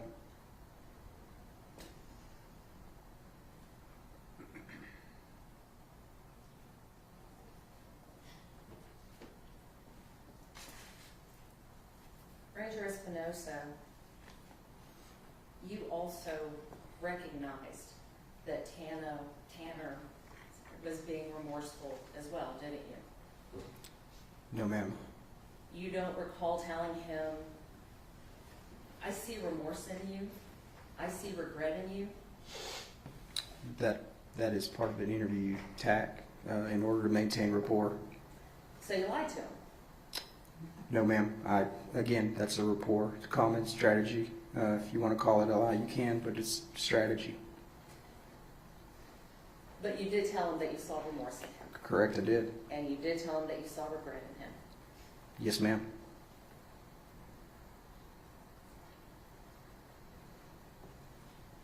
During these interrogations, Tanner was being cooperative with you. Yes, ma'am. And at times you even praised him for his cooperation. Yes, ma'am.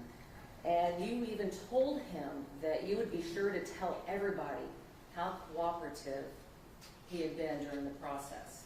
Correct. Did you tell everybody how cooperative he had been during the process? No, ma'am, I did not. In fact, you even thanked him for his willingness to help. Isn't that correct? Correct. And did you tell anybody, or did you tell everybody that he was willing to help? No, ma'am, I did not.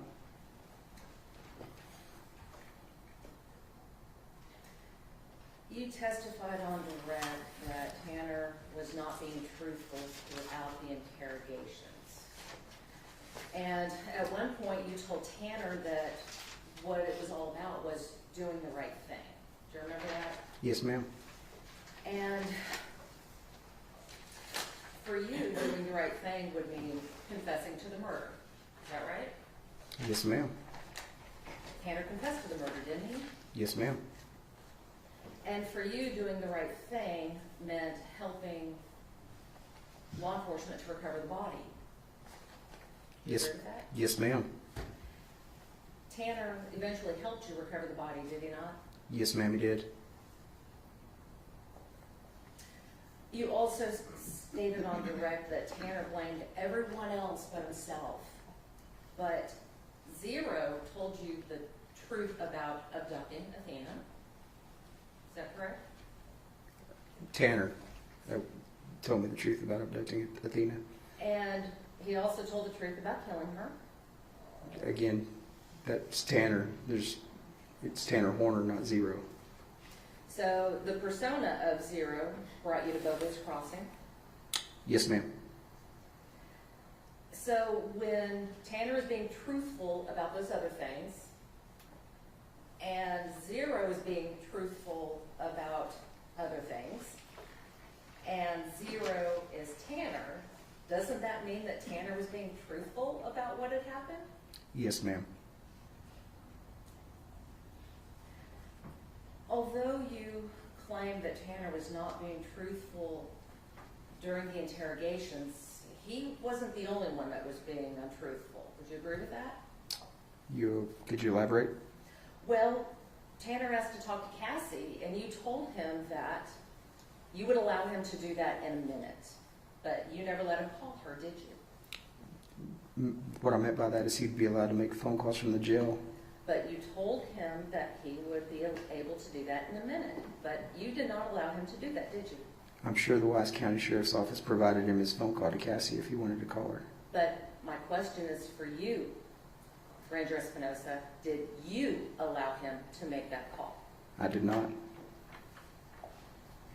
He asked to have a video chat with her, and your response was, okay. Did you allow him to have a video chat with Cassie? No, ma'am.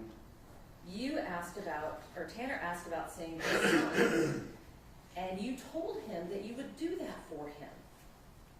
Did you let him see his son? I don't recall telling him I was going to let him see his son.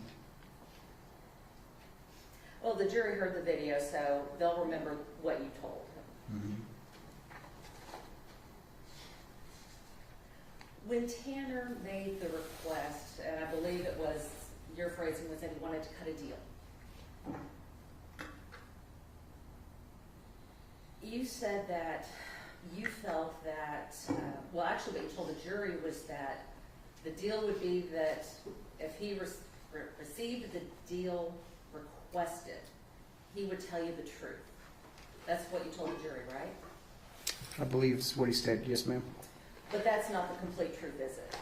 Because, and again, the jury saw this video, so I'm sure they will remember that, and you would agree with me, that Tanner was willing to enter a plea in this case.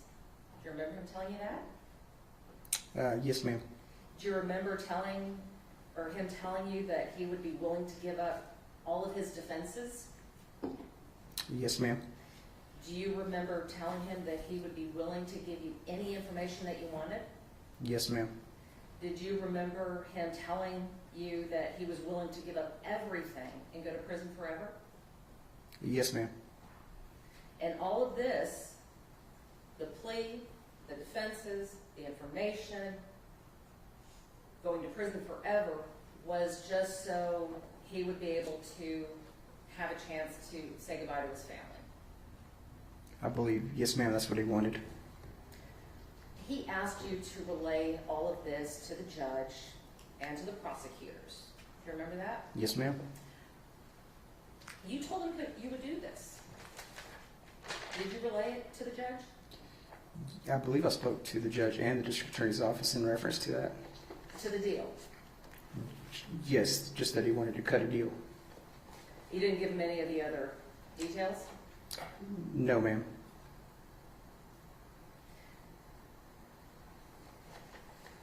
When did you speak to the judge about this? And which, well, let me back up. Which judge did you speak to?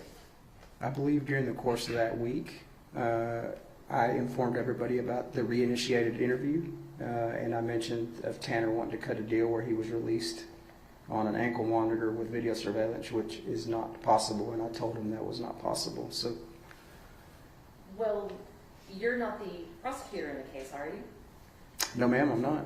And you told Tanner that you couldn't give him legal advice, right?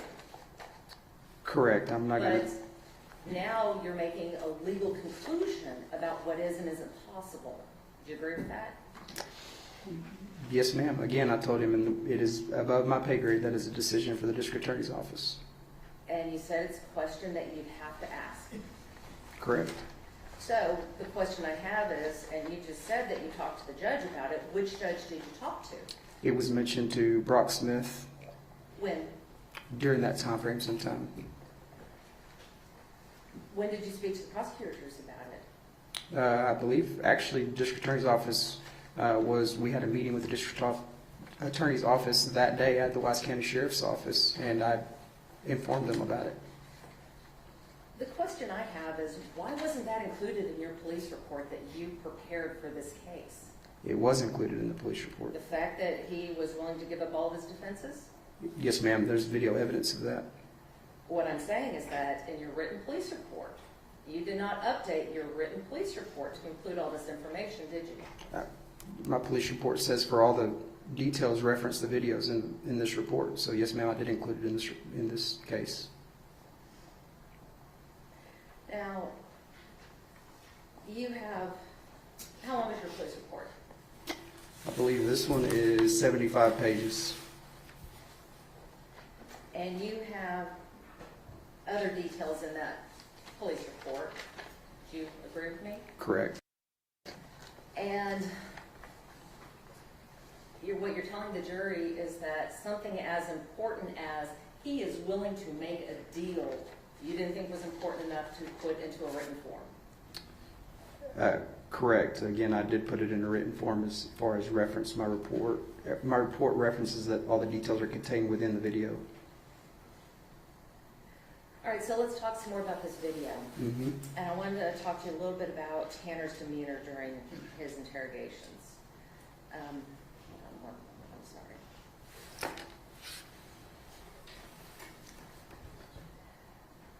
You would agree with me that during all of the videos that were shown to the jury over the last couple of days, that it was obvious during some of those videos that Tanner was easily distracted.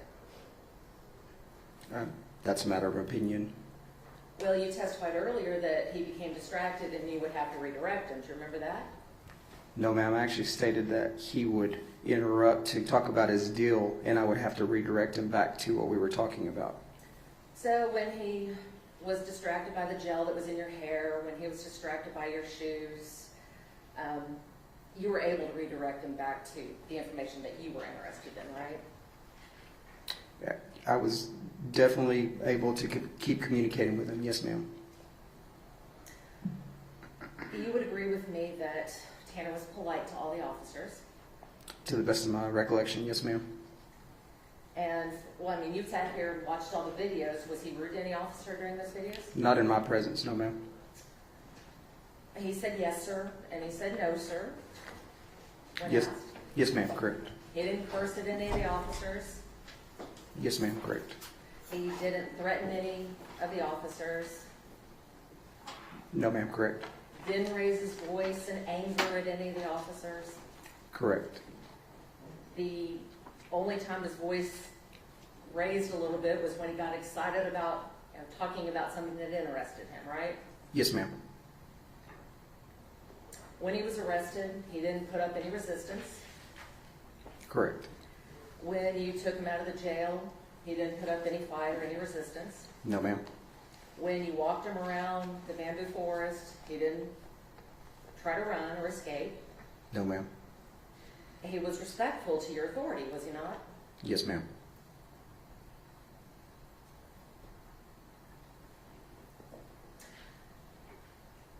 Ranger Espinoza,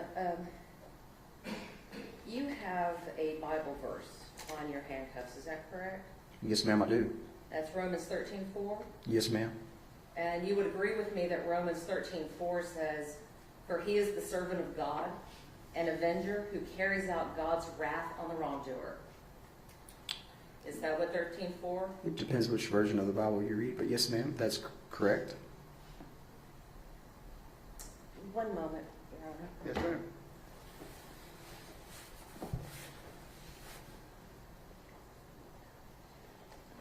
I have nothing further, Your Honor. Redirect. Thank you, Your Honor. I'm going to try to get through this here. This fourth interview that you conducted, who requested it? Tanner Horner. In this fourth interview, when you go in there, you said before that he wanted to cut a deal. And that was essentially, he wanted you to cut him loose on some kind of monitor, and then he would tell you the truth. Yes, sir. Correct? Now, all of this stuff that Ms. Anderson went over with you about his suicide attempts, mental health, all of the things that are in there, that all came from Tanner Horner, correct? Yes, sir. Now, this is the same Tanner Horner who told you that Athena's body was in the bamboo Yes, sir. and took you on that 3 or 4 hour boondoggle out there trying to Objection, find it. Your Honor, to the characterization. Overruled. He took you out there and lied to you twice and drug you out there where she wasn't, correct? Correct. And let's just go through this. If we're going to talk about a little bit about the things he's telling you, you don't have any knowledge whether anything he's telling you is true, do you? I have knowledge that it's all lies based on evidence that I had. Well, let me back up. Anything that he is saying about himself, you don't have any evidence that that in and of itself is true. No, I don't have any medical records. I don't have any history of that. That's what he's telling you. Yes, sir. But he also told you that that he backed into her with the truck. Is that true? No, sir. He also told you that she, at one point that she was deceased when he put her in the truck. Was that true? No, sir. He also told you, additionally, that he didn't take off her clothes when he dumped her body. Was that true? No, sir. He also told you that her body was next to the bamboo forest. Correct? Yes, sir. Was that true? No, sir. So essentially, you told him several times when, during these interviews, that you had faith in him and confidence in him and he was telling the truth. You remember that, right? Yes, sir. When you told him that, do you really believe he's telling the truth? I know he's not telling the truth because I've already seen the video and I already have physical evidence. I know that he's lying to me the entire time. So when you're telling him that, is that just to keep him talking? Yeah, that's called maintaining rapport, so I don't lose the rapport and then essentially lose finding Athena. So when we're talking about this, and we're going through this bit of information, you asked him if he felt remorseful, did you not? Yes, sir, I did. You had to ask him what it was he would say to the community, did you not? Yes, sir, I did. And at that time, that is when he did not answer and say that he was remorseful. He just said he was a father. Yes, sir. And that he said that no one deserves this. Yes, sir. But he didn't say, I kidnapped her, I killed her, I'm sorry. No, sir, he did not say that.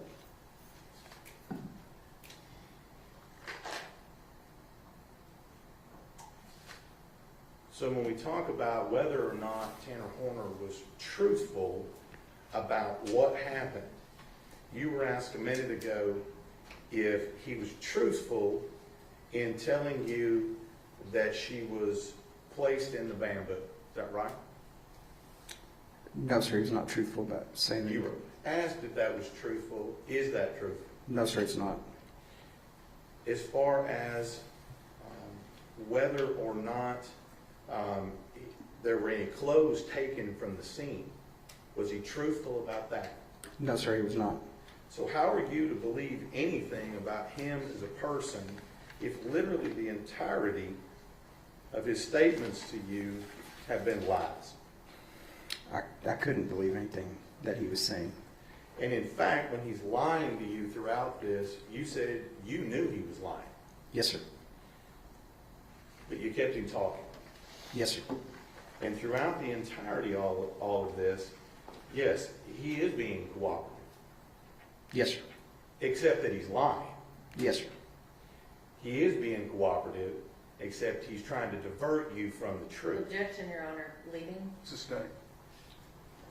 When you sat down with him in that fourth interview, he wanted you to pay a price to buy his truth. Objection, Your Honor. Let me hear the question. Go ahead. His statement to you was that was his price to get the truth. Yes, sir, that was correct. Objection, that is a misstatement of the testimony. He Jury. never said the truth. The jury will recall the testimony.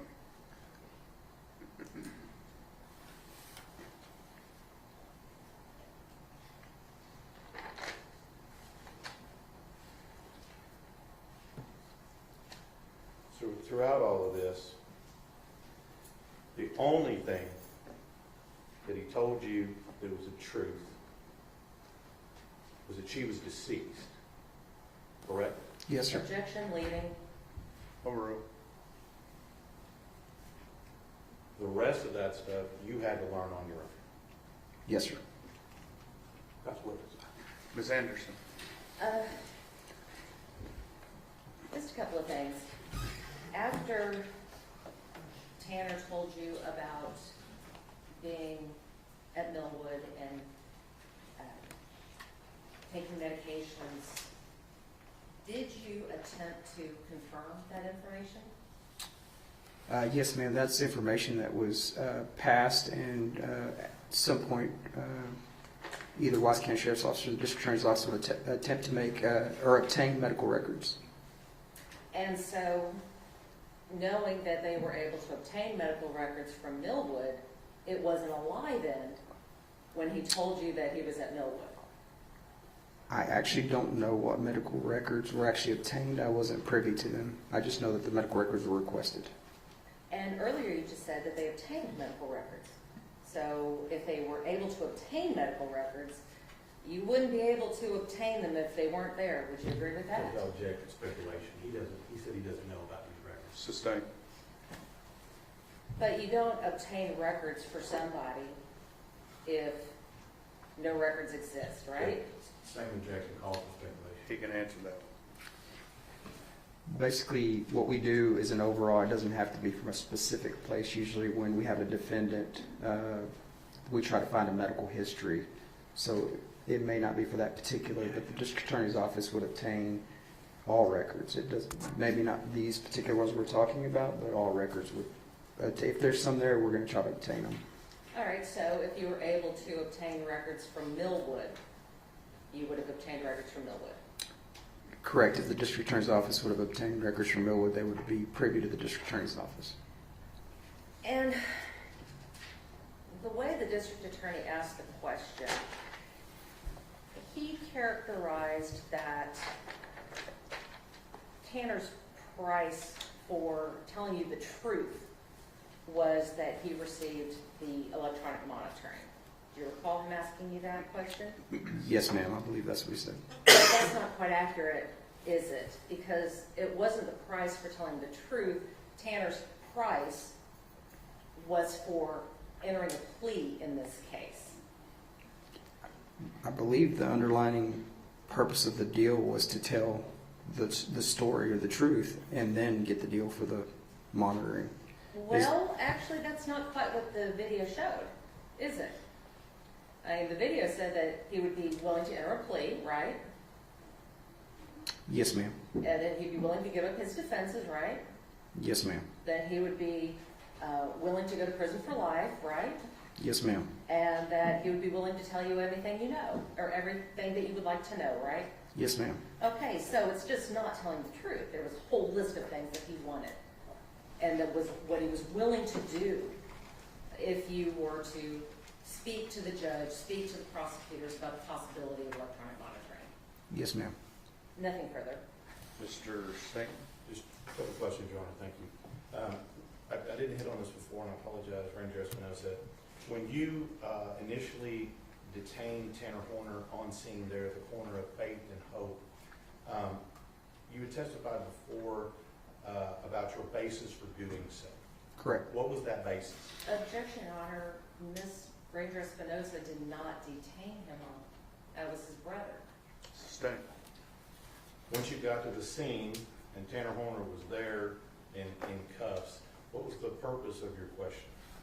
So the purpose of the questioning fell under the public safety exception, which has an exception to Miranda, which is exception to rights, which is basically preserving life, which means I don't have to Mirandize him.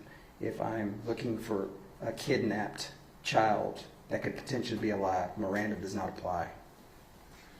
And your questions to him at any point prior to the time that you Mirandized him, did you ask him what happened? Yes, sir. Prior to Miranda or after Miranda? After Miranda.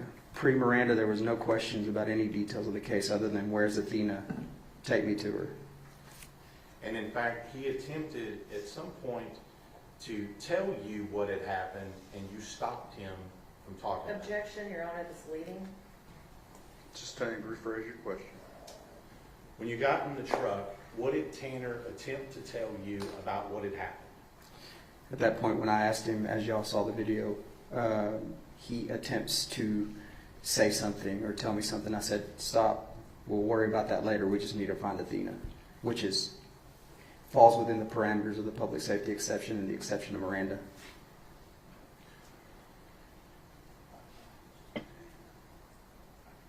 And at that point, was he under arrest or just detained? At that point, he was detained. And then once you read him his Miranda rights, at that point, was he under arrest? He was.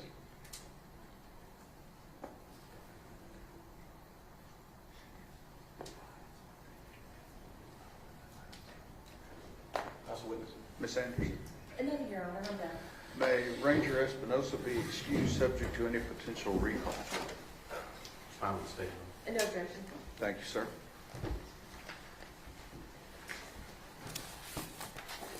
And may we approach? Uh-huh.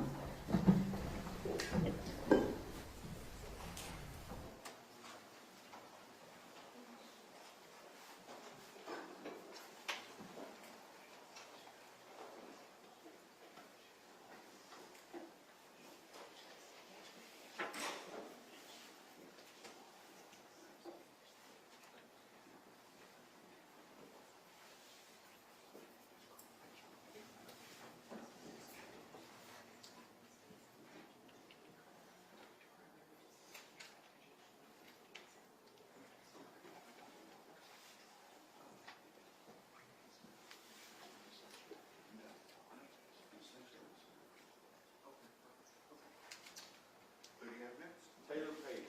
I'm sorry? Taylor Page. Taylor Page. Maybe I'm.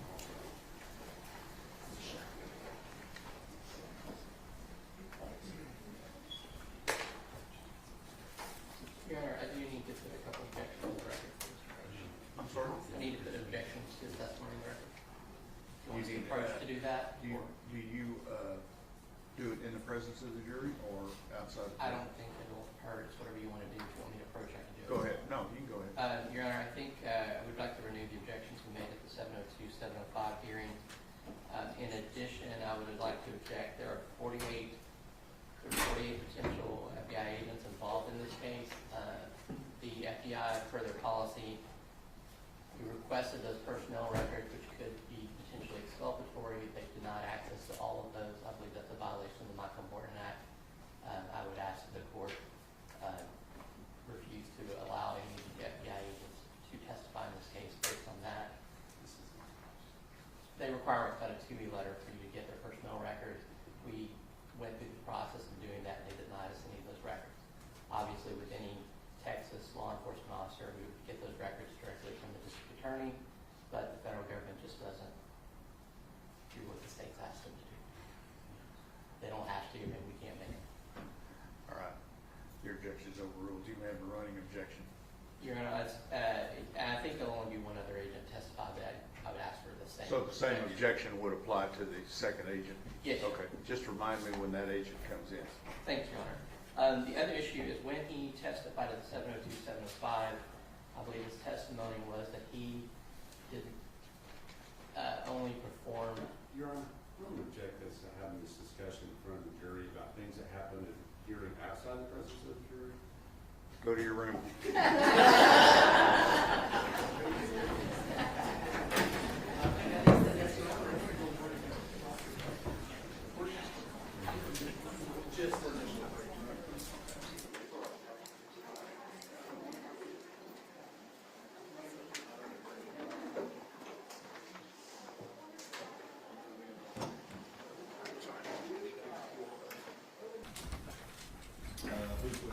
Mr. Berry.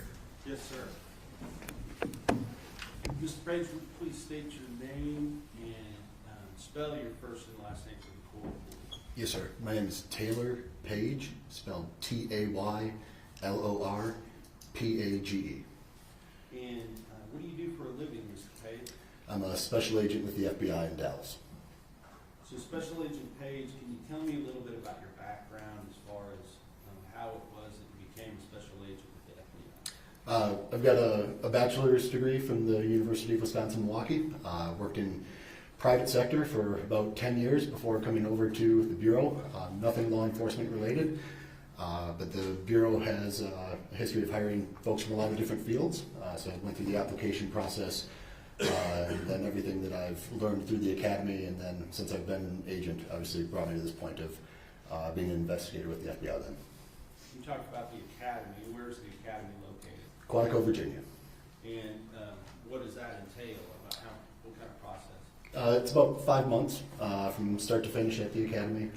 There's legal training, tactics, self-defense, firearms, everything that you would expect kind of in a police academy. Same type of things for FBI academy as well. And were you a field agent before you do what you do now? So I'm still a field agent. I'm assigned to the Dallas Violent Crimes Task Force. So it's going to be agents and task force officers from surrounding agencies that investigate primarily violent crimes, so carjackings, bank robberies, kidnappings. There's about 20 or so of us on that task force that specialize in those types of offenses. And then in addition to that, I have a certification within the FBI for the cellular analysis team. And so part of my role is to serve in that capacity as well. Okay, and the cellular analysis team, does that have some type of a special acronym that goes with it? Yeah, so Cellular Analysis Survey Team, or CAST, you'll hear it often referred to. Okay, and tell me how, what do? You said that you work with these different types of violent offenses, including kidnappings.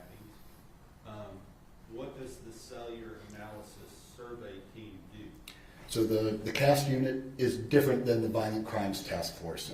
So I happen to be a CAST asset that just sits on that Violent Crimes Task Force. But this CAST unit within the FBI, again, there's about 100 or so of us spaced throughout the country. We specialize in the analysis of cellular records. And oftentimes, to your question, if there is something like an Amber Alert or a mass casualty event or something that requires a big law enforcement response, if there's something that's going to have a cellular component to it, a lot of the times you're going to see a CAST asset that gets dispatched to that command post or that location. And we're talking about command posts. Explain what you mean by a command post. So a command post is oftentimes set up by law enforcement in response to usually a threat to life type situation that's occurring. It's oftentimes set up in an area very close to where the actual crime may have occurred. So while our office is in Dallas, if there's a situation that occurs in a different part of North Texas, we may send a command post or establish a command post in an area nearer to that so that the law enforcement response can be centralized to that immediate area. And how is it that you do that? Do you pitch a tent out there? How does it happen? So the FBI has a mobile command post. Several agencies I know around North Texas also have mobile command posts. It's a giant semi-trailer that will pull up to the scene, and it allows us access to some of our equipment and technology that we would otherwise have at our headquarters division, and that isn't necessarily always available right there in the field. But again, it's a good centralized spot for the law enforcement response to be concentrated. And when a crime occurs, like kidnapping, and there's somebody missing that you're trying to locate, what kind of things do you do to try to make that happen? There's a lot of things that can be done from a law enforcement perspective. No two situations are the same. Certain, again, mass casualty type events, things like that where the subject of that may already be deceased. Sometimes the law enforcement response is to uncover what was going on with that person before they committed that mass casualty event. If it's something like an Amber Alert or a missing kid, the number one priority is to find the missing kid. And especially from the CAST perspective, a lot of times there's cellular records that could become relevant, especially in a world where most folks have cell phones. If it's able to be determined what cell phone may be of relevance to that investigation, we're going to try to help identify that device and then locate it with the expectation that maybe that missing kid is near that device. And were you called to come to the scene where a girl by the name of Athena Strand went missing on November 30th of 2022? Yes, I was the second CAST agent that went there. One of my colleagues, Mark Sedgwick, was the first CAST agent that responded to the scene, and then I arrived, I think, the second day to help him out. And when you arrived that second day, so you say the second day, did you arrive on December 1st or December the 2nd? I believe I was there December 1st, if I'm not mistaken. Okay, so the day after, and then if the arrest took place on December the 2nd, would that be correct? I think that sounds correct.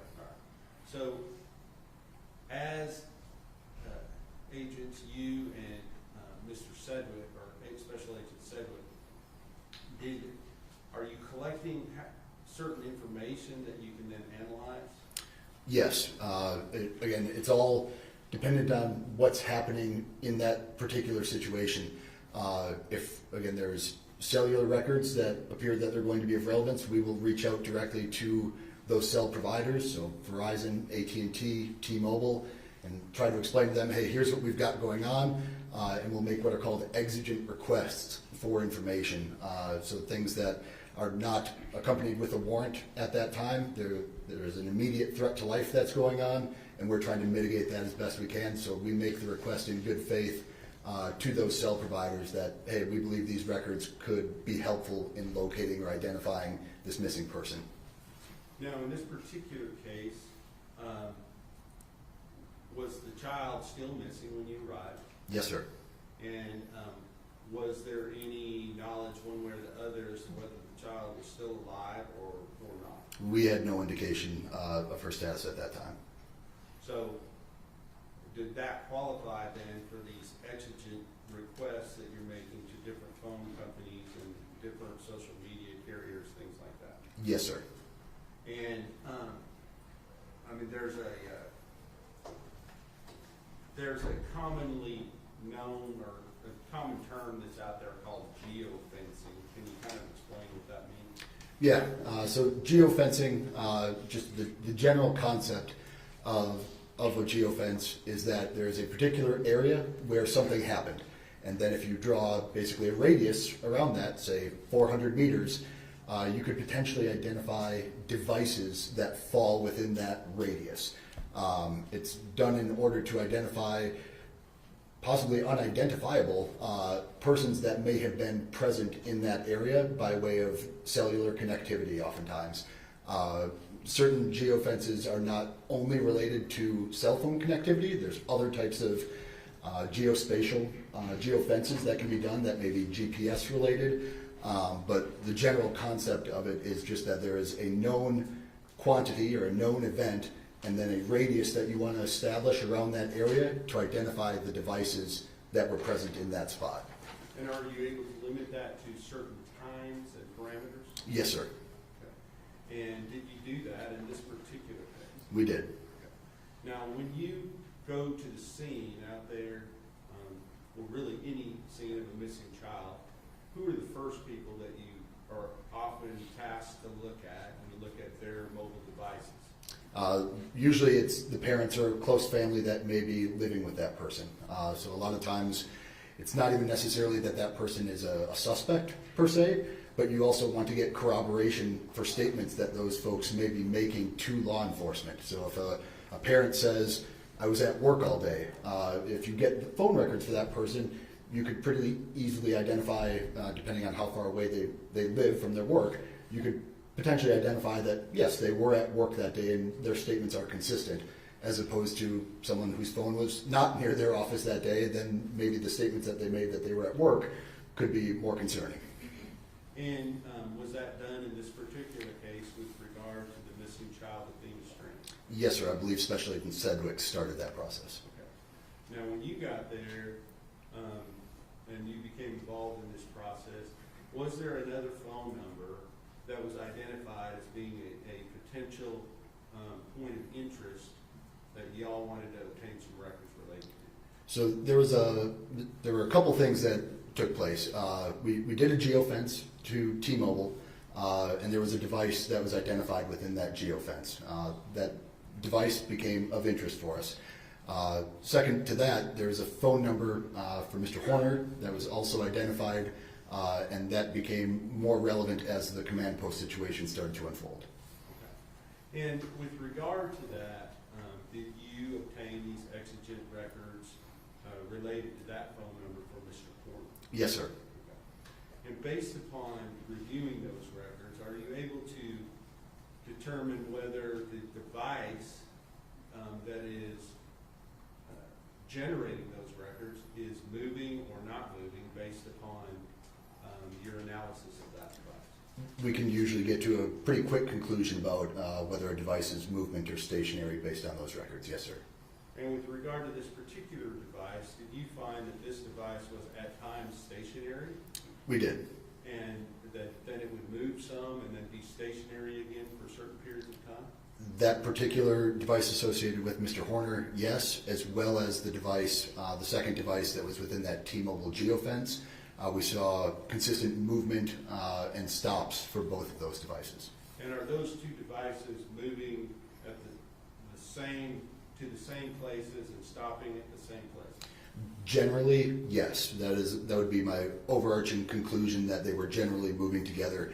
There are subsets of information within there where there would be gaps of information for the phone number associated to Mr. Horner that the other device in that T-Mobile geofence could kind of fill in the gap of what those movement times might have been. But generally, for the time period that we were looking at, both devices appeared to be moving together. Now let me ask you this. If the person turns off their... Your Honor, can we approach? Yes.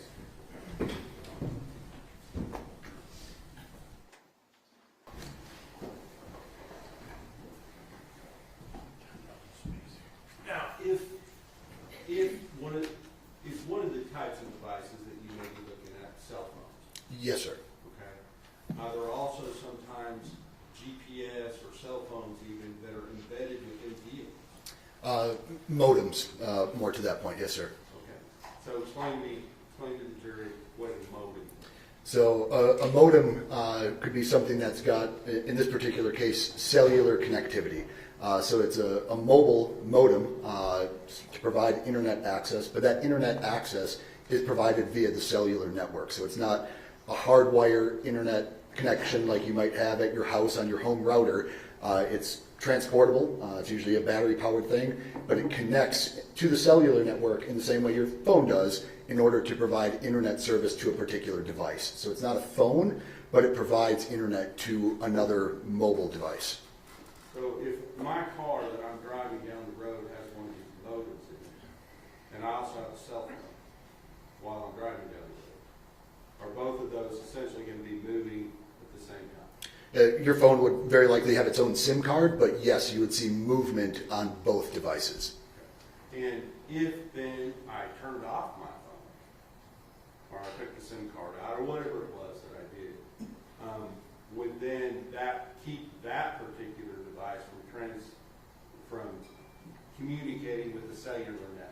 Yes, correct. If a cell phone were powered down, you would see a gap in communications with the network during that time period. Okay. But my car, unless there's some way I disable it, would continue to connect? I would expect that it would, yes, sir. Right. And is that the type of thing that you're talking about? In this particular case, it's a modem, and yes, that device maintained connectivity. Even though the phone stopped communicating? That's correct. All right. And so, based upon the information that you were receiving for these two devices, were you able to determine potential points where maybe searches might need to be done based upon areas where these two devices were stopping and stationary for some period of time? Yes, sir, we did. And were you familiar with the location? I'm not asking you to give an address, I'm asking if you know the location where Athena Strand body was ultimately located. I don't know the exact address, but I am familiar with it, yes, sir. And based upon the information that you had from these two devices, did you target that location as a place that needed to be searched? We did. Okay. And was that information communicated through the command post to officers in the field prior to her body ever being located? It was. Now, many officers were all called to look in a particular location during that same period of time, correct? That's my understanding, yes, sir. And so was there enough bodies to then go out and look at all these different areas where you're saying we need to look here, we need to look here, we need to look here? It can become a big strain on resources when you're trying to dispatched law enforcement to multiple spots. So to answer your question, I don't know exactly what personnel were assigned to which area, but again, we did identify the location where her body was ultimately located as one of the areas to be searched.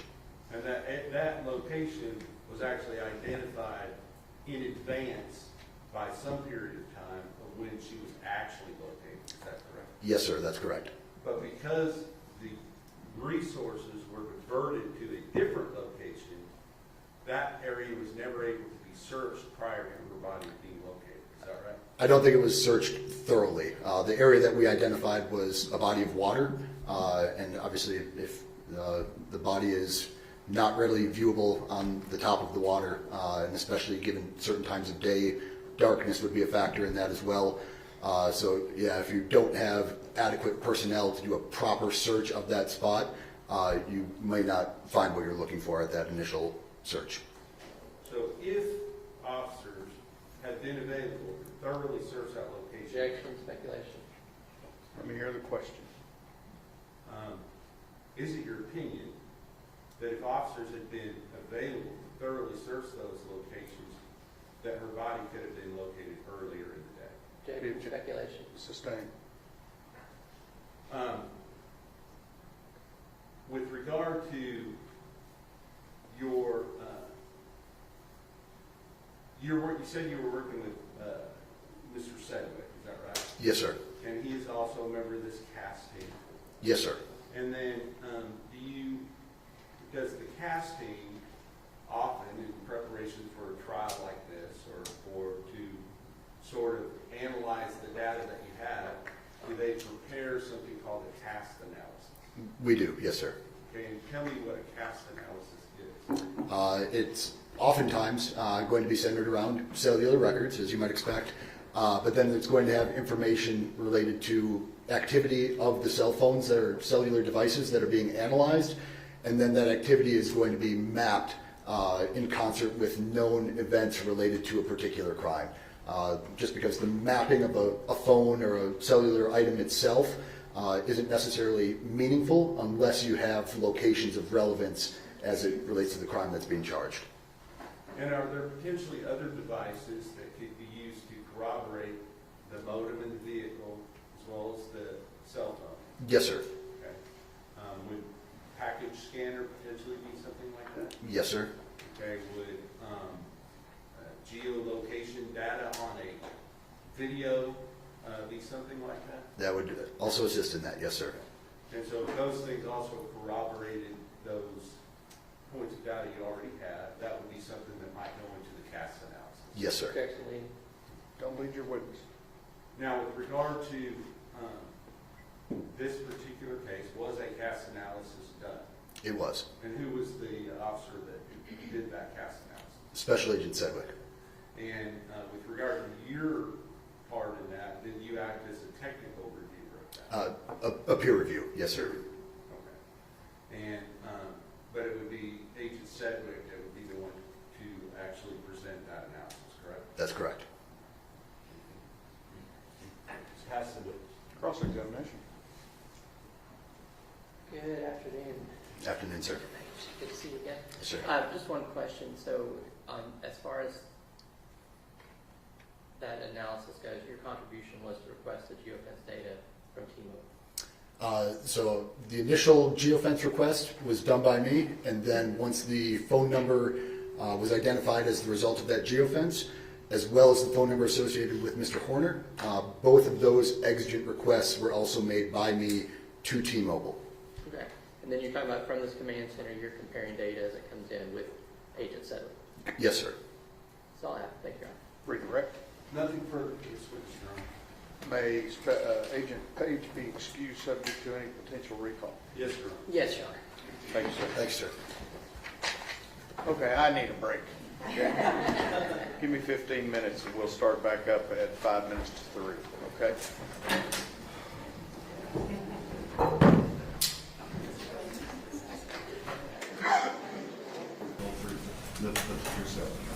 Have a seat. Rule of evidence in effect says you cannot be in court unless you're testifying. Once you have testified, don't discuss your testimony with anybody else except the lawyers, okay? Yes, sir. First and last name for the court reporter and spell it for her, please. Bruce Sherman, BruceSherman. Ms. Dooley. Thank you, Judge. Good afternoon. How are you, ma'am? Do me a favor, push that mic back just a little towards the way. Yeah, there we go. Okay. Yes, sir. Can you go ahead and tell the jury how you are presently employed? I'm a lieutenant with the Texas Department of Public Safety. And what do you do for that? I'm in our Internal Affairs Division. We call it the Office of Inspector General. Okay. Now, back in December of 2022, how were you employed? I was a Texas Ranger for the Department of Public Safety. So the same overarching thing, but a little bit different. Yes, ma'am.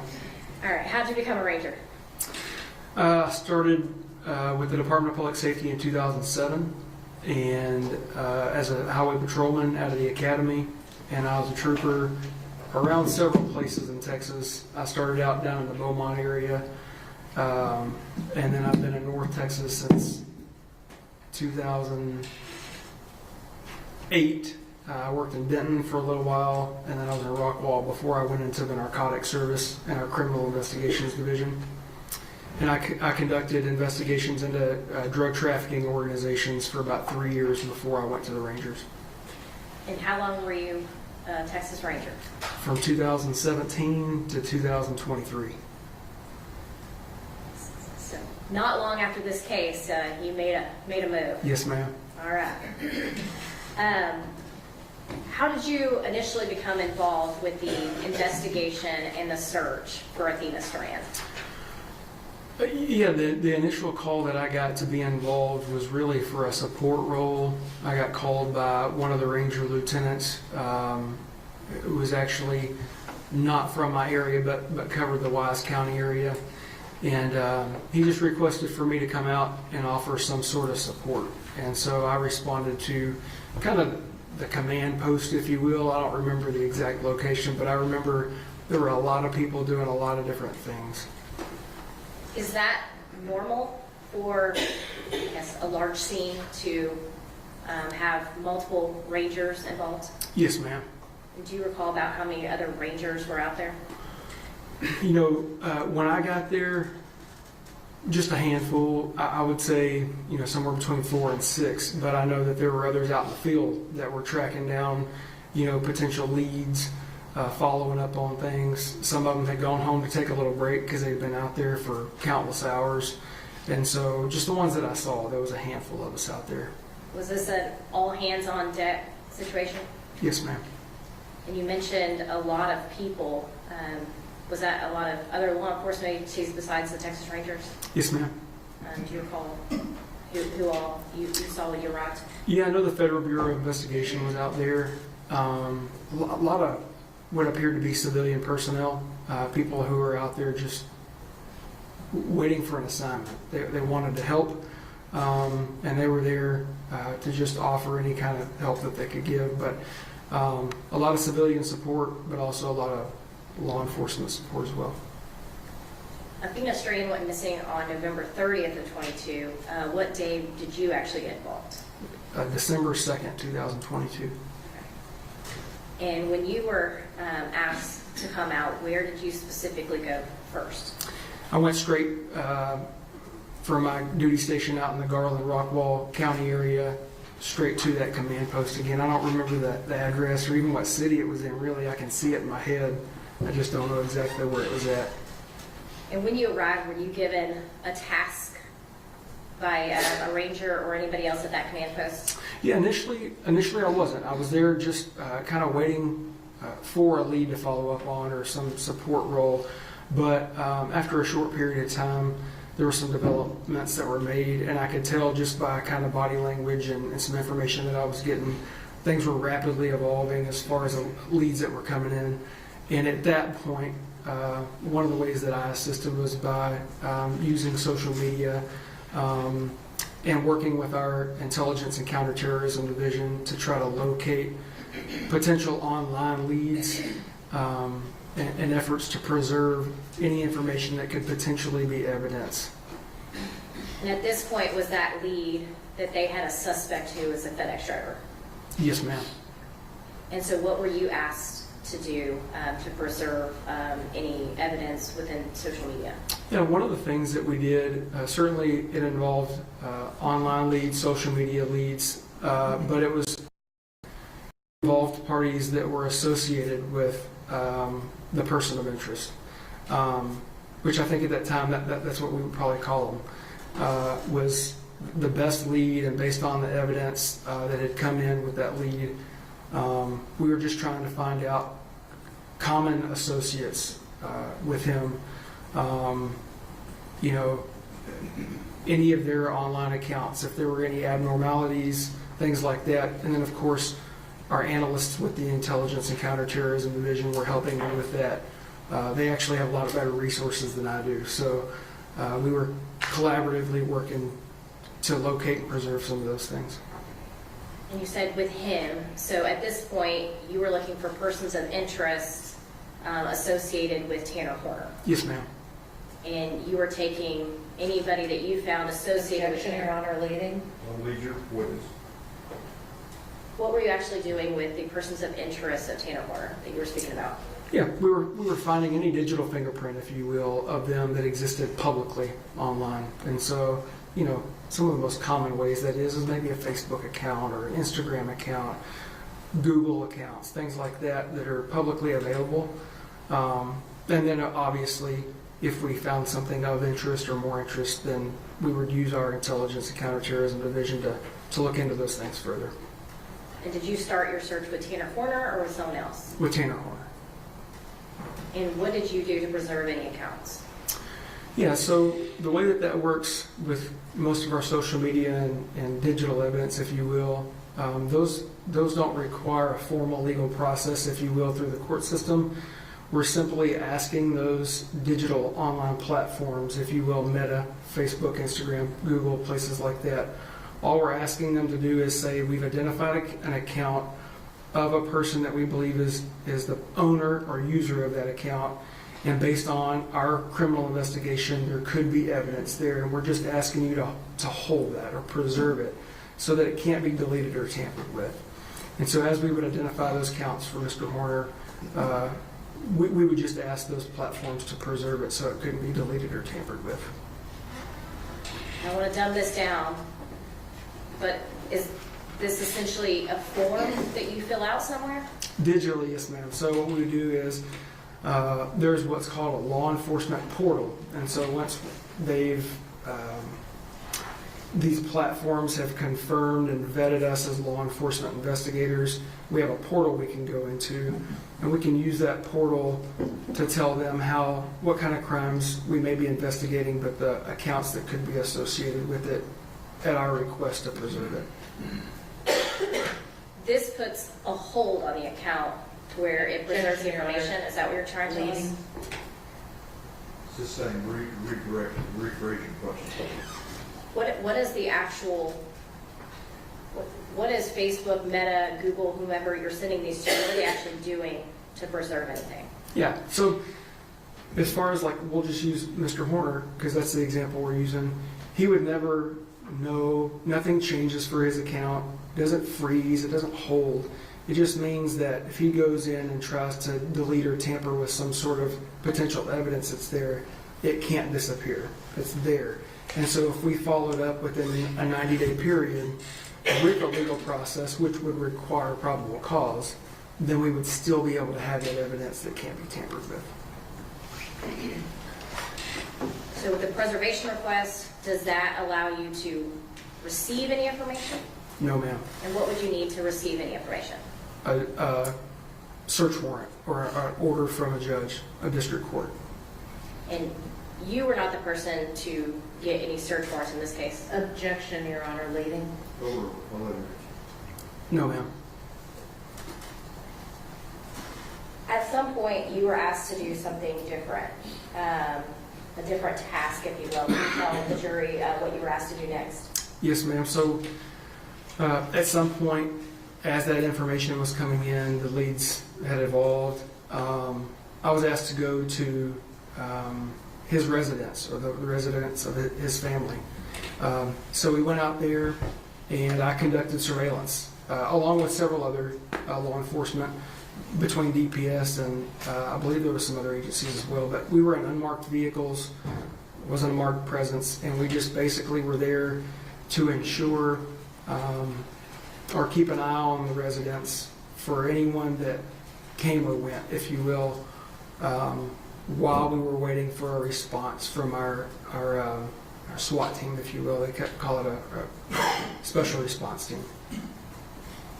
And you say our SWAT team or special response team. Who is the our? Texas Department of Public Safety.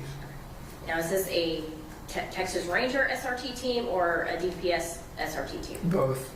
Okay. So the Ranger Division, it encompasses our SWAT and special response team, but both are under the DPS umbrella. Okay. And at some point, did they arrive on that scene? Yes, ma'am. And where were you at that time? I was within sight of the house, and just kind of kept a visual on the house when they went in the home to look for Athena. Was this Tanner Horner's house? Yes, ma'am. You said when they went into the house, was an exigency search performed? Yes, ma'am. Can you explain what an exigency search is? That means that there's, in this case, imminent threat to serious bodily injury or death. And so we're trying to locate a physical person to ensure their well-being and locate that person. And who was the physical person you were looking for in this case? Athena Strand. Was Athena Strand found in this home? No, ma'am. Were there any other people in this home when the search took place? Yes, ma'am. And who was in there? Mr. Horner's mom, his grandma, and his brother. And what did you and y'all's team do with those individuals? We had them basically walk outside. So they didn't stay in the home. They didn't come outside. And then I was one of the people that actually spoke with them, and just did kind of an informal interview, if you will. It was a recorded interview, but it was an informal interview outside during the exigent search of the home. And why is it important to remove them from the home? Well, it kind of goes back to preservation of potential evidence. And so we had reason to believe Athena was in potential harm, serious bodily injury or death. And so that's the purpose in serving that exigency search for her. And because of that, we wanted to preserve the scene. If there was any potential evidence related to her being missing or her being hurt, or in this case, her death. And so having them come outside with us is just a way for that team to be able to execute a thorough exigent search, maintaining the integrity of a potential scene. And at that time, the exigent search was only looking for Athena. Is that what you said? Yes, ma'am. Okay. And you mentioned you were speaking to the family members. Did you do anything else with the family members regarding their phones? Later that afternoon, we did. And what did you do with those? I did a cellular extraction of each of their phones with each of their verbal and written consent. And after the exigent search, what was your kind of role at that point on the house? Yeah, so some time went by. We basically, again, it felt like, now that I'm talking about it, it was a night of preservation on my behalf, between potential digital evidence, cellular evidence, and then the home, the residence. And so, in talking to the occupants of the residence, we kind of learned a little bit about the structure of the residence, where folks lived, and the home, and a separate piece of the home, if you will. But basically, after that exigent search was conducted, we figured out that Athena wasn't there. We preserved it, and so we kept Mr. Horner's mama, grandma, and his brother outside with us. Of course, I was visiting with them for a long time, and we helped facilitate get their animals into a safe location so they'd be okay and not run off. And then we worked on with another ranger procuring a search warrant to be able to go back into that evidence, a residence, and process a potential crime scene. And why did y'all need a warrant? Because based on the information that Ranger Espinoza was receiving at an off-site location. So that's another kind of piece of this, if you will, is that while we're at the residence, Ranger Espinoza is nowhere close to us, to my knowledge. It certainly didn't feel that way. And so, you know, we're getting bits and pieces of information his end with Mr. Horner. And so as we're getting that information, one of our other rangers was having to procure a search warrant in order for us to go search that residence and process it. You mentioned Ranger Espinoza. At this time, so we kind of understand the timeline, Ranger Espinoza is with the then suspect, now defendant in this case, interviewing him. Yes, ma'am. And you and your team are at his home. Yes, ma'am. Okay. At some point, did y'all get that search warrant? We did. And so that kind of what we're talking about, this encompasses several hours. So this didn't happen fast. The surveillance that we did lasted for a good while. The search team was able to get together, respond, execute the search. These interviews were conducted. There's a lot of things that are transpiring at a pretty rapid pace, but it happens over several hours. And Your Honor, may I first witness? Yes, ma'am.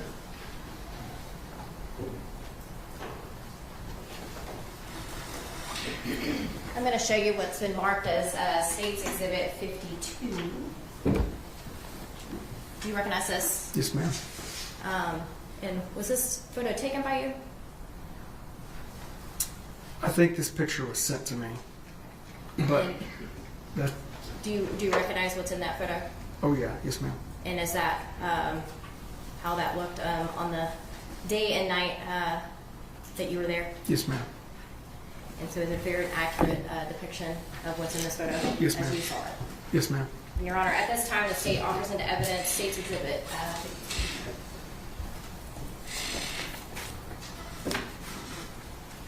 No objections. State's Exhibit 52 is admitted. Yes, ma'am.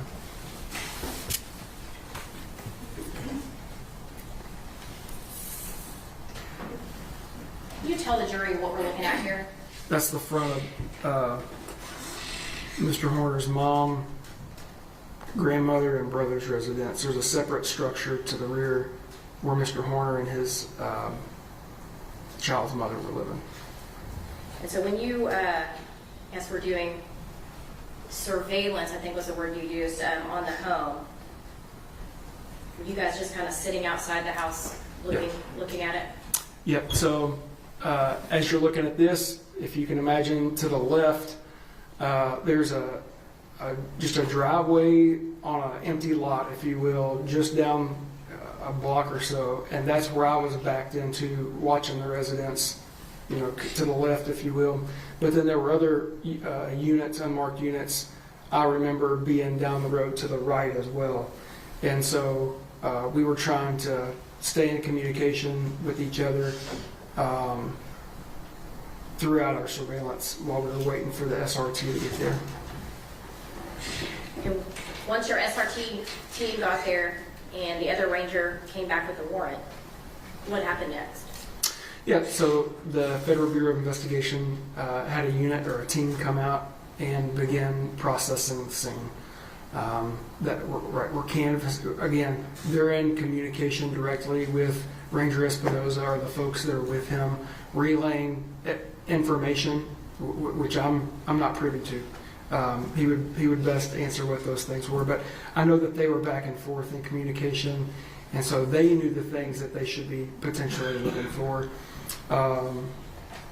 while they're searching and processing this residence. So they're canvassing for potential residents based on the information that Ranger Espinoza has and knows, and then during that time, Ranger Don Stoner and the FBI group had identified several cell phones in the residence.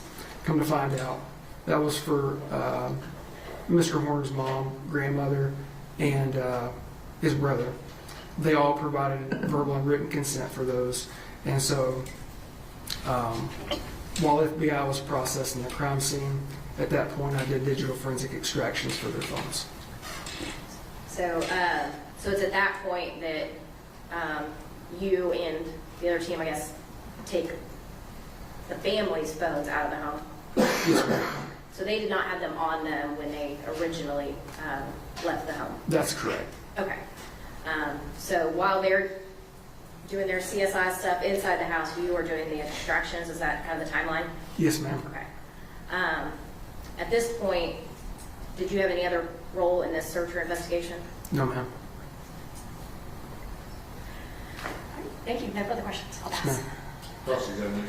Yes, Your Honor. Just briefly. Ranger Sherman, how you doing? Good, ma'am. How are you? I'm doing fine, thank you. The way that you described this search and the way that you described the approach of the SWAT seems like it was just another day at the office. But wouldn't you agree with me that it was just a little bit more than that? Well, it was a lot more than that. Well, let's back up to the search. All right, you said that you were working on the street, that you were down the street surveilling the house. Yes, ma'am.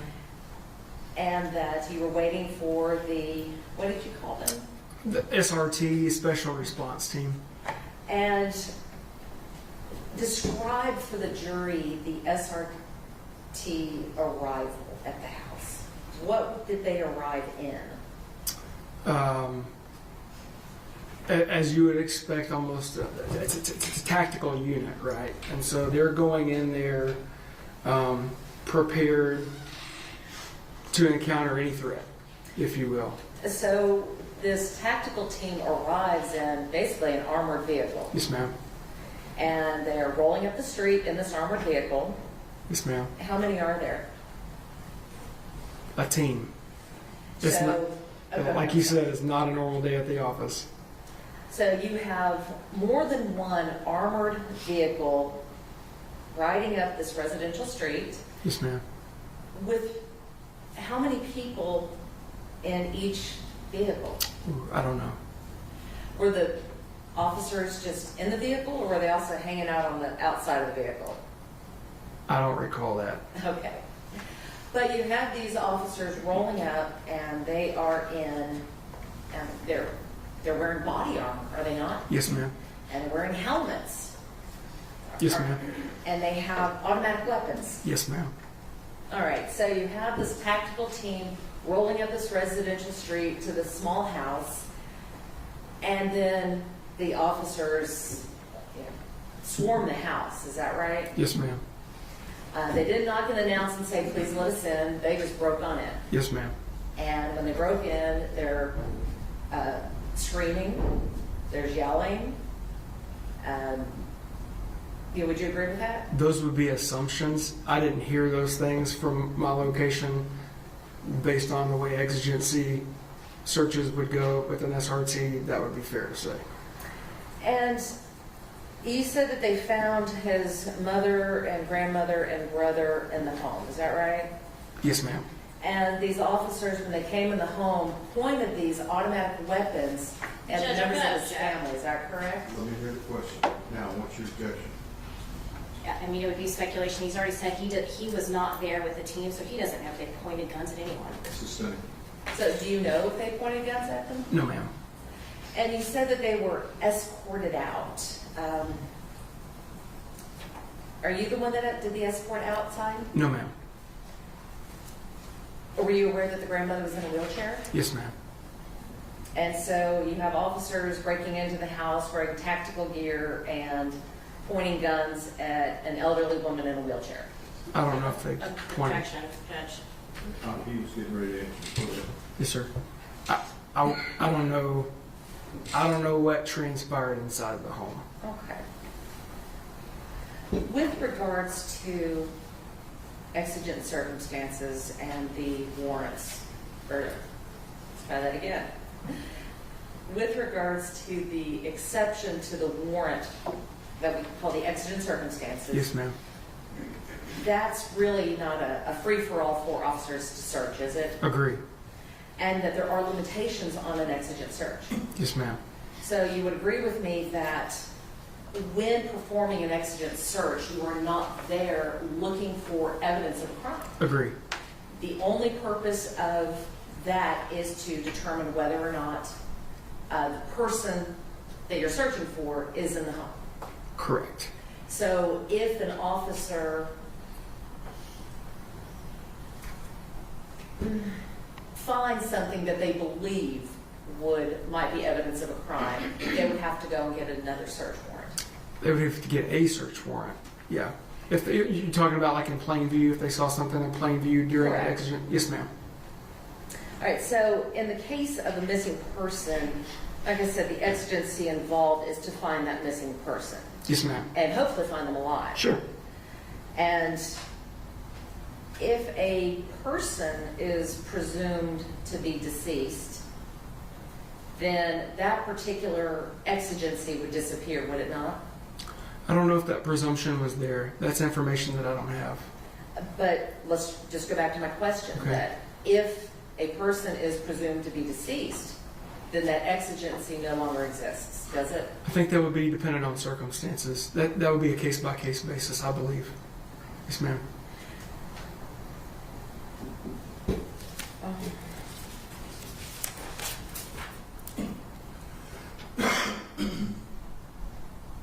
When you had Tanner's grandmother and mother and brother outside, you know what, Judge? I've got nothing further. Thank you, officer. Or Ray. Bruce. Bruce. Oh, Bruce. Thank Yes, you, ma'am. Bruce. You bet. Yes, That's ma'am. my dog's name. I'm flattered. Redirect. Nothing further, Judge. Mr. Sherman be excused subject to any potential recall. And no objection. Thanks, sir. Thank you, Judge. Appreciate it.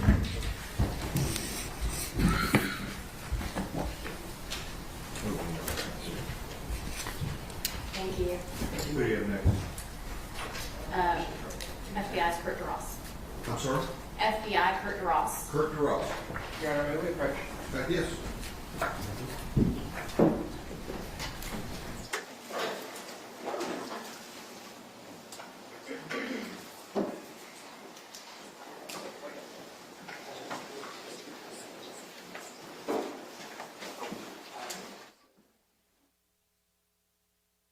Do you go by any special title with the FBI? I'm a special agent with the FBI. Okay. So if I refer you as special agent, that would be appropriate? Yes, ma'am. Okay. And how long have you worked for the FBI? 21 years. And what's your educational background before or during the FBI? So before the FBI, I graduated from Texas A&M, class of '99. I was an environmental science major and did environmental consulting for 4 years before joining the FBI in 2004. And when I joined the FBI as a special agent, stationed in Washington, D.C. for 7 years and moved back to Texas in San Antonio. I was then back to our headquarters and then back here to Dallas in 2019. The whole time I was as part of our evidence response team, our hazardous evidence response team. So I've been doing evidence response for at least 18 of those 21 years. And to be a part of the evidence response team, do you have any specific training? We do. So as special agents, we have some basic crime scene training in our new agents class, but we then can volunteer to be a part of the evidence response team, which is an ancillary duty that we can take on with our normal day-to-day jobs. But in order to be a part of that team, you do have to go through a 2-week basic class that teaches you evidence collection, fingerprinting, DNA, photography, alternate light source, and some other techniques that we use, a little bit of computer forensics, not much, we have specialists for that. And then we can go to advanced crime scene courses as well, so advanced fingerprinting, we go to the body farm, which is to recover bodies, and we can go to some outside of the FBI classes as well. Have you been to the body farm? I have not, no. Have you done any of these other special or advanced trainings? So I have done, like I said, I'm the team leader for our hazardous evidence response team, so I focus a lot on collection of evidence in hazardous environments. So I've done some extra latent fingerprint lifting, and some DNA training as well. Now, how did the FBI get involved in the, search and investigation for Athena Strand? Sure. So typically when the FBI gets involved in a non-federal case, we're invited by whoever the executive authority is for whatever agency, whether it's a sheriff's office, like in this case, or a police chief of a police department. We're asked to assist, and we have a method for doing that from executive to executive level. And then one thing that the FBI provides, the ERT at the FBI Dallas, we have 3 teams of 8 to 10 people. So that's 30 personnel. Some of them are still in the process of training, but I would say probably at least at the time of this, especially over half of them were fully certified with advanced training. And so we would be kind of a force multiplier. So anytime there's a scene or a crime that spreads across multiple crime scenes, lots of the police departments don't have the crime scene capability to handle 3 or 4 crime scenes at a time. And so we can provide that supplemental crime scene processing. So the FBI in this case was an assisting agency because there was multiple crime scenes? Correct, yes. Yeah, it was a state warrant that we were assisting on, so they provided that warrant, and then we provided the trained personnel to conduct the search. And I think you mentioned you were a team leader. How does a team leader work in these teams? Correct. So with a team leader, it's my job to assign roles within the search. So we have various roles on each search. We have obviously a team leader. We'll have an assistant team leader. We'll have a photographer. We'll have a person that does sketching. We'll have an evidence custodian that is in charge of making sure the evidence stays clear and is labeled properly and is packaged properly. And then we have usually several searchers that will then go out into the scene and do various searches, just depending on what we're doing. If it's a forensic search, then we have certain techniques that we utilize there. If it's just a document search, it might not be quite the same as a forensic search. So it's my job as the team leader to decide what steps we conduct that search, what personal protective equipment needs to be used to both protect the agents or the professional staff, the ERT team, and then what personal protective equipment needs to be worn to protect the crime scene as well. So we have our suits, Tyvek suits that we wear. You've probably seen them, on TV or something, but they have hoodies, we have booties, we always wear gloves, so that keeps our forensic fingerprint, our DNA, our fingerprints, our hairs, our fibers out of the scene for a forensic scene. So it's my job to not only assign those tasks, but to decide how people are going to enter that crime scene. You mentioned the Tyvek suits. Are those a certain color? Typically they're white, yes. And in general, are there certain standard policies and procedures that the FBI ERT team follows when going into a crime scene? There are. So we have a set order of how we process a crime scene, and first step is to conduct a kind of a one-on-one turnover with whoever initially had that scene. The FBI ERT is never, I feel confident saying never the first one on scene. Typically, the local police department was there, or maybe our FBI SWAT team, or in this case, the Texas Rangers SRT. So if there's another agency that's there, it's my job as the team leader to liaison with them, figure out what kind of situation, see if there's any evidence that is obvious and possibly transient that might disappear. We may need to collect quicker.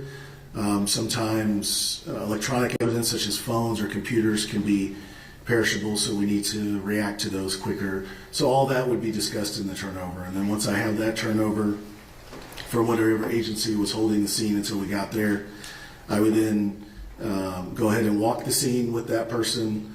And while the rest of the team is kind of setting up a little base of operations area, just simple table, chairs, places that we can bring out the evidence to, getting sign-in logs started and getting some of the other admin logs started about like what time we got there, who was there, other things. So we would then walk through the scene as carefully as possible with the proper PPE on to preserve the scene itself. Like I said, as we're walking through, I'm noting, I'll have a sheet from time to time of noting certain evidence as we walk through, just depending on how big the scene is and how much I can and can't remember. So we'll walk through the scene completely, and usually we're with the photographer too, who is also one of the first steps we do in that walkthrough is we take initial photographs of the scene before we do any searching. So they're called entry photos. It's to show how we found the scene. It's not necessarily how the scene was before anybody got there. It's the scene as we found it when we showed up. And it starts with the front door, hopefully getting the address numbers in the picture. And it's usually walking through into the house, if it's a residence, around the house, and any other outbuildings that may be on the property itself. So those would be the entry photos that get taken as we're doing the initial walkthrough. And at some point, your ERT team was called out. Where were you guys called out first to? We were called out directly to the residence. It was 7628 Somerville Place Road, Fort Worth, Texas. Was that the defendant, Tanner Horner's residence? From what I understand, from when I was called out there, yes. Okay. And when you arrive on scene, what did you see? Sure. When we arrived, there were multiple law enforcement personnel already there, multiple Texas Rangers, a couple of FBI special agents from the squad that was assisting Wise County, and they were kind of there holding the scene until we got there.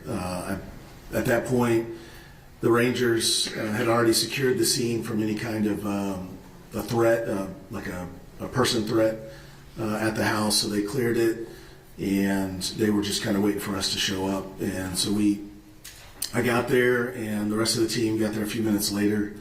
And we started to do all the things that I just described, kind of set up a little base area and start with our entry photos. And so I think you said when you got there, the Rangers had already secured the house. Correct, yes. Did you receive a warrant, like a search warrant for the home when you Yes. arrived on scene? Yes, we did, from the Rangers. Okay. And earlier you said part of your procedure is to do a walkthrough. Did you do a walkthrough with the Rangers in this case? I did, yes. And after you did that walkthrough, what did you do next? So after that walkthrough, we identified a couple of things that looked like they were possible items of evidence outside of the residence, around behind the shed, which was later identified as the defendant's quote-unquote bedroom or place where he stayed. And then we were able to see in there, and I could see that the area inside that shed where the defendant stayed was very messy, very much in a disarray. There's lots of trash, so I knew from there that the search was going to be a little bit more difficult because of the nature of that residence. It was separate than the main house. The main house was a little bit more orderly, and I kind of divided up. So from that walkthrough, I decided we're probably going to tackle this in kind of almost like two teams, one in the main house and then one focus. It just wasn't big enough the shed wasn't big enough for multiple people to be in there. It's really big enough. We search in teams of two, just for checks and balances to make sure we always have two of our ERT folks together. So I saw, after that walkthrough, I saw what was identified as children's clothes back behind the shed in the grass. Typically, and in this case it was no different, when I see evidence like that could have trace DNA on it outside at night, I tend to collect that as quickly as possible, but still following procedures. I don't want the weather, the wind, or somebody else trampling through there to mess it up as we see it. So we started moving forward. Once the entry photos were done, I would have instructed the photographer to go ahead and get in-place pictures of those items, and then we would label them with our evidence tents and then go ahead and collect them so that they were out of the elements and we could secure those as quickly as possible. And so you noticed these items yourself on your initial walkthrough? I did, yes, ma'am. Okay. Were there any other items, I guess I'll call it evidentiary value that you saw that were ultimately collected? There were, in his bedroom, I believe, I believe on his bed, there was a FedEx shirt and a hoodie that during this whole search, we had been talking to the Rangers, and that turnover, like I mentioned, they were telling us kind of what kind of clothes we might be looking for, what they were interested in. I believe they were interviewing him at the time of our search, and so little tidbits of things would come out from that interview, and so one of those was a FedEx shirt, and so we collected that FedEx shirt, and then a hoodie that was also found on his bed. So during this search, you were getting information that was being provided by the suspect, and were you also providing information back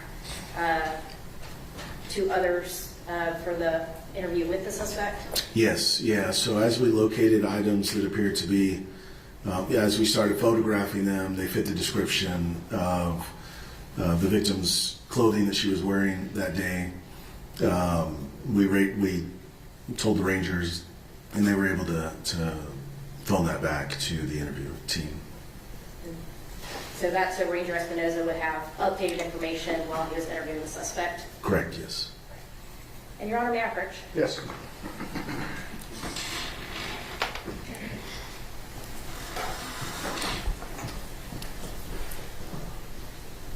I'm going to show you what are marked as States Exhibits 53 through 82. And prior to you sitting here, have you gone through all of these photos? I have, yes. And can you tell me what those are? So these are crime scene photos from the residence that night, starting with our entry photos, and then there are some photos of the actual evidence taken both in place and when we process forensic items of evidence, we usually have to stretch them out to get a good idea of what they are. We don't want to leave them balled up. We do that on a clean sheet of brown kind of butcher paper that we just unrolled and cut, and we do two sheets, one on the ground, and we do another sheet, and we place the items on top of that sheet. We take photos of both sides of the item, and then from there we wrap that sheet, that brown sheet, over the items and package that so that if anything had fallen off while we were moving the items, it still gets collected within the bag and can be processed by the lab. You can take a look if you don't recall what are all in those pictures, but if you do they all fairly and accurately depict the actual residence and all the evidence collected as you personally saw it that night? They do. Your Honor, at this time, the state offers into evidence States Exhibit 52, 53 through 82. Any objections other than in addition to those previously given to the court?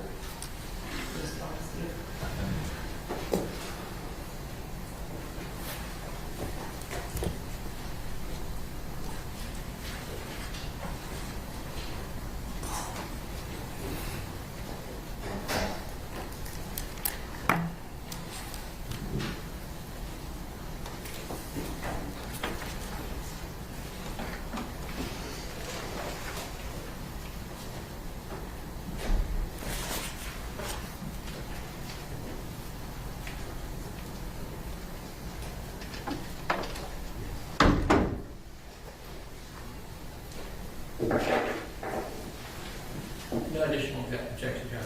Then your previous objections remain overruled and states exhibits 53 through 82 are admitted. Okay. Thank you, Judge. And may we publish? Yes. All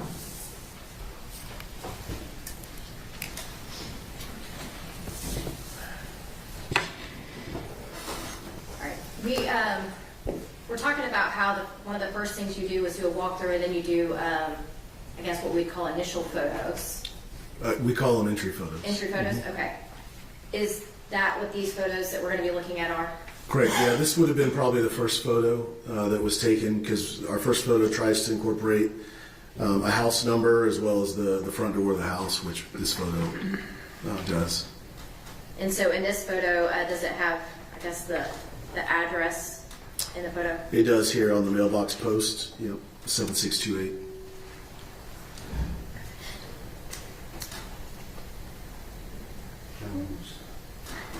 So this next photo, what are we looking at here? What exhibit number are we looking at? This is, We're at 50. Be sure to identify them by exhibit number. So this would be 54. Okay. we don't have it up here. I'm showing you what is marked as State's Exhibit 54. So that's the front of the residence. And now I'm showing you what is marked as State's Exhibit 55. Is that just kind of a slightly different angle of the residence? Yes. Yeah, we try to take all sides of the residence before we enter. Okay. And this is State's Exhibit 56. What am I looking at now? So this is, if you were looking at the house, the right side of the house, and then the shed over to the right side of the photograph is the shed where the defendant was, I assume, living. There's a bed in there, and that's where his clothes were. Okay. And State's Exhibit 57.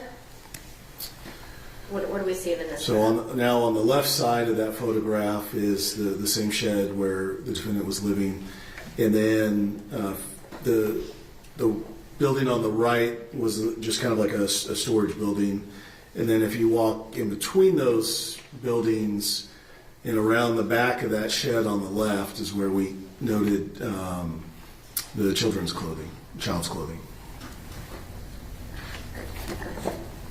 So State's Exhibit 58, it looks like this is a closer up view to that shed. Are we seeing anything else in here? I mean, there's items, trash, looks like recent trash outside the item. There's a guitar that may or may not have worked, but yeah, it's just kind of the front-on view of that shed. Okay. And State's Exhibit 59? Similar, just a closer up version of that. And is it standard to kind of take kind of further out and then kind of go closer in photos, or how do y'all normally do that? Yeah, for evidence, absolutely, but even for our entry photos, if we decide, sometimes when there's a lot going on, meaning there's a lot of items in there, then we'll kind of approach that scene. It's the photographer's training to make their photography look as if you're walking up to a door that you're going to then go in and search. And so, yeah, different angles is pretty common. This is State's Exhibit 60. This is just a slightly different angle. Yeah. Yeah, I think noting, so lots of times we want to use even our entry photos can also show evidence in place. So with the bed being there, our photographer would have tried to get as much as she could have on that bed without actually walking in. Now I'm showing State's Exhibit 61. Same thing. So she just approached the door a little bit closer, took another photograph. And State's Exhibit 62. Similar. So she probably stepped, just a little bit into the shed, and So she's kind of right at the door frame now. yeah. Okay. All right, now State's Exhibit 63. What are we looking at here? So this just would have been another angle within the shed. It's still the shed where that bed is that you saw before. Is this kind of more of the left side of the shed compared Correct. to the Yeah, as you this walk on in the right? door to the left. And as I said, these are entry photos, so this is the condition of it as we found it.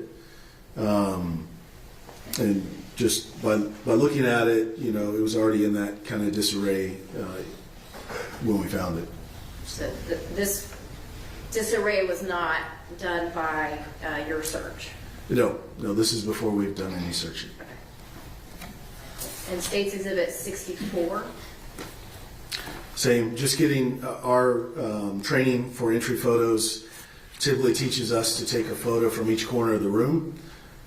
Because of the amount of stuff that was in here, we couldn't do that without completely moving everything, which we weren't prepared to do at that time. We needed to get our in-place photos.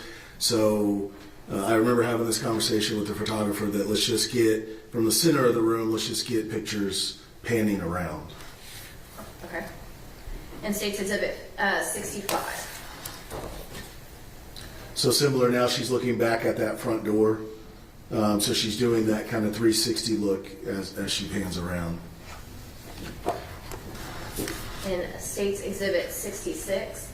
Same thing. Now she's turned to look at the bed and take that entry photo. Now, was there any floor space for you to walk on, or? Very little. Yeah, there was a lot of trash, dirty clothes, some kids' toys, just other items that were kind of just all over the place. Yeah. Now, State's Exhibit 66.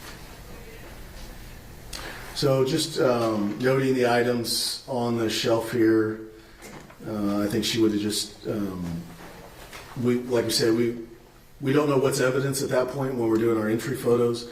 So when we see a shelf like that, she would have easily recognized that as maybe a place something could be. So she wants to get it in place, picture of it.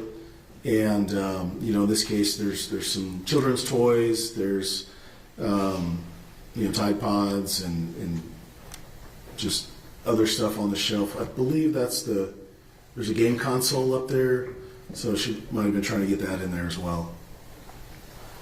If you can see at the top shelf, that white box is the game console. Is that a pizza box? On the floor? Uh-huh. Yes, yeah. And looks like we're moving back outside. Talking about, I guess, the inside of the shed, was there any type of smell? From what I remember, yeah, it smelled like kind of old garbage, like you hadn't taken out your garbage in days, and you know, probably a mixture of dirty clothes as well. Yeah, it smelled pretty bad. All right, I'm going to show you State's Exhibit 68. So slightly different angle. So what are we looking at here? So this is, now that she has gotten the photos of the inside of the shed, she's going to work her way around the outside before we start doing any evidence collection. So that's part of this process, is taking another photo of that angle as she's moving down that area between the two buildings. And I would have been right with her as the walkthrough. We would be behind her and she would be taking pictures, and then we'd walk and picture and then walk. In State's Exhibit 69? Same thing, just continuing that walk. You can see we're getting closer to that trash can if you look back at the other picture. And now we're looking at State's Exhibit 70. Now orientate us between those two. Are we between those two buildings? Where are we at now? So now we're kind of over behind the shed, okay, in that building. And this is the area where the ranger said they thought they saw some children's clothes, specifically a little girl's clothes. So we kind of keyed on that and wanted to get a picture of it before we walked back there and started messing with anything. But it's really hard on the screen, but you can almost see dead, a little bit bottom of center. There is what looks to be like a little sock. Yeah.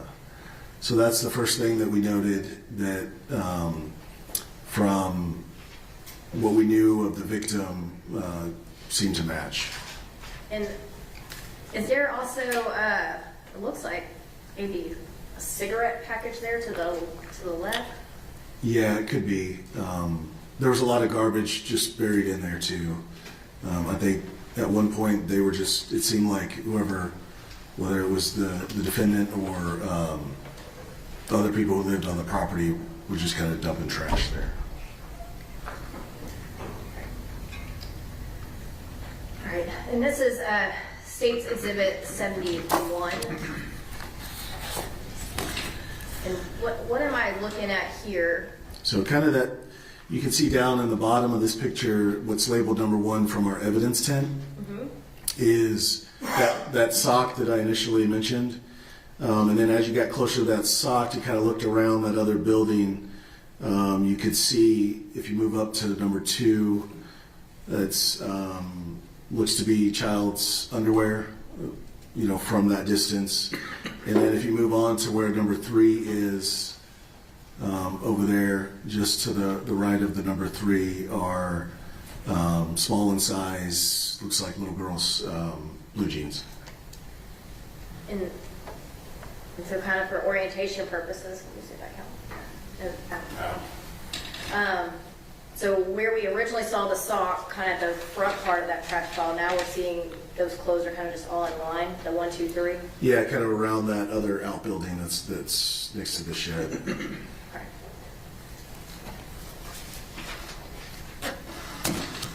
And it looks like there's a little tent there. Can you explain what that is and why y'all do that? So this is State's Exhibit. State's Exhibit 72. Okay. Sorry, Judge. So our procedures when we collect evidence is we take an in-place photograph. So that would have been that first one you saw that didn't have any label on it. And then we take a medium shot of it. So that would have been the one where you saw all 3 evidence tents.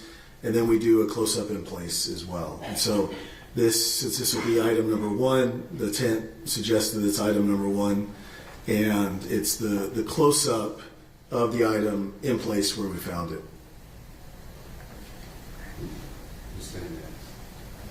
Next. State's Exhibit 73. And so what are we looking at here? So that's that sock, item number 1. You can see it written there on the butcher paper. This is that brown paper that I was referring to earlier. So we always take a close-up with scale as our next photo. So we have the scale there, and then we have the photograph to show size. And then this item after this picture would have been packaged up with that brown paper into a paper evidence bag. Okay. And so what is the sock is laying on that butcher paper you spoke about earlier? Correct. Okay. And you can go next. Yeah, once we identify it and take our pictures close up, we can then move it from that location. Right. Yeah. So once y'all do that, you scale it, you put, I think it's that number 1. Why do you write that number 1 on there? Just so in the photograph we can remember which one it is, in case there's multiple items that are similar in style or nature. Yeah. Is that number 1 also how y'all label your evidence log? Yes, in this case it is, yeah. And you're on average? Yes.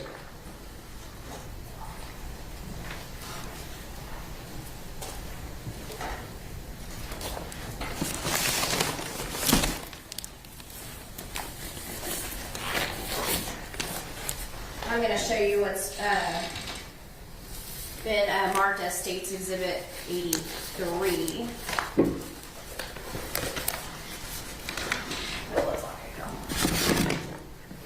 And do you recognize this item? I do.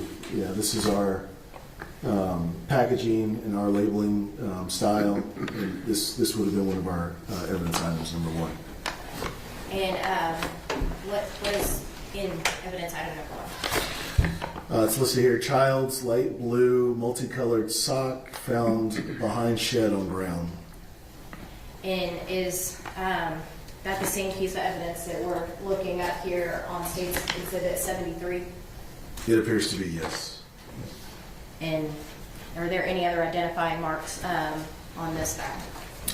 Yeah, we have 7 items that we put on all of our evidence bags. So we have the item number, we have the date, we have a case number, an FBI case number. We put the address, and then we have 2 initials. The initials are the collector and the assistant. And is that bag still sealed? It is sealed with evidence tape, yes. And are there any marks on this bag that are not yours? So the Wise County Sheriff's Office sticker, that would have been possibly for their evidence folks.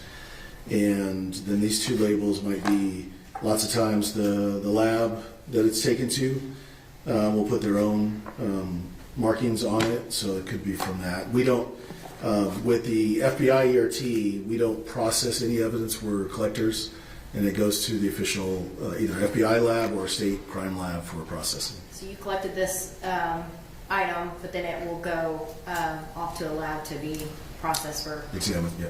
DNA or anything else that Sure. needs to be looked at. Yeah, in this case, it would most likely be DNA. Sometimes it's fingerprints. Sometimes it's computer forensics. Hopefully not computer forensics on No.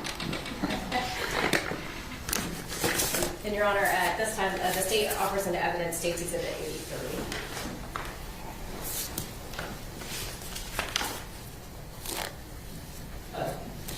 No additional objection. All right, State's Exhibit 83, they are overruled, and State's Exhibit 83 is admitted. Thank you, Judge.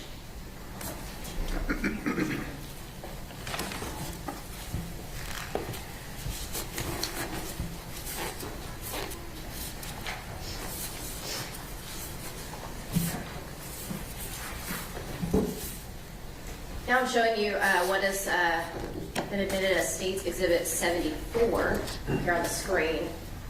And what are we looking at here? So in the previous picture where you saw all 1, 2, 3 items, this would be the second item in that row, which appears to be a child's underwear. Looks to be female underwear. Now I'm showing you what has been admitted as State's Exhibit 75. And what are we looking at here? So this would have been a picture close up with scale of those underwear after they were removed from the location that they were originally found, as per our standard procedures to take those scale photographs on that same butcher paper like I was talking about.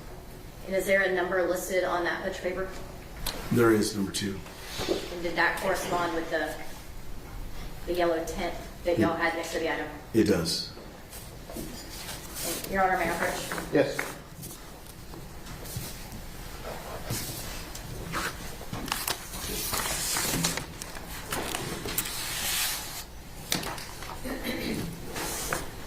I am showing you what has been marked as State's Exhibit 84. And do you recognize this item? I do. Yeah, this is our, once again, our packaging, our labeling system, and it says item 2, and it's child's white Hanes underwear found behind shed on ground. So it would have matched the description of what we're seeing in the photograph. And other than the lab processing, is it sealed? Is there any? So once again, there's a Wise County Sheriff's Office sticker on there. We wouldn't have put that. That would be Wise County that would put that. And then a couple other markers that look like could have been from a state lab or something that would be used for their processing. Other than that, has it been altered in any way to your knowledge? No, it looks like it might have been opened and resealed by the lab. And other than that, no. Your Honor, at this time, the state offers into evidence State's Exhibit 84. Same objections to Mr. Gold? Yes, Your Honor. All right, those are overruled. State's 84 is admitted. Thank you, Judge.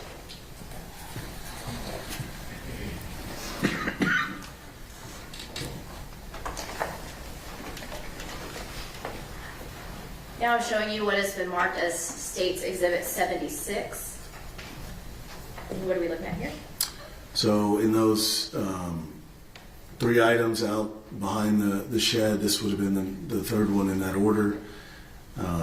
It appears to be a pair of small blue jeans. At the angle we're at and everything, it kind of fits the description, but we're not sure. But we went ahead and labeled it item number 3, took photos of it in place so that we can then remove it and better examine it. And you said fits the description. At this point, was there a description? Did you have a description of what the Athena Strand was wearing when she was kidnapped? I believe we did. It was a pair of jeans with some flowers on it. We didn't we didn't have a picture or an exact knowledge, but it was blue jeans with a flower pattern on it. And what are we looking at here? So as with the other photographs, we would have removed it from that area to better examine it, get it out somewhere where we can spread it out on the brown paper, the clean brown paper. And I just want to reiterate, the brown paper gets wrapped up with each item, so it's a new piece of brown paper each time we take this photograph. And just to be clear for the record, this is State's Exhibit 77 that we're looking at right now. And it's labeled item number 3 on the paper. It has scale, so we can add size to it. And this would have been obviously the back side of the blue jeans. And I'm showing you now what has been marked as State's Exhibit 78. So this would be the other side, the front side of the blue jeans. And from this, I told the rangers that were out there, I can't remember exactly which ranger, and they were able to see it and relay that back to the other investigative teams that were either talking to the family or talking with the defendant to see if that's an accurate description of what she was wearing at the time of the abduction. So, and we also note when we saw this, you can see there's something in that leg, the pant leg, so looks like a sock, which it turns out to be a sock. Now I'm showing you what's been admitted as State's Exhibit 79. And so what are we looking at here? So these are the blue jeans with the sock removed. We would have packaged these together since they were found inside, since that sock was found in there.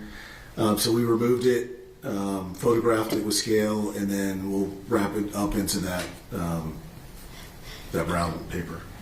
So one sock was found separately out Just by itself, in the car, right. but one sock was still inside her pants. Inside the pants, yes. And Your Honor, may I approach? Yeah.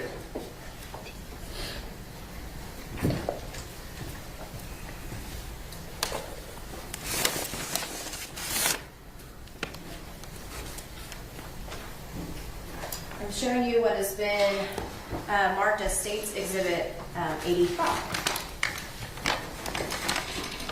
Do you recognize this one? I do. It's our packaging, our labeling system, our item number, and the description of the item is youth denim jeans with flowers on pocket and one light blue multicolored sock and pant leg found behind shed on ground.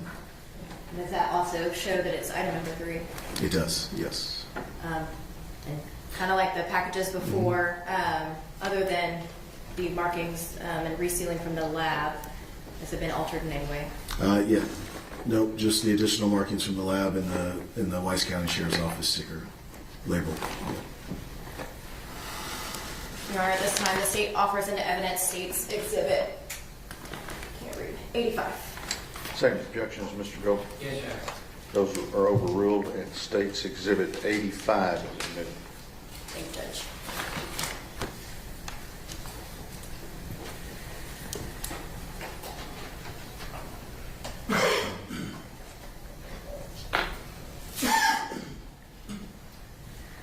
We're now showing on the screen what's been admitted as State's Exhibit 80. And what are we looking at here? So this was a FedEx shirt that was found in the shed on the bed. That we did our same procedures of collecting it with scale and identifying the number. So it would be item number 4. And it looks like State's Exhibit 81. Is this just the front side of the shirt? Correct, yes. And were you given information of why to take this specific item, or? We were, because at that point we had determined that she was taken in the FedEx van from the defendant wearing his FedEx uniform or clothing. Your Honor, may I approach? Yes, ma'am.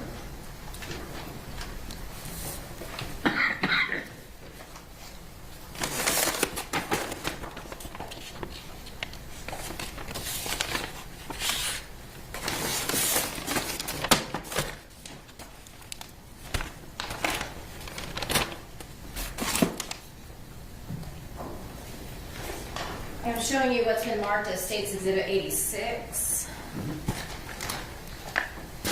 And do you recognize this item?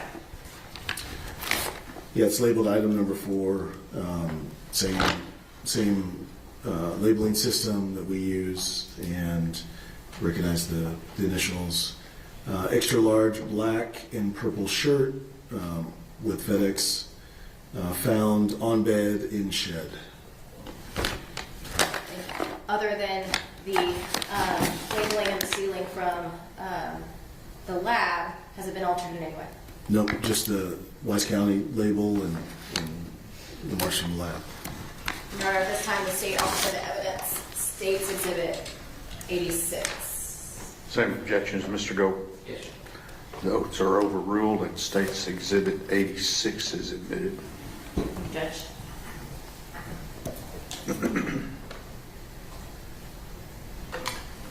Now showing you what has been admitted as State's Exhibit 82. And what are we looking at here? So dark colored hoodie. I believe at the time we were told that he might have been wearing a hoodie as well, so we went ahead and collected that as part of the evidence. And does this also have a number on it? It does, number 5. Your Honor, may I approach? Yes.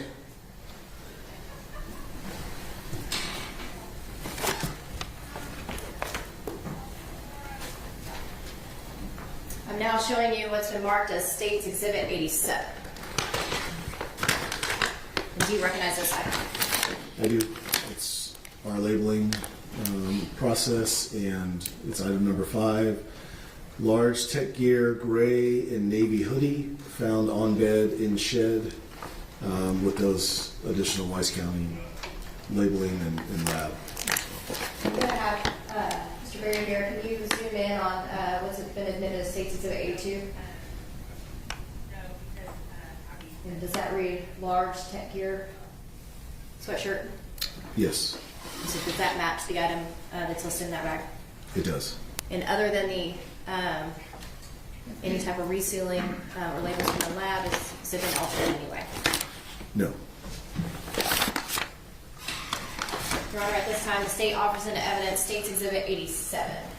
Same objections, Mr. Gold? Yes, Your Honor. Okay, those are overruled. State's Exhibit 87 is admitted. Thank you, Judge.